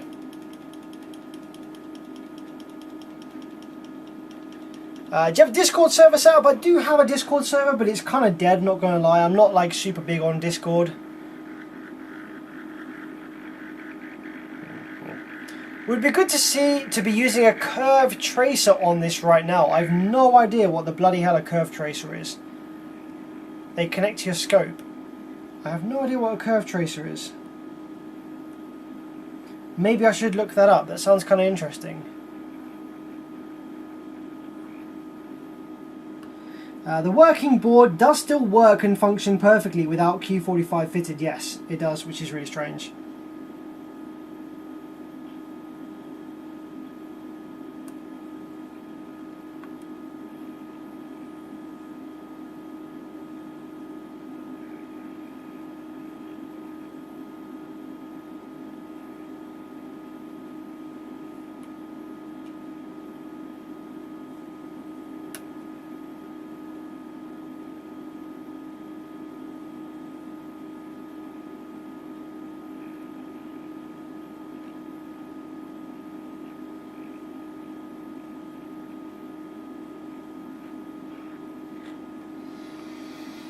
Right, that's U16 off the board.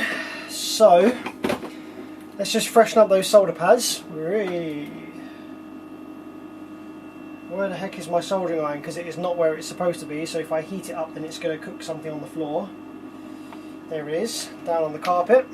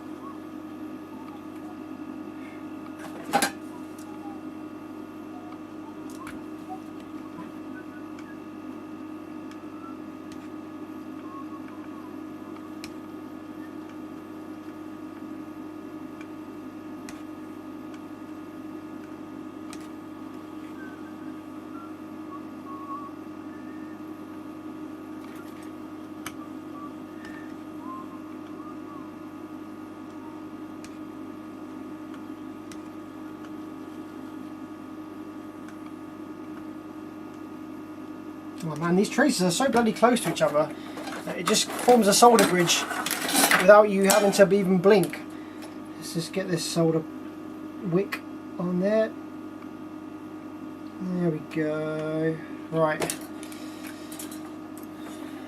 Let's just try and refresh those pads without causing a bridge.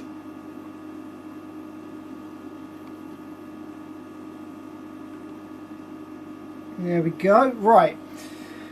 So what I want to do is just see whether that voltage has disappeared now that we've removed Q16, because that could have been the only issue. So that was a 14 volts on R31 that should not have been there. So let's turn the power supply back on, see what we get.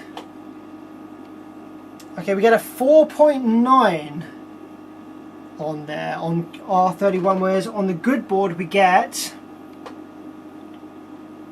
negative 4.5 on one side of the resistor and 0 volts on the other.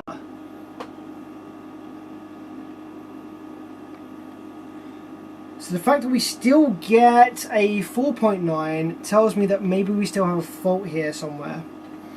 I'm going to turn the power supply off and I'm just going to probe a couple of transistors around here just to see if there's like any like shorted SOT23 parts. Okay, well there we go. Q20, is that supposed to be short? I think it might actually. It looks like the traces are connected. Yeah, that's supposed to be shorted there. Q21. Okay, nothing on Q21. On the good board. Nothing there either. Q19. Nope. Okay, let's remove U16. Let's remove U16 from the good board as well.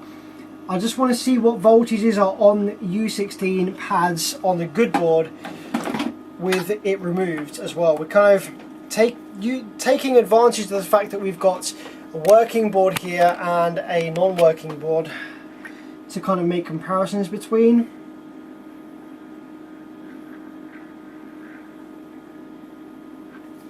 Actually, before I do that, let me just do a quick multimeter check around some other components around this area, just while we're here, might as well. Just make sure nothing else shorted or bad. Because if there's something shorted, I'll feel kind of silly that I didn't check.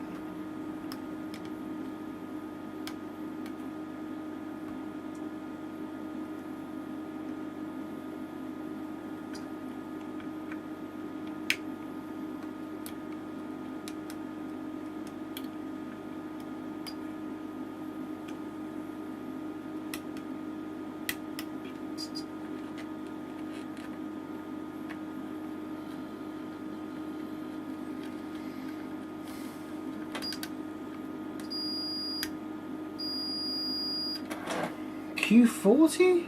Oh, that looks like a trace, that's fine. Yeah, I'm not seeing anything obviously shorted. So let's continue removing U16 from the good board.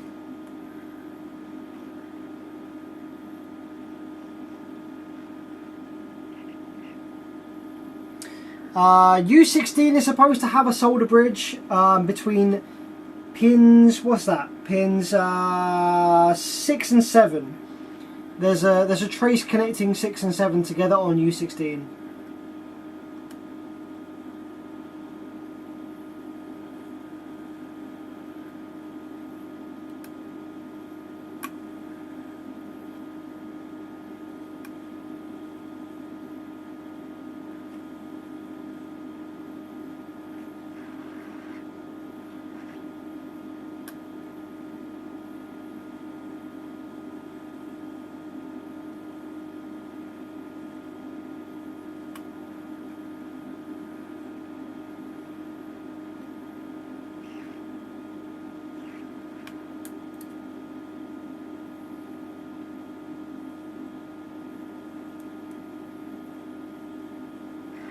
Okay, we are up and away with U16 on the good board.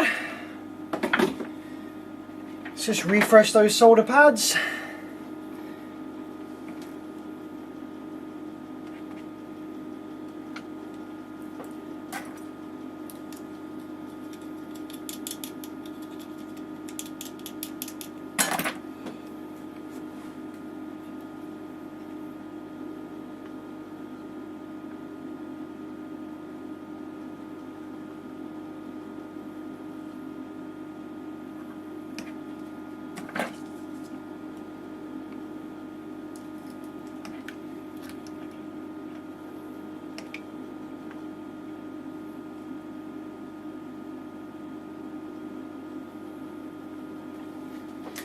Alright, so that's both U16s removed. Now I want to just make sure that we have the same voltages around that area, because I want to know if it's U16 that's bad or whether something else that's bad. So let's just zoom in a little bit. So R31, we've got 5 volts on R31 there, 5 volts, 5 volts the other side, 5 volts the other side.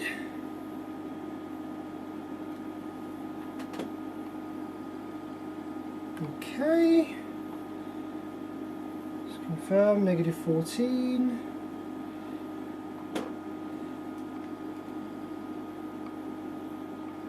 Five volts on pin 2, nothing on pin 3.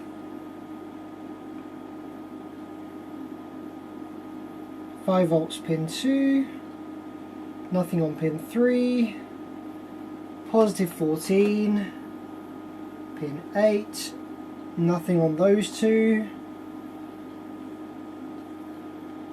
5 volts on pin 6, there's a difference. So on the bad board we have 5 volts on pin 6, on the good board we don't. So I suspect that's where the issue is coming from, and probably both U16s are probably fine. So let's just see what's connecting to pin 6 of U16. The trace goes up here somewhere. Where do we go?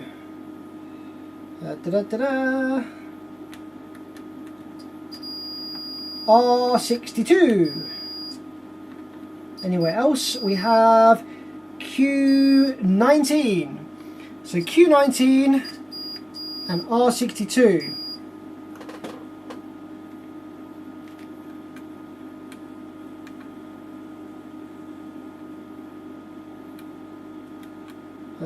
However, that doesn't seem to be the case on the good board.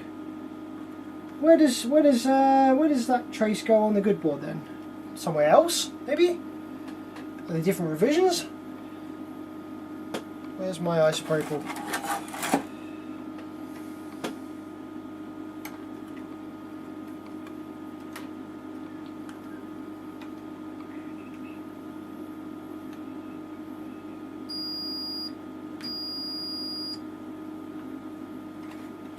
Right, so on this board we definitely have a trace leading up and around to C76, whereas on this board, what the fuck? On this board, pin 6 is left open. Oh, hang on, no, we do have continuity to C76. Is C76 shorted? No.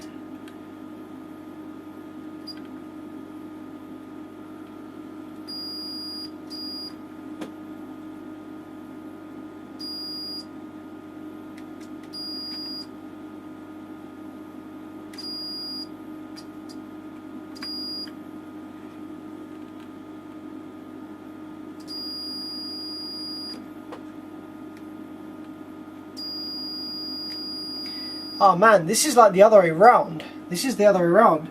So on the good board we have pin 6 connected to C76, the bottom, whereas on the bad board we have pin 6 connected to C76 at the top.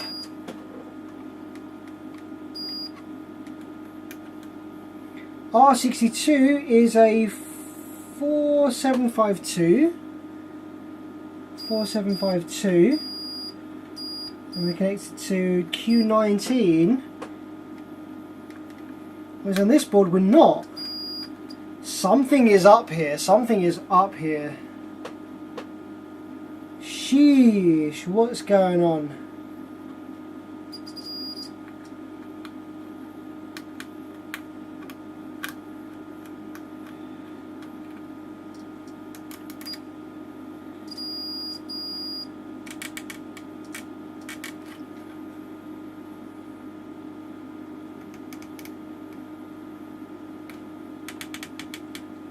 There's something different going on between these boards. Are they different revisions? Yeah, they're different revisions. It's really hard to compare because these are not the exact same revisions, but this looks like the exact same freaking circuit, but we've got differences going on over here. Really strange.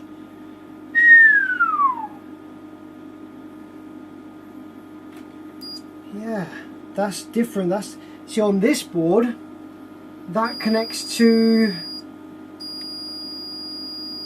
U14, whereas on this board it doesn't seem to connect to U14. Where does U14 connect to? Bottom of the board, got a via there.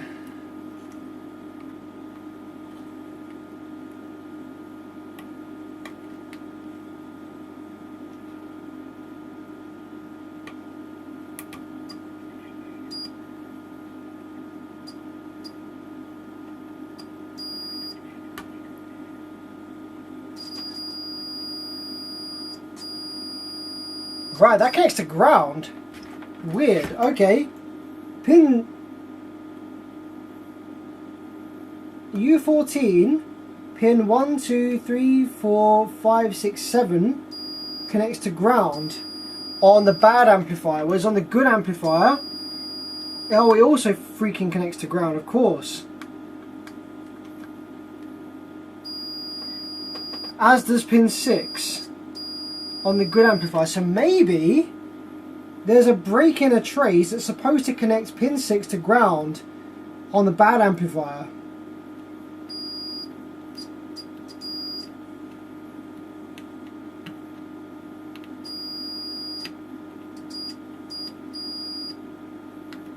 So I wonder if I just run a jumper wire from pin 6 to ground on this bad amplifier, that will fix it.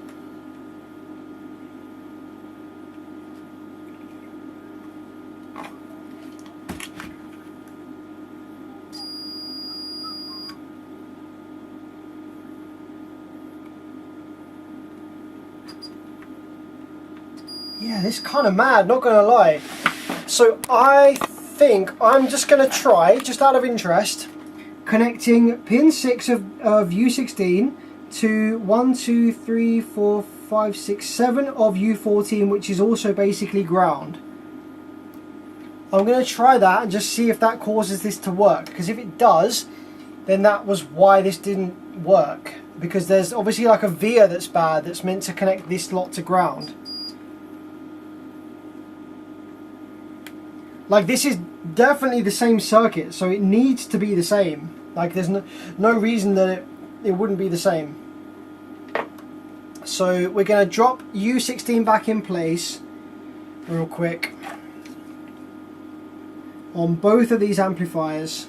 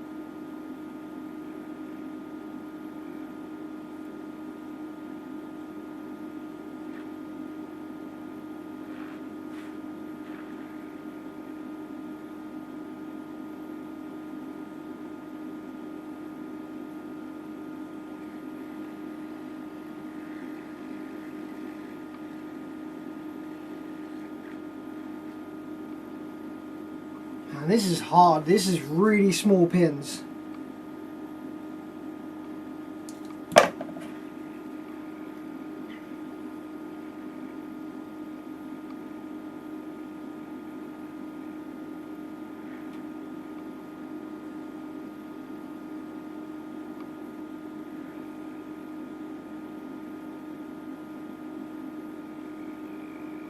Okay, I think we're good on that one. Let's do the good one.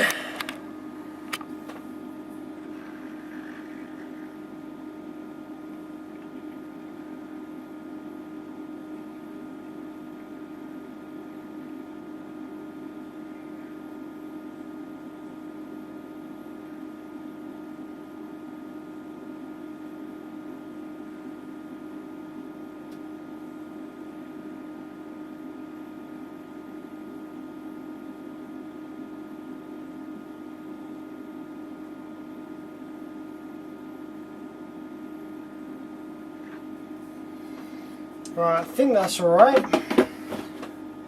We shall see. Just make sure I've got no solder bridges.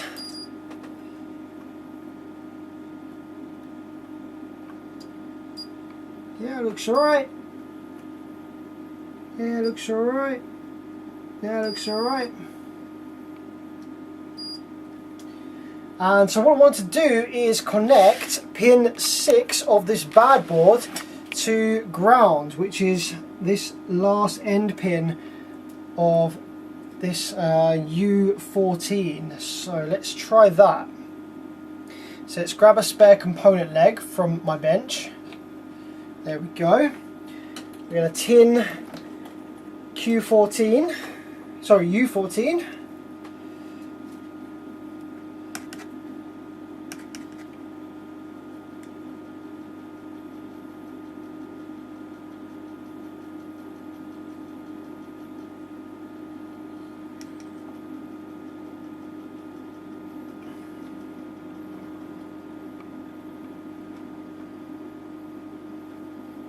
Like so, and then grab some tweezers. I always seem to lose my tweezers. I put them down on the bench somewhere and they just fuck off, they just disappear. I've got like 4 pairs that are just like disappeared now. The pair that I had in my hand just now, for example.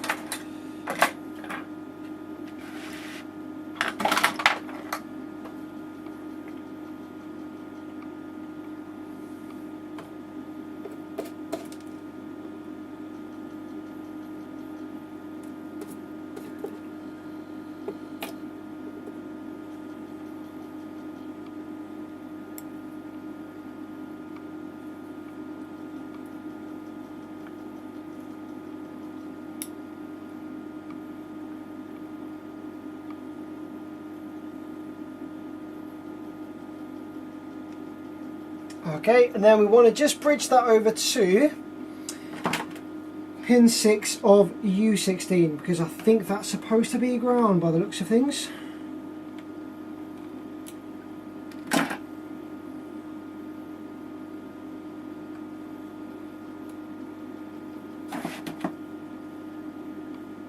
Yo, Mike Honda, how's it going, buddy?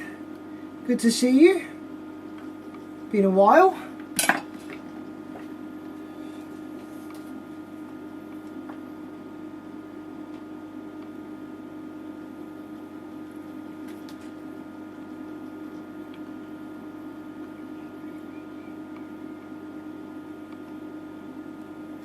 Okay, so I think that's connected. Yes, that is.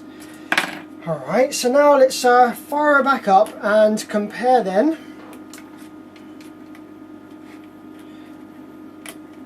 I hope that these are supposed to be identical between these bloody boards, because they're the same amp. There's just slightly different revisions, but I'm sure that that's how it's supposed to be. Right, power. Okay. Now let's check R31 between these two amps. Nothing on R31. Ah, 14 volts. Not the same.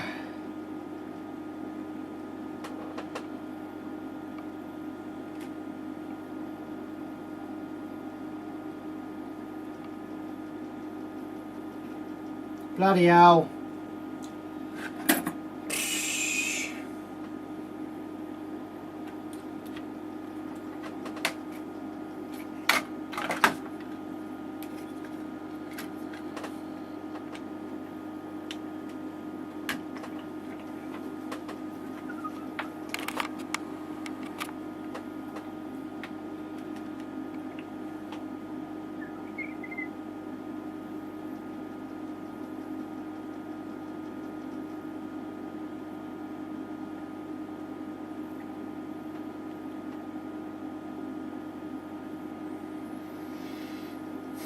Supposed to be 14 volts there. What do we get on?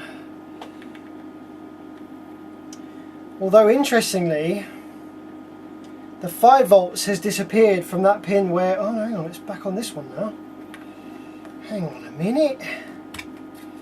Hang on a minute.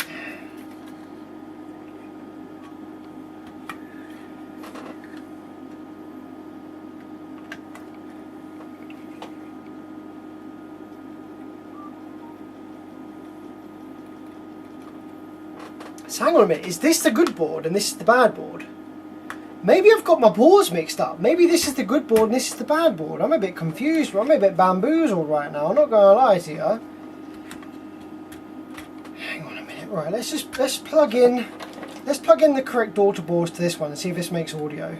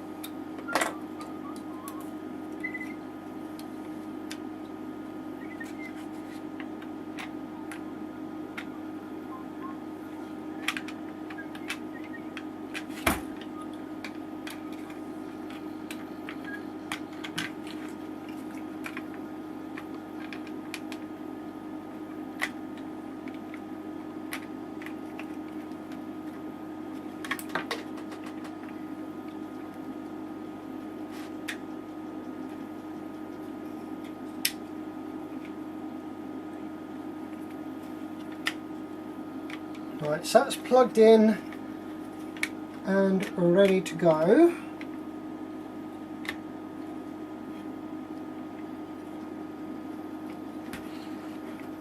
Okay, RCAs.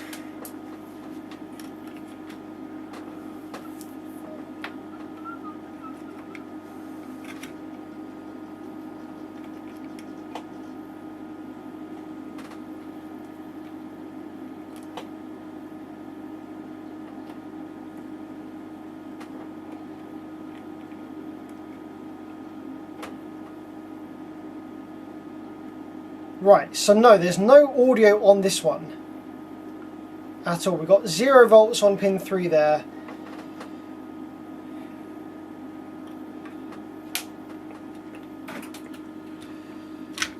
Whereas, if we flip that over, pop that in there.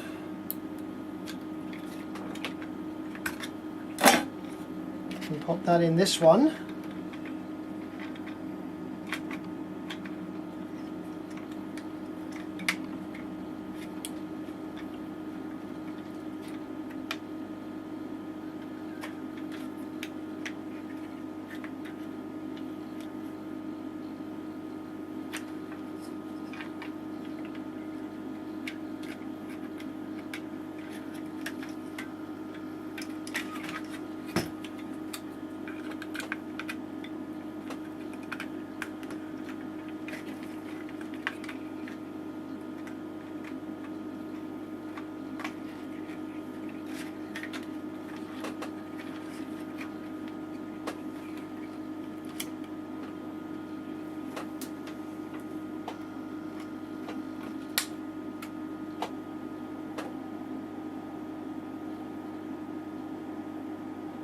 Oh, and this one there's no audio either.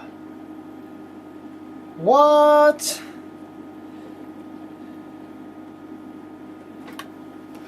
We did have audio before on one of these. I'm confused now. I'm a bit bamboozled. Maybe I should try this again tomorrow. Right, let's just start this again. Hang on a minute.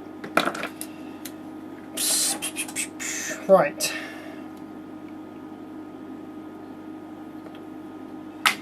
This one, this card,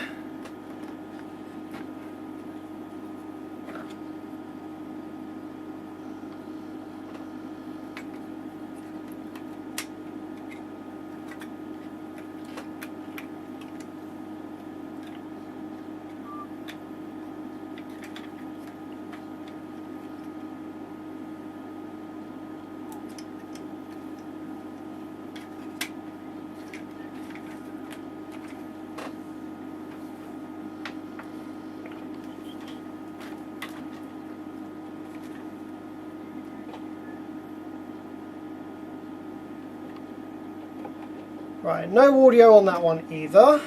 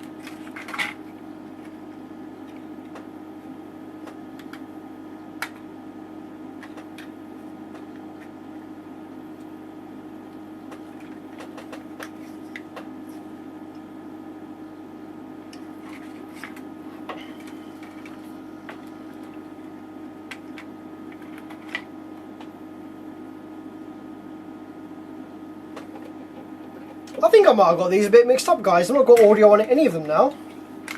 I'm a bit confused why. Let me just remove that jumper to ground that I made on this one.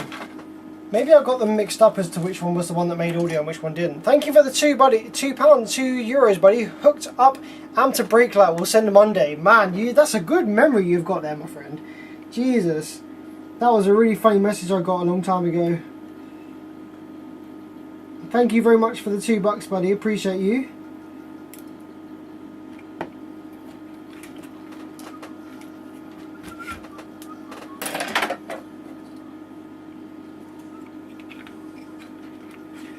Right, so that one definitely goes in there because that's the correct way around for that. Right. And that one definitely goes in there like that. That one definitely goes in there because that's the correct way around for that.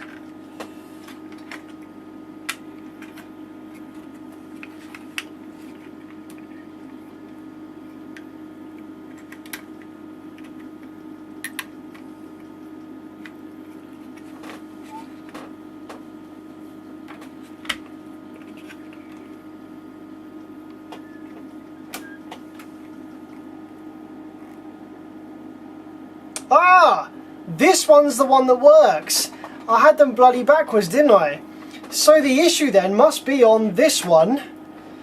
This one's the bad one, and the reason that it's bad is to do with the fact that probably there's a short to ground on this right here. Is that the case? Yep. So the issue on this one probably is that there's a short to ground here. So we need to find out where that short to ground is. So this is the working board.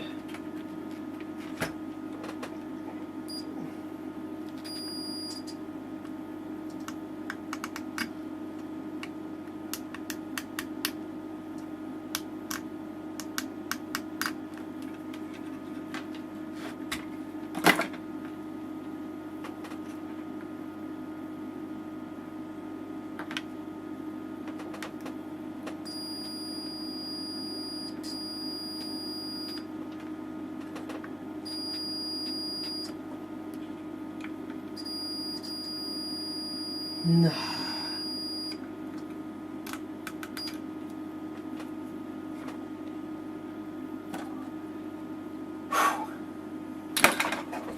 Right, stuff is starting to not make sense now, so I think that it's probably time to call it on this repair. We're going to do a little bit more live chat, but we're going to pick this up again like a bit later in the week or the weekend, because a bit too much Ribena, just trying to figure stuff out, get myself a bit confused. Going to come back to this with a clear head. But yeah, we've obviously got one working amp, one not working amp. I thought we had a short to ground on one of them and not on the other, but now it seems that both of them have continuity to ground, so I'm a bit bamboozled.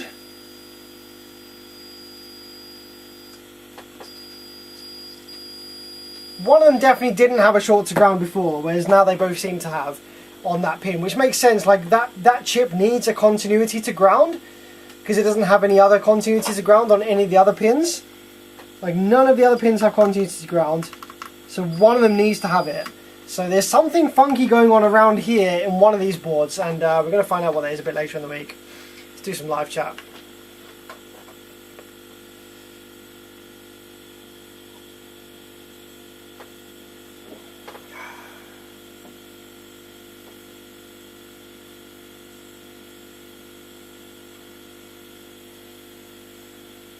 Yeah, is6. How's the paintwork on your car? Hopefully not too much damage.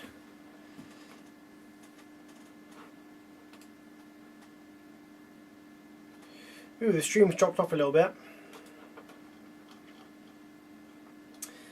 Yeah, we'll get this sorted. I think I just need a clear head. I just need to I need to confirm which preamp boards are good, which ones are bad. We'll do that like a bit later on in the week. But at least we've got one of these working. That's cool. That's some money right there, isn't it? XD600. I'm sure I can get a couple of £100 for that. I think it'll polish out. Nice. Cool.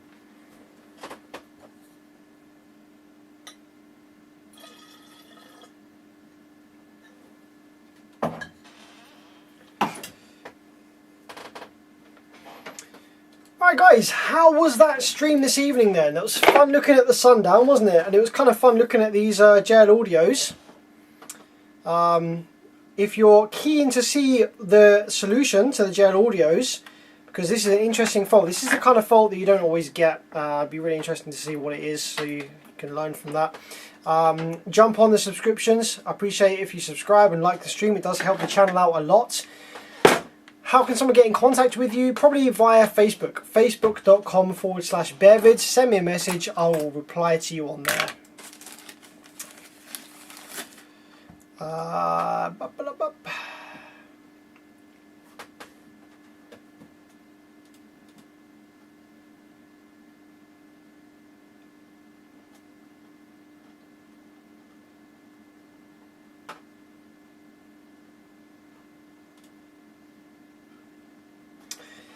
But yeah guys, did you go to school for electric technicians? Sorry if I missed anything clarifying in the past. No, that's cool man, that's absolutely fine.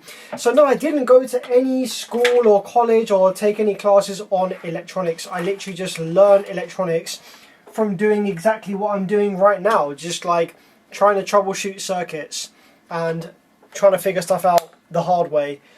And I think that's honestly probably one of the best ways to learn, to be honest. Is just to dive in the deep end. But as a result of that, I do have gaps in my knowledge about certain types of circuits and certain foundational stuff. Certain theory is just not there because I've just never taken any classes on it. I just kind of learned from doing this. So there's definitely a lot of missing information and missing knowledge as a result of the way that I learned electronics. So a college class or some kind of schooling or some kind of stuff would definitely be beneficial, but yeah.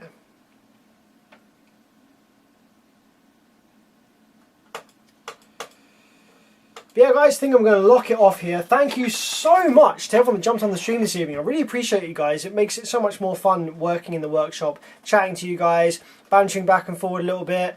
Thank you so much to everyone that was kind enough and generous enough to throw some cash my way. Honestly, I can't appreciate it enough. It's so kind.